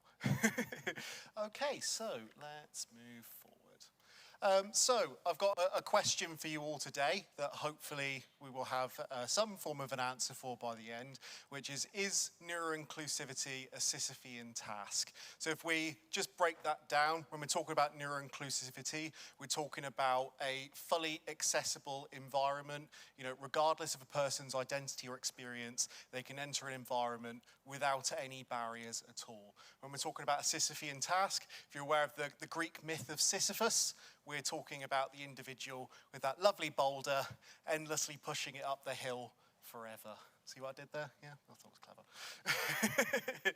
clever. So I'm going to predominantly focus on my lived experience through this as an autistic individual. I am not a speaker for the entire autistic community. I'm not a speaker for the entire neurodivergent community. I'm a speaker for myself and my experience for individuals to take away, little bits that could potentially make a difference to someone else in the future. So I just wanted to keep that in mind. The other small thing as well, just to talk about, is I will be talking about my previous lived experiences I've talked about. So I just wanted to give a very small trigger warning for individuals. I'll be talking about some distressing situations I've been through to paint kind of a perspective of where I'm coming from. If you find yourself, struggling at any point, please remove yourself or speak to one of the volunteers. Please always look after yourself first, ultimately. Be kind to yourself before you're kind to others, okay? Now, don't worry, we don't need to evacuate the building. There's not a, if anyone does actually spot a fire, then, draw attention to it. But don't panic, all right? This isn't, we all need to go to the muster point, okay? But what I often find when we're talking about adjustments for individuals, when we're talking about people's identities, experiences, either within the neurodiversity movement or different cultures, we're always talking about, where individuals are disabled by their identity, by their experience, by their condition, etc., and what support that we can give to individuals to be able to, make adaptations to be able to fit in.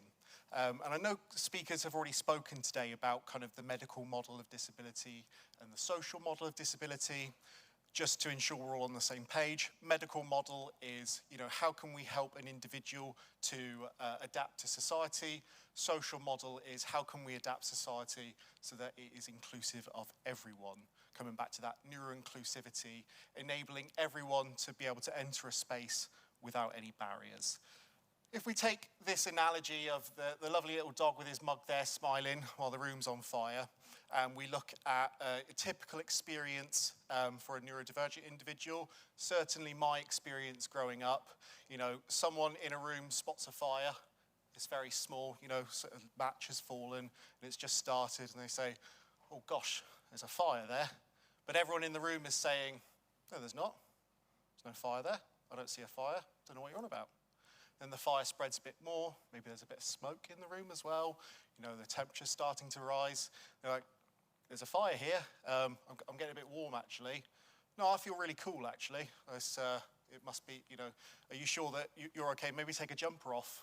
Maybe that will help you, for example. Get some cold water.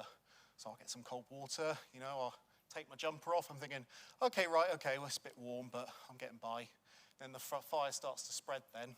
And you're thinking, right, okay, well, we've got a serious issue here. The fire's spreading now. And everyone's still telling you, no, it's absolutely fine. We're all used to the fire, actually. We've learnt to adapt to it. We're absolutely fine. Have you tried adapting to the fire as well? Maybe doing some exposure, putting your hand in and out. You'll get used to the heat. And sure, okay, yeah, drinking water, getting used to the temperature, slowly adapting over time. But meanwhile, I'm slowly getting burns. I'm slowly getting heat stroke, and there's long-term damage if that fire isn't put out. This is what happens when we're under the medical model and we are forcing everyone to adapt to a society that is not inclusive of all. We've got a fire spreading, we've got people suffering, and all that society is saying back is, well, I'm fine. Thank you. We need to put out the fire. We need to make sure that anyone can walk into that room and isn't going to, be uncomfortable with the temperature, is going to have water available, maybe even, lovely fancy aircon system or something. That would be great. So that anyone who walks in that room is not going to suffer just because the majority of people are okay with the fire there.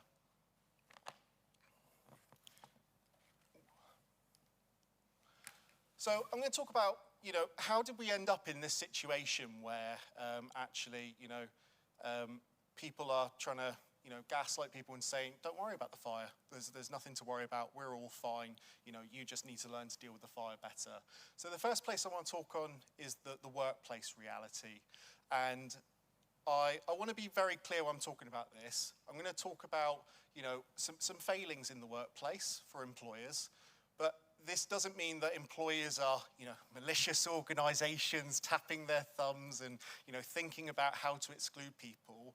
We can be well-intentioned. We can do some fantastic things for communities, and some people can still fall through the cracks. And both of those can be true at the same time. Now, from my personal experience, as someone who's been in, a few different industries, a few different sectors, working in different jobs, I have, at some point in every job that I've had, been discriminated against by someone in power.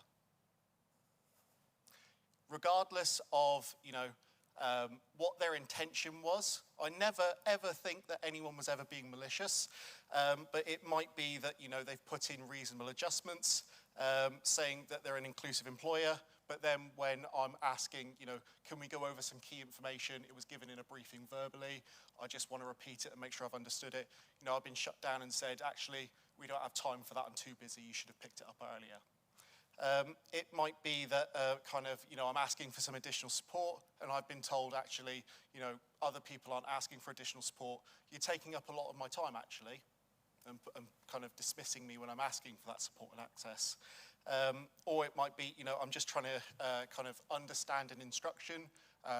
Again, time coming into it, there's a factor there of, wouldn't it just be great if I could just pick it up on the first pass and crack on with it so they don't have to think about it? And then I've been kind of demeaned and yelled at when I've got the task wrong because I've tried to, jump into it, do the best that I can, but everyone else has got it right and I've made a mistake somewhere because I've misunderstood, quite simply.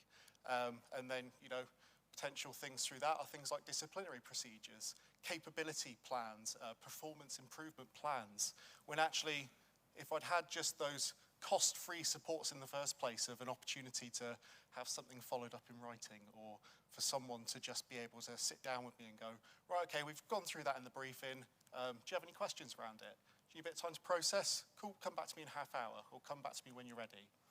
Cost-free support like that, and it will just save time, increase productivity for everyone. Again, I want to reiterate, my past employers, all employers, they're trying to do the best that they can. People get it wrong. If you've got large-scale organizations, you cannot micromanage every single manager in a setting. You cannot micromanage every single employee in a setting. There are some fantastic approaches around culture, Neuroinclusivity. We talked about the staff network at PCC that's really making a difference. But people still fall through the cracks, and that's where the fire's there, just burning away slowly in the background, affecting some people more than others.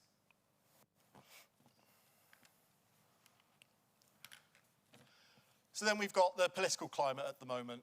Bit of a controversial topic, especially now later than ever, but I think it would be remiss of me to not touch upon it because it is influencing kind of individuals' perspectives in communities and workplaces where we've got misinformation coming from politicians around autism, saying that it goes from one in 20,000 children had autism, one autism to 1 in 36. Just this misinformation does not help individuals to be advocated for and be able to kind of get that support that they need when they're being dismissed and told actually, the way that you're thinking is selfish, is entitled, and you just need to fall in line with everyone else. And then, the other quote up there, the wearing ear defenders in schools is insane. Again, who are they hurting exactly?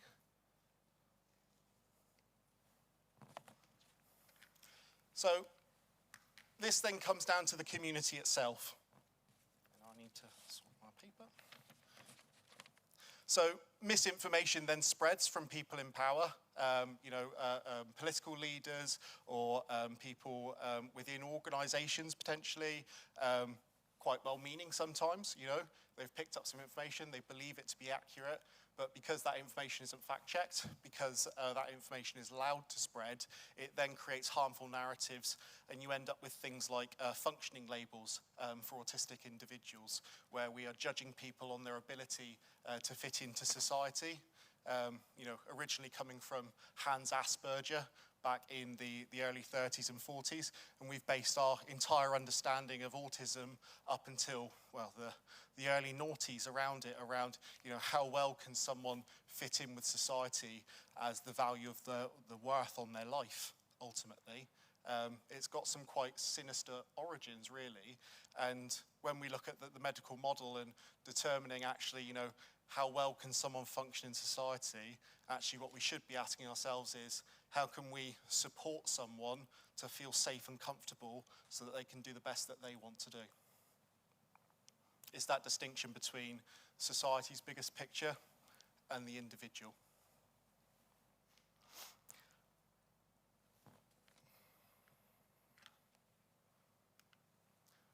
And then I'm just going to talk a little bit more about my reality. Now, Originally, I was going to give you some snapshots, but I've been given some bonus time, so I go into a bit more detail. But this is just some bits from throughout my life, just to give you kind of a flavour of how these can manifest. You know, this isn't an agony aunt session for me to, oh, woe is me, but this is a reality that happened to me where I've fallen through the cracks in the past and had to push through those barriers. There are others that also fall through the cracks with their own experiences as well. And if you know of them, you know, I encourage you to go and listen to their voice and experience as well, because they will have their own contribution that will be just as valid and important as mine for achieving a neuro-inclusive society. So, on the top left of the slide, got the lovely little bell there. So, I was an eager little student when I went into secondary school, wanted to do my best and kind of rise to the cream of the crop in terms of tests and impressing people. And one of the things that I was taught in school is punctuality is really important. You always make sure that you're on time. That's, you know, one of the key things that we need to achieve. So when a lesson would end on one side of the campus at 10 o'clock, and the next lesson on my timetable would start at 10 o'clock, on the other side of the campus, oh no, I'm already late. I'll sprint across the school to make sure I minimize the amount that I'm late. Why aren't any of my friends running across the school with me? This is really bizarre. Well, I've been told the rules.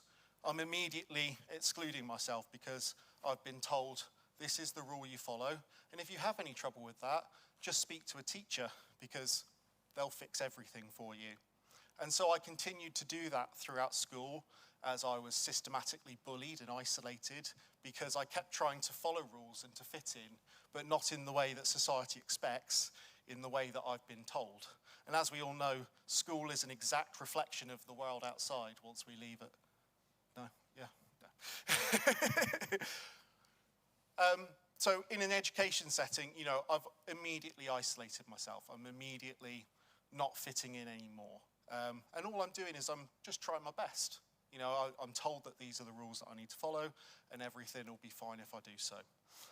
So then we come to this lovely fancy coffee machine here on the right. So I've left school now. You know, I always used to describe it as the autism got bullied out of me. I managed to, you know, learn through trial and error how I could adapt and change bits and, okay, right, well, that meant that I got beat up. That meant I got chased home with a knife. So, you know, I won't do that anymore. You know, and carry on, you know, making all of these adjustments. And it started to work, you know. I left school and actually things had started to calm down at that point. And I even got a job towards the end of school. And in this job, then again, the workplace, completely different reality, new set of rules. But I'd learned, you know, at this point, okay, right, well, I can adapt, getting things wrong still, but less things. And I had some really supportive colleagues, actually, that actually were a massive help in giving me that perspective of how the world of work is and what adaptations I can make to fit in and get on with the job.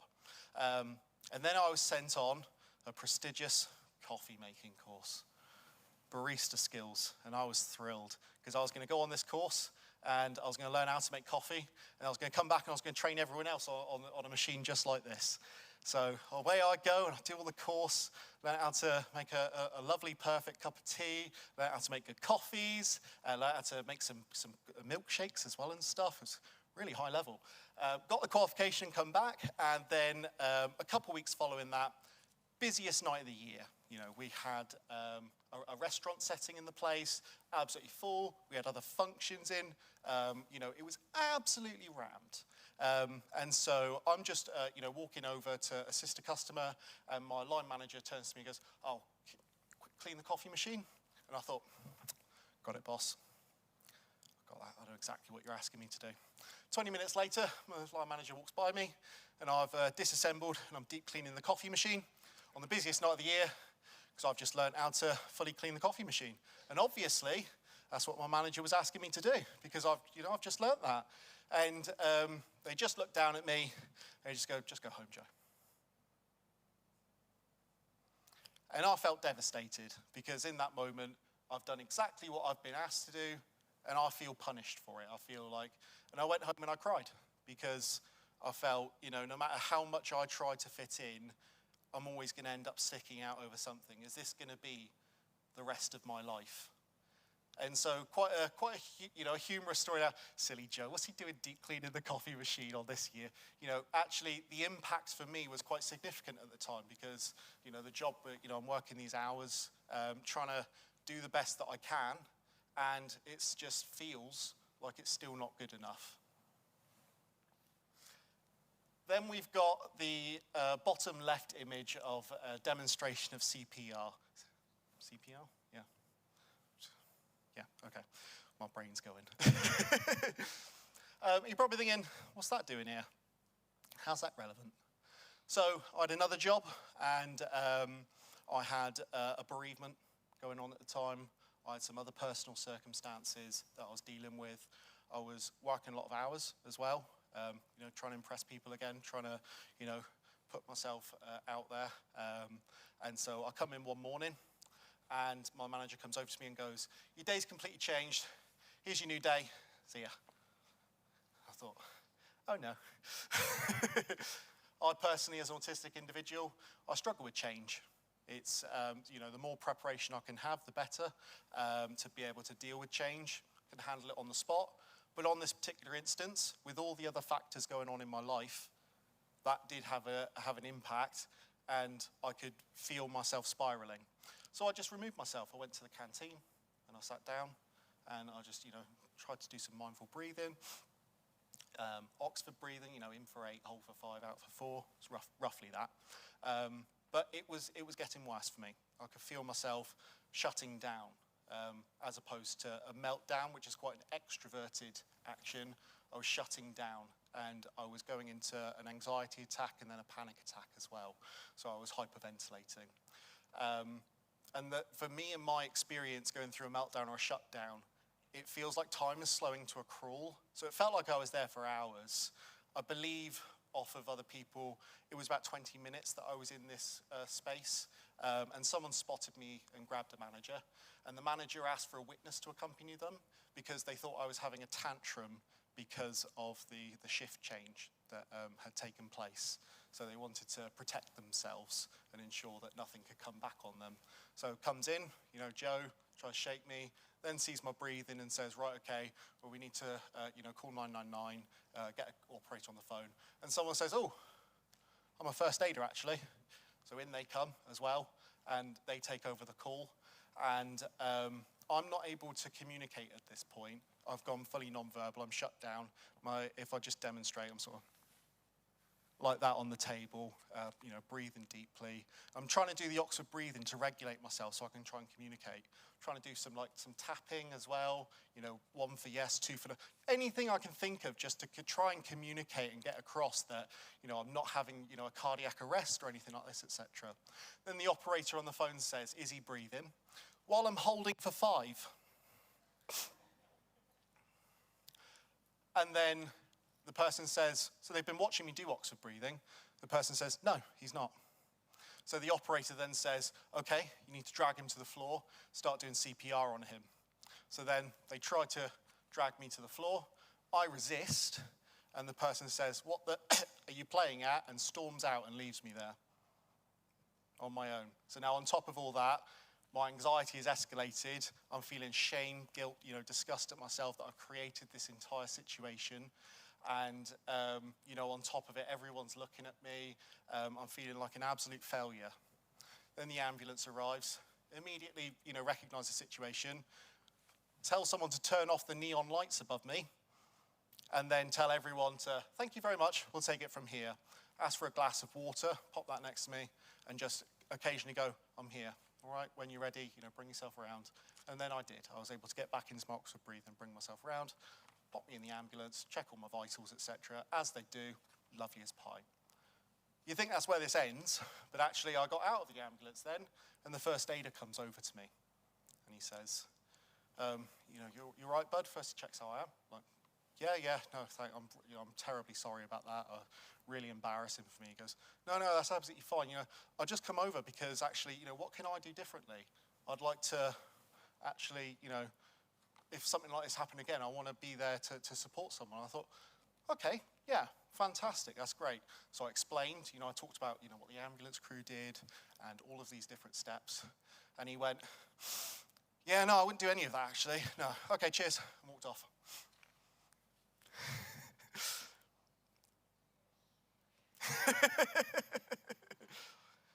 I hadn't been listened to as an autistic individual who had been through that.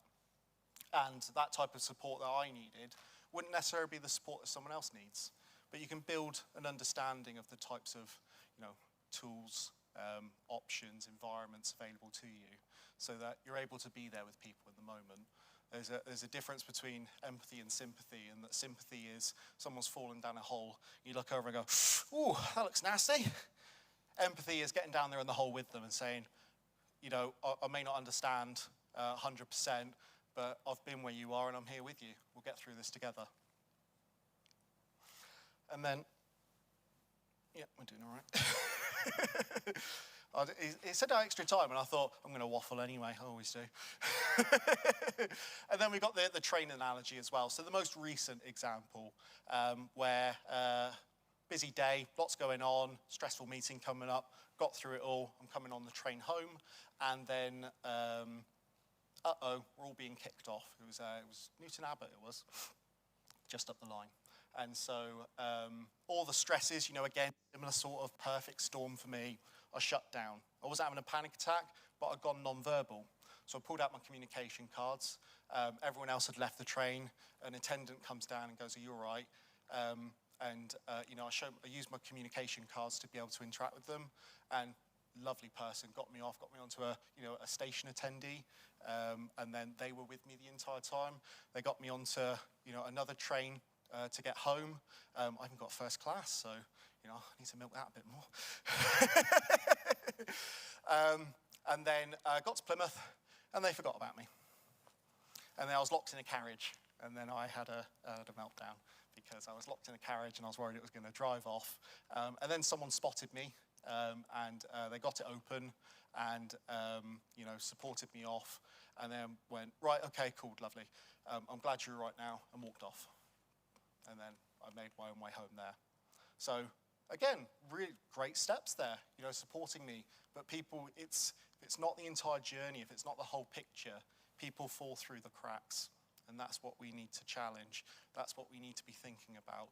It's not neuroinclusivity of someone earlier talk said, give everyone a fidget spinner and tick a box. It is always in mind, not that you need to always be there thinking, right, okay, I'm about to, walk 10 paces forward. Let me think about if this is neuroinclusive. It's just always being aware of actions have impact regardless of their intent.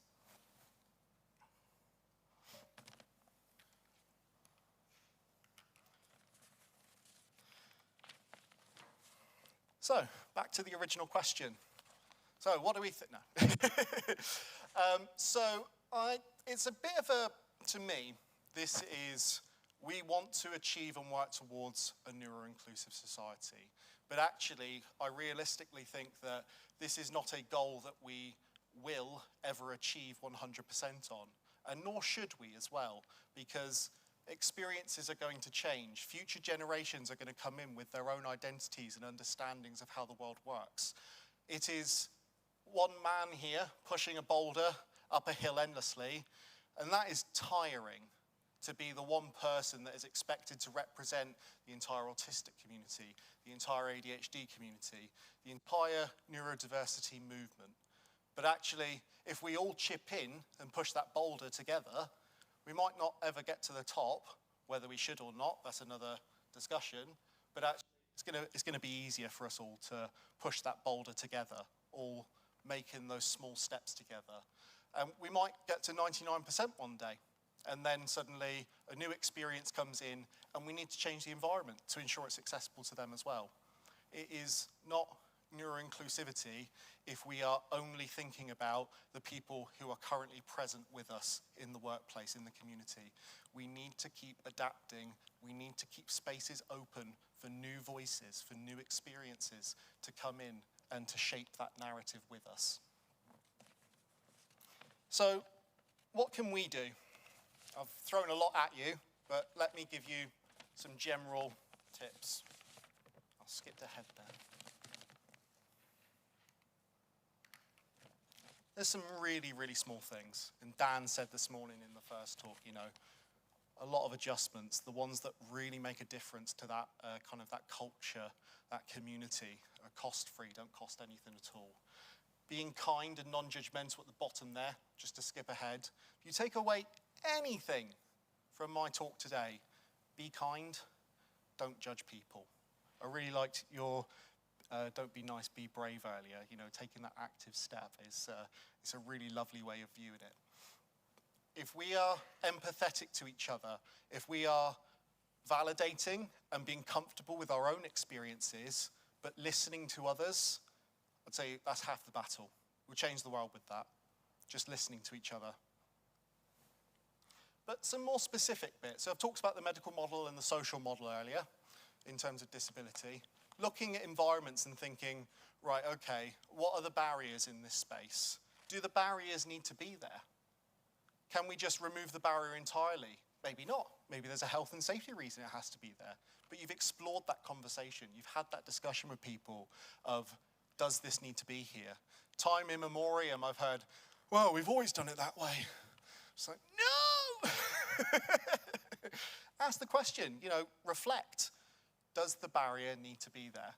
It might be it does. Okay, right, but let's look at an adjustment for an individual. Can we have these adjustments readily available so that someone who comes in with a noise sensitivity doesn't have to request and, you know, suffer for 4 to 8 weeks while it goes through procurement and gets the orders in? It's just, oh yeah, sensitive to noise, there's some noise cancelling headphones for you. Oh, those don't work? Okay, right, we've got some ear defenders for you. Oh, those don't work? Yep, no worries. You'll build up a resource over time. You'll build up the ability to adapt to individuals. And it might be that someone else comes in with a new experience who would benefit from a previous adjustment. It might be that someone who that support wasn't designed for will have a benefit as well. We all use disability adjustments in our day-to-day lives. You've all walked through automatic doors today. Those weren't designed for the general populace. They were designed for people with mobility issues, but we all benefit from them. Same with, you know, ramps, etc. as well. Putting in place universally accessible environments benefits everyone, not just the target demographic. And then I've just got a little bit on language here as well. So I've, throughout today, talked about, you know, my experiences as an autistic individual. I've not talked about my experiences as a person with autism, because for me, and my experience, there is no separating me from my autistic identity. It's not the same as other disabilities where people don't want to be, you know, labeled as only that. There's a person attached to them. For autistic individuals, this is our identity. It is how we process information. It is a fundamental part of who we are as a person. You'd say a stubborn individual. You wouldn't say a person with stubbornness. I'm pretty stubborn as well sometimes. So just finally, here's just some useful information that you may be aware of or you may not, but I just wanted to also touch upon.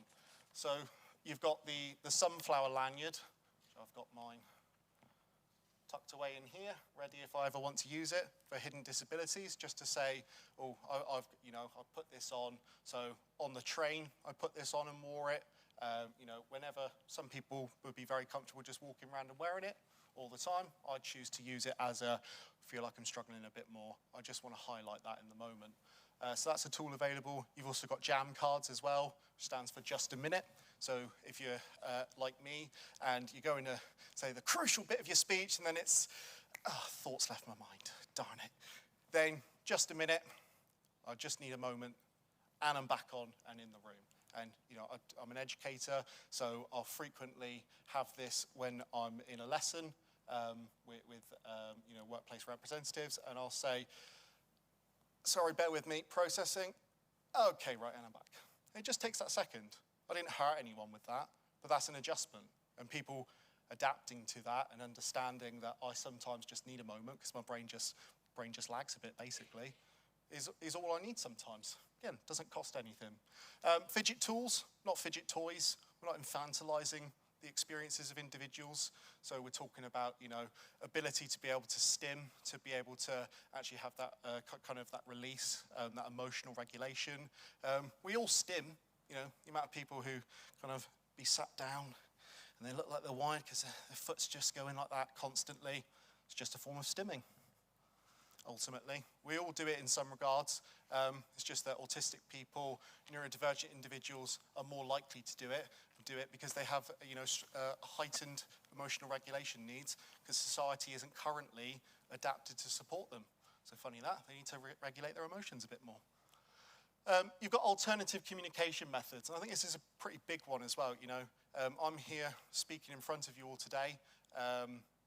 You know, I don't know what the impact of this will be on me. Might be non-verbal tomorrow. I might have to use my communication cards. I've got communication clothing with yes and no and emotions on them. I could utilize that. Just, it doesn't need to be, oh, right, okay, yeah, let me see. You're saying yes there, right, okay. It's just, yes, okay, yeah, cool. Just treat people, I hate the word normal, but just treat people like you would treat anyone. You do not need to make mental adjustments for neurodivergent individuals on, right, okay, let's just pick up this delicate flower here, and we'll just closely take it over here. There we go, you okay, yeah? All right, let me just, there we go, okay?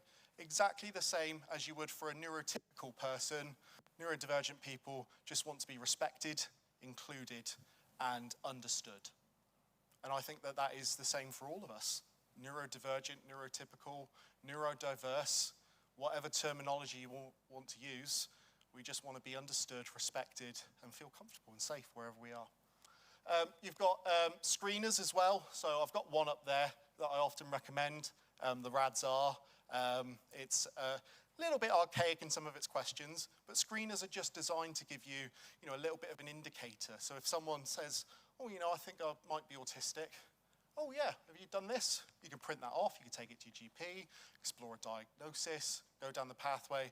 Helps with that foot in the door of, instead of walking into the GP, sitting down and going, right, okay, so why do you think you're autistic? Helps bridge that gap for individuals. Or if someone says, you know, I think I'm autistic, but I'm a bit, you know, I've got medical trauma from the past, I'm worried about going down that option. Still validate them, still validate their experience and identity. Adjustments benefit everyone regardless of what that person chooses to identify as ultimately. And then finally, a colleague and close friend of mine, Tigger Pritchard, has a website, bridgingtheneurodivide.com. If you want to learn more about anything neurodiversity, it is a free resource to utilize and pull information off of. I always plug it in because he's a fantastic advocate for the neurodiversity movement, and it is free to utilize and gain a better understanding of. I believe that was it. Oh, not too bad. Thank you very much. I was going to say that's quite good for you, Joe. Right, thanks, Joe. Before I take some questions, I know we share the passion about neuro and inclusion, and I just want to reaffirm from our staff network point of view is we just don't have neurodivergent individuals within our neurodivergent staff network. We want everyone to be there, even if it's an individual, a manager, who wants to know about neurodiversity and wants to know about some of the struggles that our staff face. We create a safe environment where people can have those conversations. And we want to be neuro-inclusive, and we want to have those people there.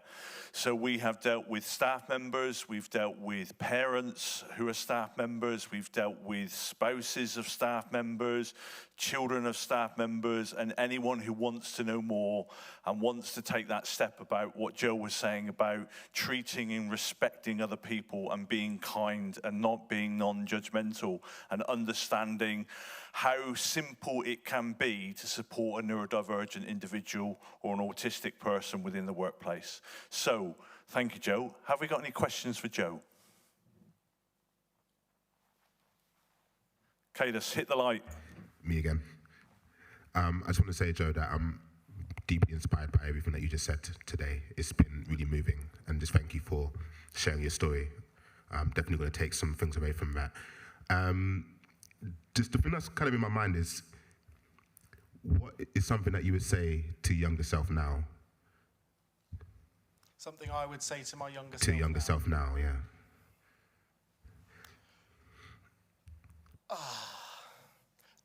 See, that's such a difficult question for me because I'm my biggest critic. And I know that, you know, I am quite a hypocrite in being kind to everyone, and then I'm thinking, oh, I shouldn't have done that. Oh, I'm so stupid. So I think I would reiterate that message of kindness. And I always had the need to conform to workplaces, to school, to communities, because if I didn't conform, then I felt like I wouldn't be accepted. And I think that the message that I would give to my younger self is sometimes it's okay to just accept yourself, and then others will follow in your footsteps. That's a really good answer, Joe. Do you know what I would do? I would play back that speech that you've just done, and I would play that back to your younger self and say, look, Joe, this is what you're going to be, this is what you're going to become, and this is what you're going to do, and this is what you bring to the neurodivergent community, and that's what I would do. So thank you again. Any more questions? Drace. So I'm also a union person, so I see you there. But I think from the entire conference that I've picked up on so far, that I've been listening to, do you think so much of the issues that we as a neurodiversity community are running into is that we feel like we're constantly fighting against the clock? I don't know if anybody else has felt this with their sort of like head spiders, as I tend to refer to it, is I feel like there's a finite amount of time, and so much in the workplace and with a lot of things, it's like, this is time sensitive, this is time sensitive, it needs to be done now, now, now, now. And this feeling that we can't shut off is I mean, the whole thing of like, this is a Sisyphean task, is how do we get everybody to just slow down and chill out for 5 minutes? I think there's a lot to unpack there, but I'll do my best. I think in terms of time, you know, from my perspective, I do this. I come speak here. You know, we run a neurodiversity course in my union to educate people. You know, I co-founded the staff network with Sean. The reason I do that is because I don't want people to go through the experience that I had. I wouldn't change my experience, it's who I am, but I want to pave a smoother road for those who come after. And if I can do that now, then great, because I don't want more people to fall through the cracks. So I feel that pressure on myself to, right, okay, well, I've got to keep going. I need to, you know, do the next thing, because, you know, it could be the difference for someone. But also, if I'm not kind to myself and I'm not taking that opportunities for myself, I'm useless to everyone else, because then I burn out, and have done in the past, and reach some pretty dark places. And then there might be someone else who wants to speak up and raise their voice and, you know, try to inspire others, and they're not able to because there are too many barriers for them. I've had to overcome a lot of barriers. I'd much prefer other people to just be at the starting line with everyone else. I hope that answered your question.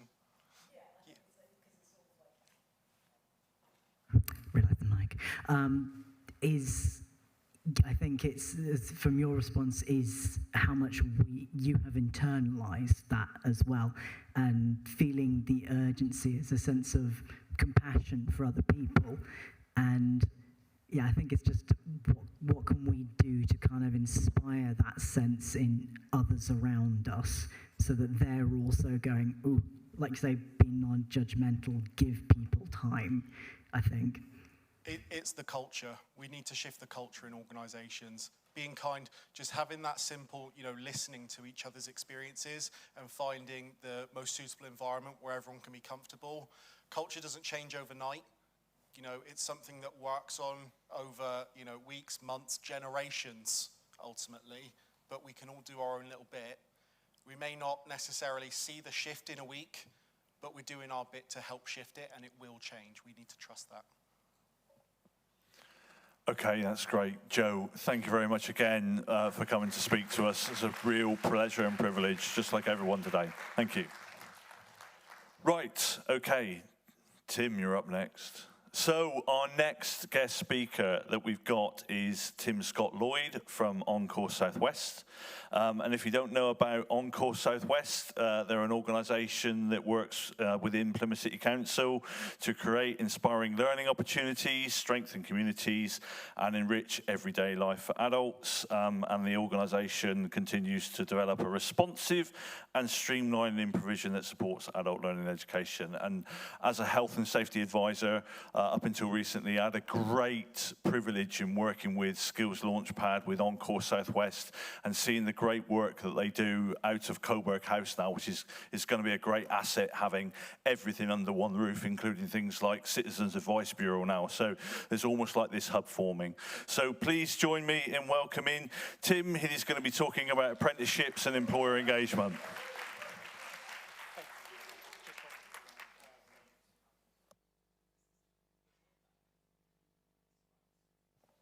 Great. Hello. Hi, everyone. Thank you, Joe. I don't know how I'm going to follow that, if I'm honest.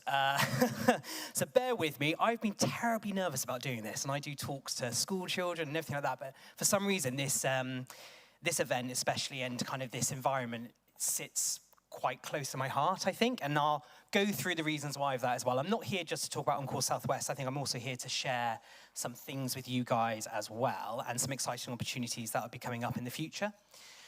So, this is us. We're Encore Southwest. And our sort of ethos is learning is for life and opportunities are for all. And I really believe that. And I don't think I've ever worked in a company or a position before where I really feel that is the drive behind, what we do. Our sort of ethos is inclusivity. We're collaborative, we're committed, and we're ambitious for our learners as well. So we really strive to give them the best experience that is possible. Here we have our values as well. So again, I said about the inclusiveness, committed, we're collaborative and ambitious. Our vision obviously is there as well. And our purpose is to deliver education that shapes the futures. So we really want to give everyone an opportunity, and I think it's really important. And I've worked in education for, sorry, by the way, I gabble quite a lot, so just bear with me. I've worked in education now for 15 years, and I think from my personal experience, in education, I think I've seen so many missed opportunities, and I think that's why things like this are really important, and actually educating people is important. So again, I will go back and forth on this, so just bear with me. Okay, so we at Encore Southwest want to create inclusive pathways, opportunities through us by empowering neurodivergent learners in Plymouth and beyond as well. So what does this opportunity actually look like? So who here, if you can raise your hand, works with neurodivergent individuals or is neurodivergent themselves? Thank you. Fantastic. And who has seen the brilliant potential go unsupported because the system, and I'm using brackets here, wasn't built for them? Great. And I think we see it every day, don't we? And that's not just about being neurodivergent, that's about sexuality, that's about so many different things. And I see it daily, and I think it is changing, it's slowly changing, and like Joe said, but it needs to be like an everyday situation rather than just, oh, we need to do this because. So we talk about opportunity a lot here, but for many, those doors are locked. And so today, I'm going to talk to you about how we can sort of hand over those keys and kind of get a better experience for everyone. Okay, a little bit about me. Now, I'm really nervous to do this, and I hadn't planned to do this, and I kind of ummed and ahed about this for ages. So my name's Tim. I'm the apprenticeship manager at Encore Southwest. And there's a few pictures of me there as well. So I myself, again, I know everyone wants, I don't share this very often, but yeah, growing up, definitely struggled, sexuality gay, so happily married now, which is fantastic, but definitely covered that growing up as a child. Had a horrific speech impediment growing up, horrific, and was terrified to speak publicly. That has got better as I've got older, but again, had to hide that quite often at school and was kind of, terrified about sharing that experience. And then on top of that as well, I'm horrifically dyslexic. And still to this day, I cover it because I still feel that there's a little bit of this shameness in there of going, gosh, if I send that email and there's spelling mistakes or, I've missed a comma here. And I'm constantly questioning myself for that. But that's something that I deal with. And it is better today because of that. I'm also, in case you hadn't noticed, just about to start going through an ADHD diagnosis for myself, because again, it's one of those things that I was like, oh my God, I'm all over the shop, I'm here, I'm there, and I definitely am that person. My timekeeping is horrific. I start a task, I don't finish it, but I'm like, oh, that's just me, that's me as a person, I'm so that person, I'm quirky. But I'm not, there's definitely something there. So it's a new process for me, it's quite new, and that's the first time I think I've ever shared that with anyone, so yay, thank you.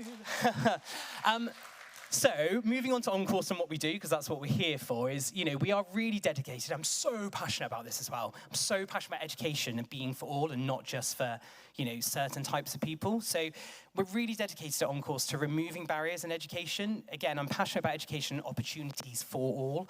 I keep on going on about quality, not quantity, that's correct, yes.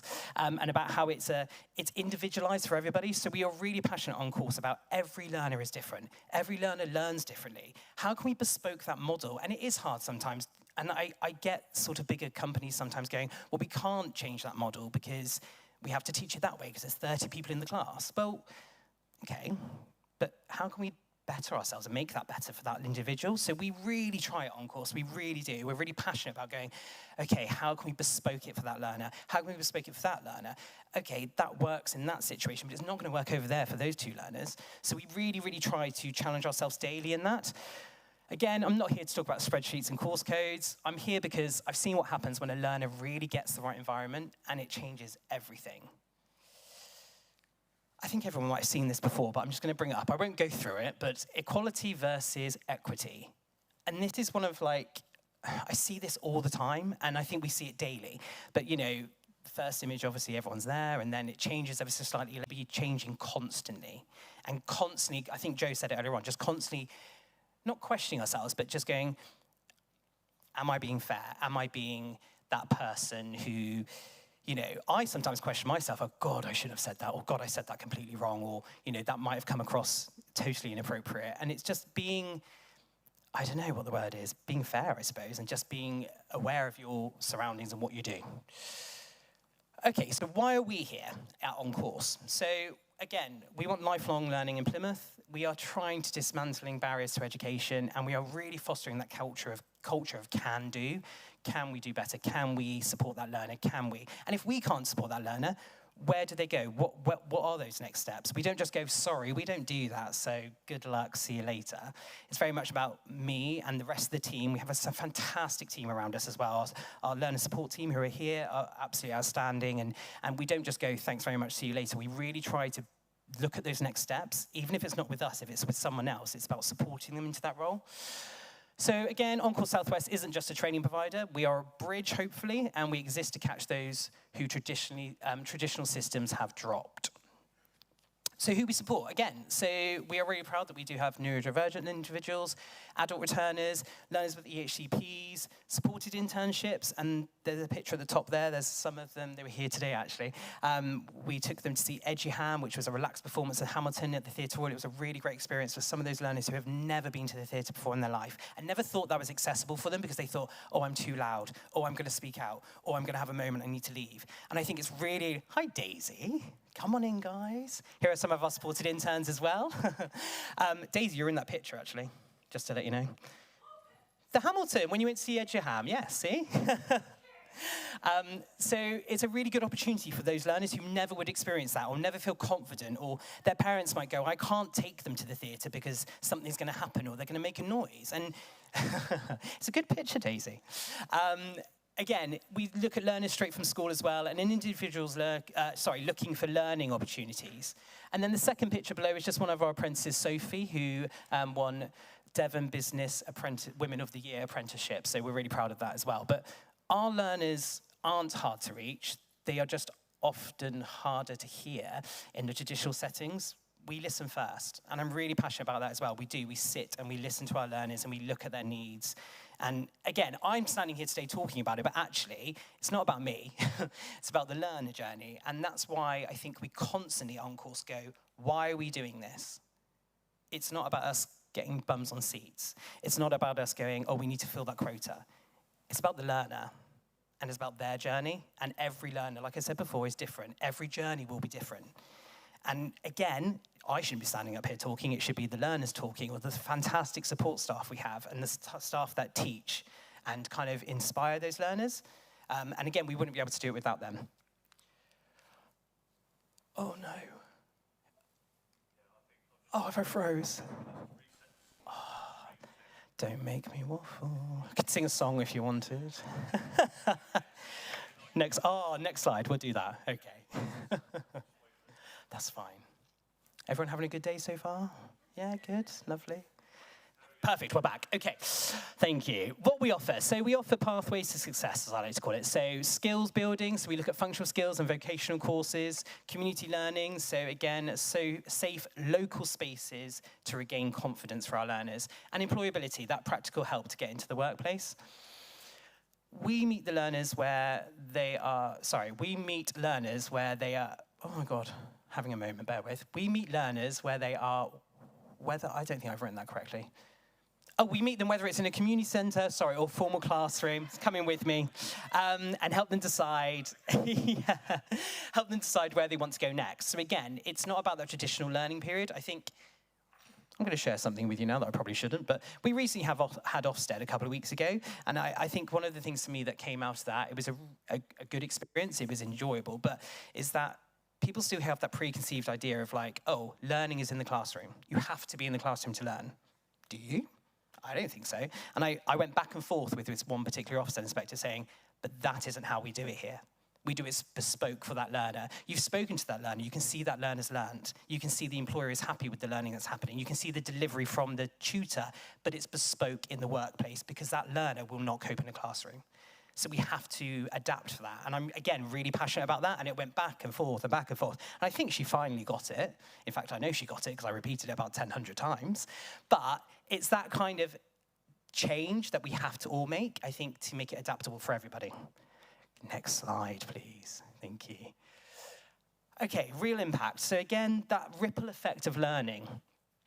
So we really like to inspire confidence, so moving from the I can't to I am process. The connection, so reducing that social isolation, oh, my speech today is all over the shop, isolation, and progression, meaningful steps into that work or further study. So here, I won't read them all out, but there's some really great sort of how learners describe on Course Southwest. So again, it's been extremely supportive, encouraged me to challenge myself within things that I don't feel as confident with, and very friendly and approachable team on Course Southwest. They give me not only the practical skills, but also improved my confidence, showing me how transferable they can be.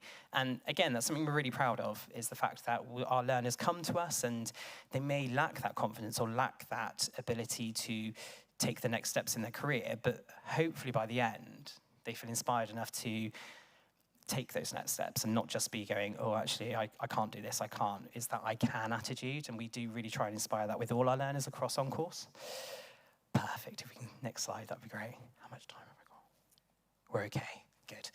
Okay, apprenticeships. This is my easy bit. This is what I can talk about.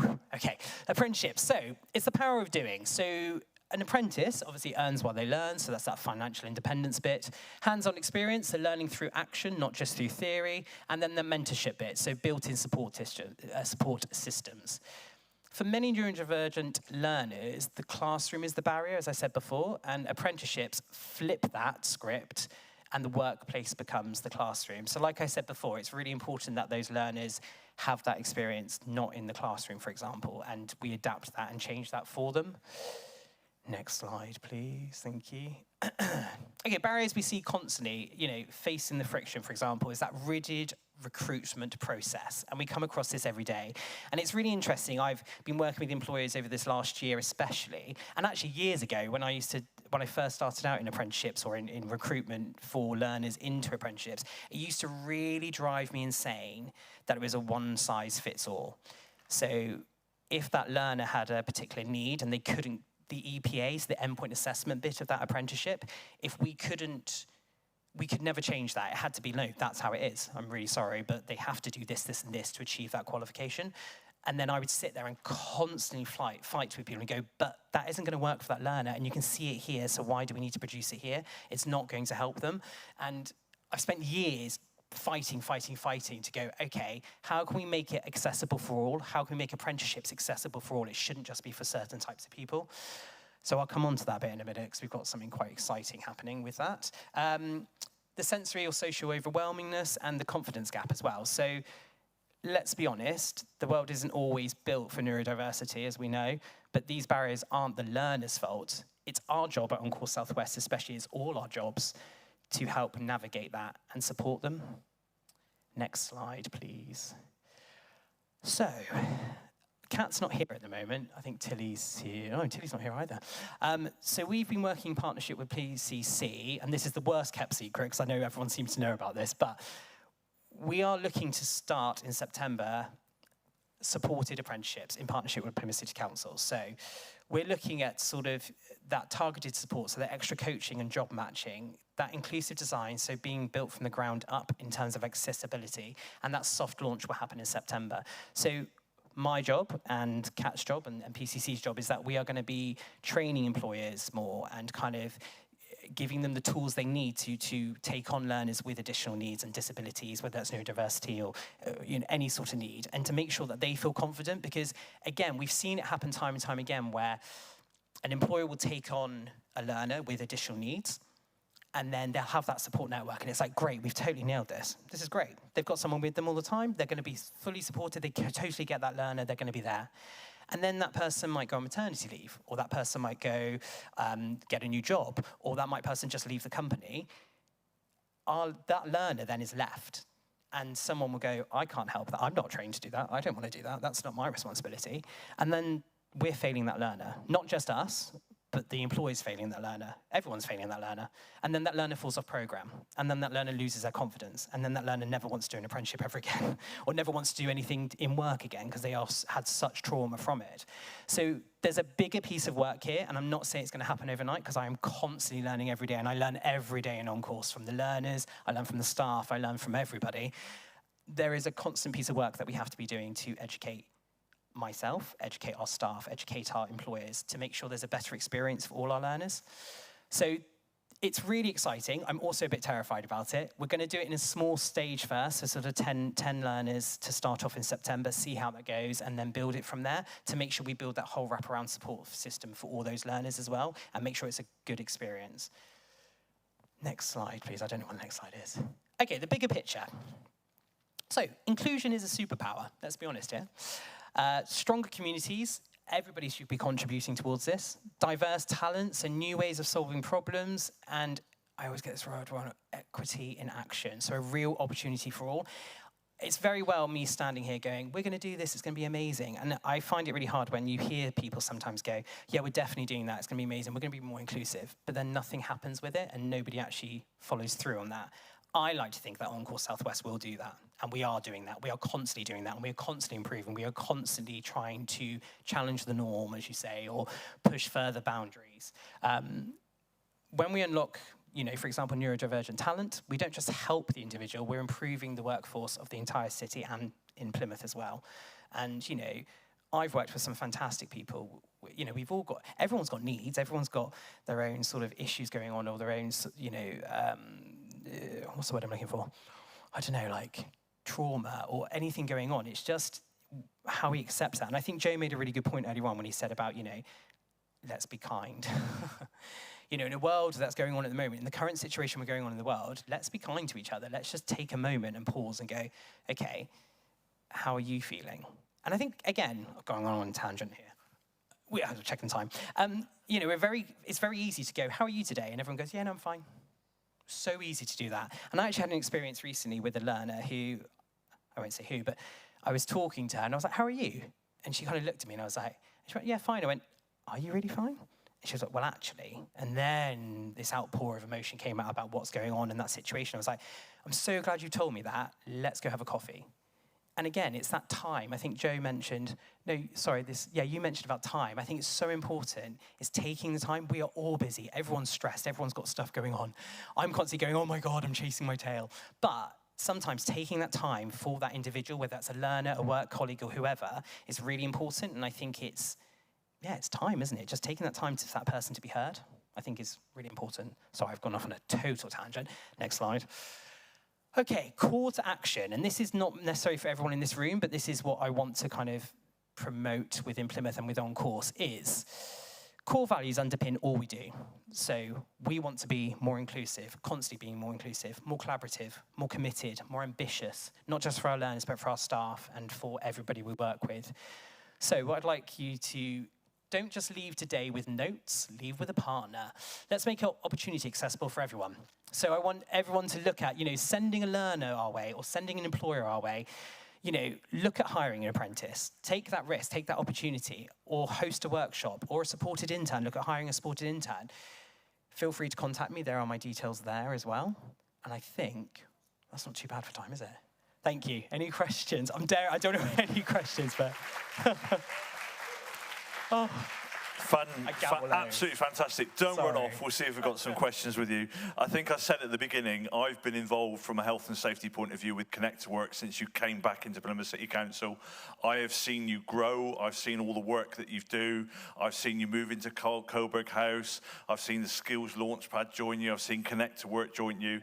And I've seen how things have grown. And I'm a bit disappointed to leave you because I'm working with adult health in communities now. Come back. But some of the stuff that's happening in that building, every time I walk in there, there is such a buzz, there is such an atmosphere, and this work that you're doing on the supported apprenticeships, I just think is absolutely amazing. I always joke with Tina, who heads up Post-16, that you need to get a larger trophy cabinet because all the awards that you keep on winning for the fantastic work that you're doing is fantastic. So just a thank you from me, from people that I pointed in your direction about the great work that you do for not only PCC people, but for people in the community as well. Yeah, no, thank you. And it's not me, it's everyone on course, it really is.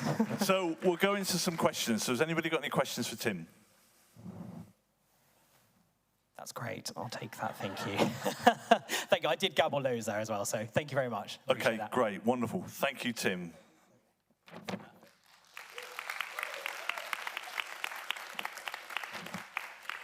Right, wonderful. What's the time?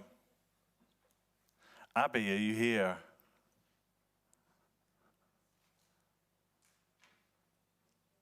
Yes.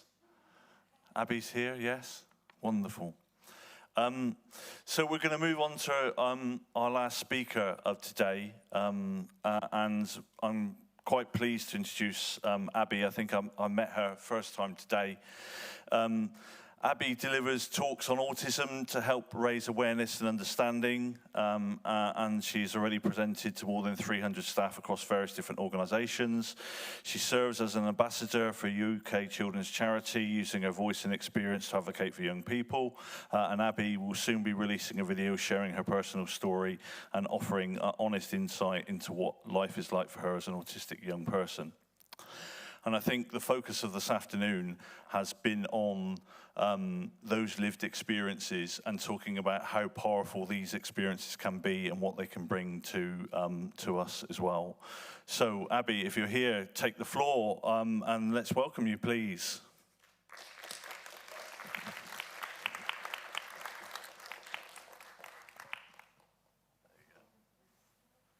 Just shout at me if you need me to do next slide. There is a video in there. They should all be working, hopefully. So I think we've tested them. Fingers crossed they should work. So, hello. I'm quite nervous because I haven't got anyone with me. So I'm quite nervous. So my name's Abby. I am telling you my story today about living with SEND. I have autism, learning difficulties, anxiety and depression.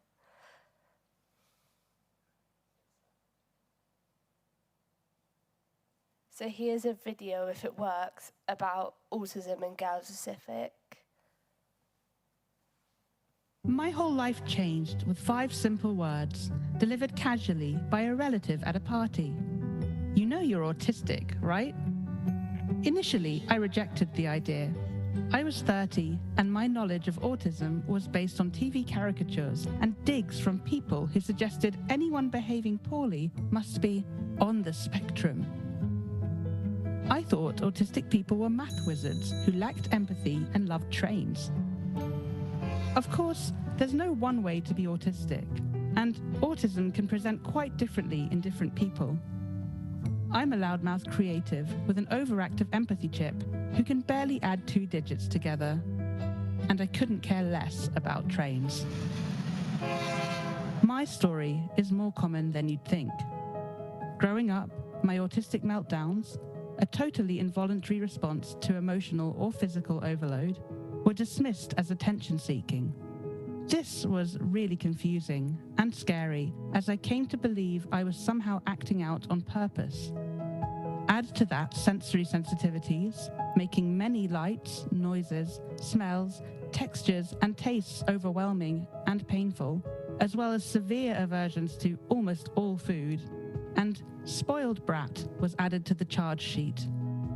My tendency to simply blurt out uncomfortable truths was misinterpreted by others as manipulative.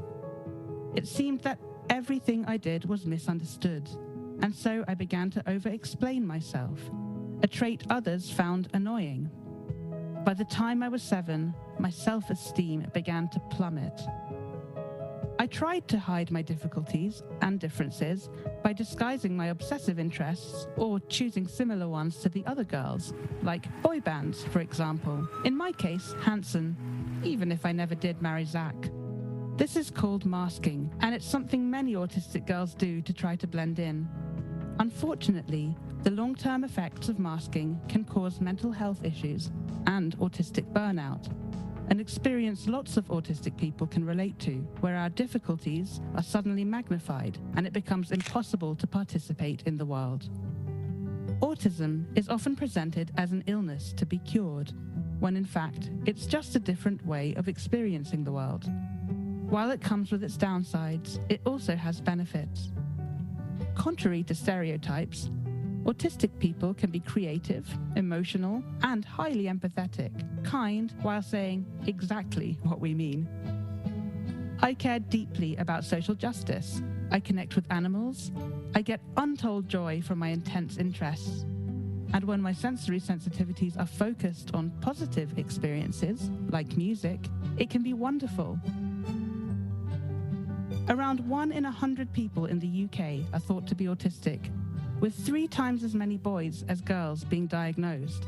Like many areas of medical research, women are underrepresented in studies, and many of the diagnostic criteria for autism were developed with men in mind. Over the past decade, our understanding of how autism can manifest differently in girls and women, and also how our autistic behaviors can be interpreted differently, has changed. But research still has a long way to go. Until I was diagnosed as autistic, I thought I was a broken, terrible person. My diagnosis gave me a framework to explain my experience to loved ones and the wider world. Meeting other autistic people gave me permission to understand and even begin to like myself. Being autistic isn't all roses and sunshine. Like anything, it comes with its pros and cons. Some people see autism as an illness, whilst others call it a superpower. To me, it's neither. It's simply the blueprint for who I am, and to cure me of my autism would be to cure me of myself. My hope is that society comes to better understand the autistic experience, so that future generations of women are able to be diagnosed at an earlier age. That way, they can be given the support they need to thrive, have self-confidence, and relate to the world on their own terms as their unique, brilliant, autistic selves.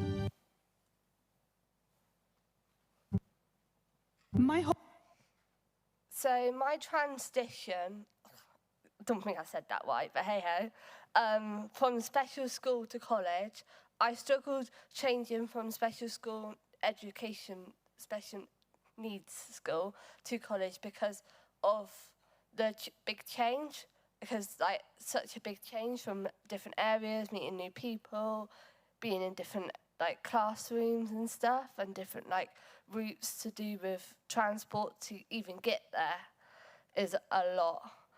And the big trouble that I had, it was in COVID time, so I had a big time to get myself into City College. So I was nervous a lot to even start City College. Mainstream setting was even worse because City College, I know no one's in the room, I don't think, but it wasn't exactly that good on sending the education healthcare plan to the mainstream area.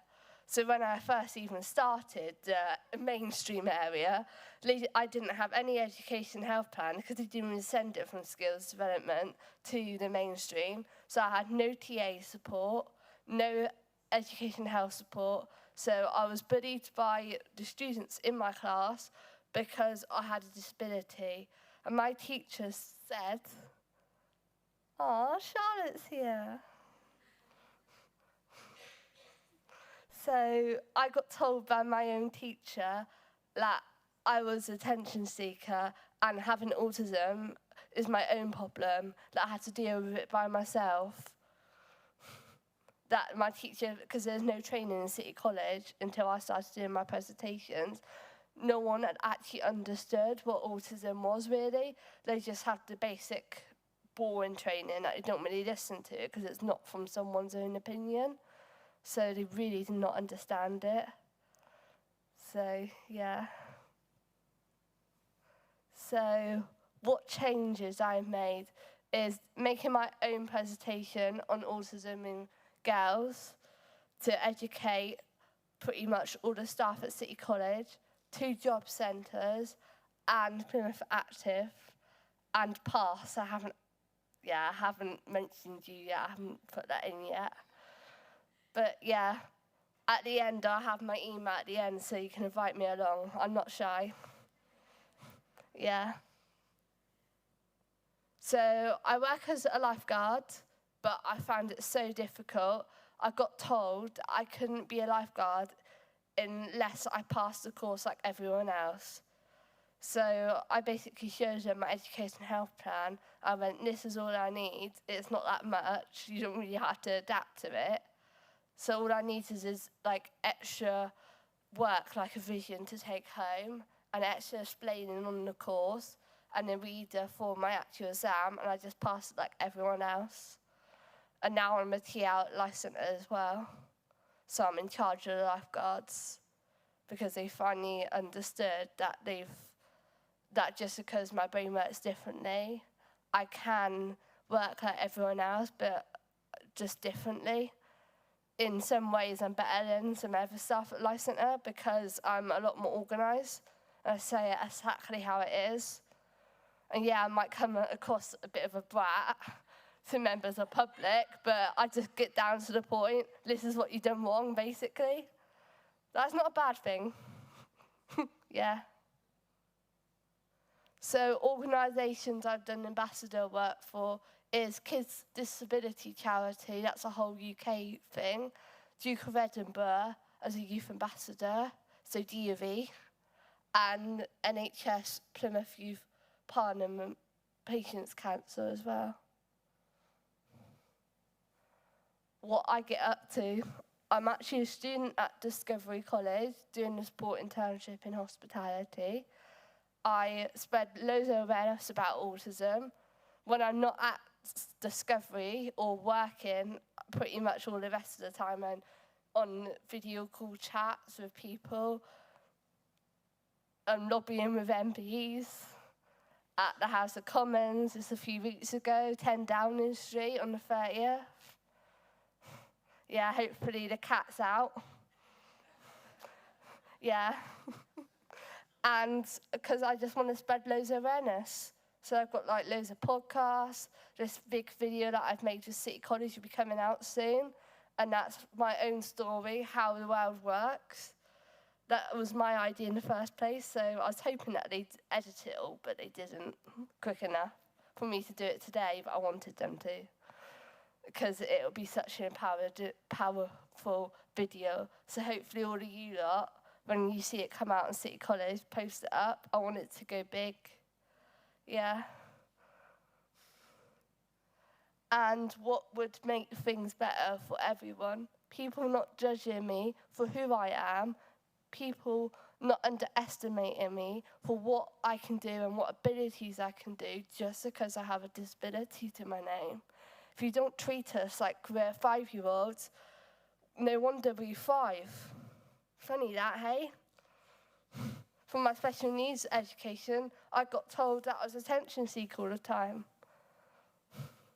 Because they basically called you labels, because that's what you were there for. They didn't take us as our human beings, for who we are. Yeah. So I do an autism presentation on females' experiences because it's different and to help educate everyone. And it's proven that it has worked because in City College, they've made massive changes. And if you want me to come and do a talk, I've done it up to 80 people before. Email me, I will come in. And I'm not shy, no matter people that I do it to. I want to spread my presentation and spread the word that just because I'm young and live with a disability, I can thrive if you basically treat me as a human being. That's my main thing of what I want to do in the future, is basically have more organisations working with me. Yeah, I want to be that person that goes to like every education setting working with government and saying this is what you need to do with the white paper. Yeah, because it sucks, the SEND system. Yeah, got my loads of opinions on that, but hey ho. Get me in front of a Keir Starmer, hey. Does anyone have any questions? Wow, thank you, Abby. People will know it's not often that I'm speechless, but I think that's left me a bit speechless. Such a powerful story there. In fact, I can't think of anything else what to say, but thank you. I think if I was going to sum something up about what I've just heard, Abby, is what Kate has said about don't be kind, be brave. And I've never seen someone at your age who's been so brave and talk about things. And I wish you all the best. And if there's anything that we can do to help and promote, then please reach out to me. Then I'll see what I can do to help. All right, okay. Any questions for Abby? Okay, if you just push the speak button, it'd be great. Firstly, I'd just like to say thank you for sharing. How old are you, Abby? I'm 20. What are the things that you would say actually really have helped you? What would you say that you'd like people to do more? Listen to what I have to say. Yeah, and just not underestimate me. That's the main two. When you were a little bit younger and you don't know where your life's going to do and what you want to do, what would have helped then?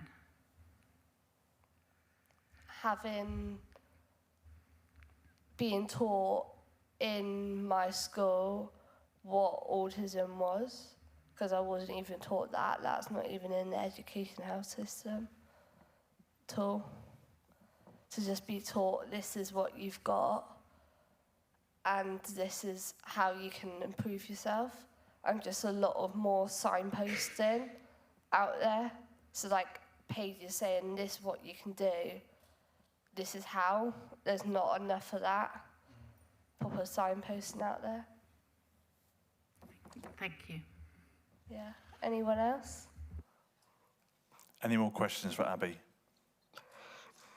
Sophie. Thank you. I just wanted to say a massive thank you firstly. That was really inspirational and very brave of you to get up in front of everybody here. I'd probably just like to say that you'll definitely get an email from me. I'd love to talk to you a little bit more about the institution of training people and how we understand how we can support people with autism. I think you made a really good point about the standard training being really boring. And that is something that sits within my world, so I'm really passionate about how we can change that. Yeah. Thank you. I hope Keir Starmer comes out at 10 Downing Street on the 30th. So I'm going to go right up to it and say, oh, right, what are you going to do about this training, specifically on teachers? Let me see it. I want to be involved in it, not just your standard rubbish on bits of paper. Listen to what we have to say. Thank you. Any more questions for Abby? Don't be shy. Abby, thank you for coming along today. Thank you for sharing your story. I think that's an amazing end to an amazing day. So thank you very much. So we have finished a little bit early today. So that concludes our afternoon of guest speakers. Just pop that down there, Abby, that's fine, that's fantastic. I hope you enjoyed the sessions for those who have been with us today. I hope you found them inspiring, informative. I've got so many superlatives that I could use throughout the full day. I think if I was going to sum it up, we've talked about insight, honesty, lived experiences and learning from our morning sessions all the way through to the closing with Abby today. So we hope you've had a chance to go out and have a look at the stalls. So we are around formally until about 4 p.m. today. So there's about 20 minutes if you haven't had a chance to look at the stalls to go around and speak to people. Huge thank you to speakers for their time, their expertise and their courage in sharing their stories. Thank you again for joining us. Thank you again to the volunteers. Thank you again to Kat and Tilly and all the people we thanked at the beginning. And just thank you for being you and who you are and bringing your whole self to this conference. Thank you very much. Enjoy the rest of your day. Have a great evening.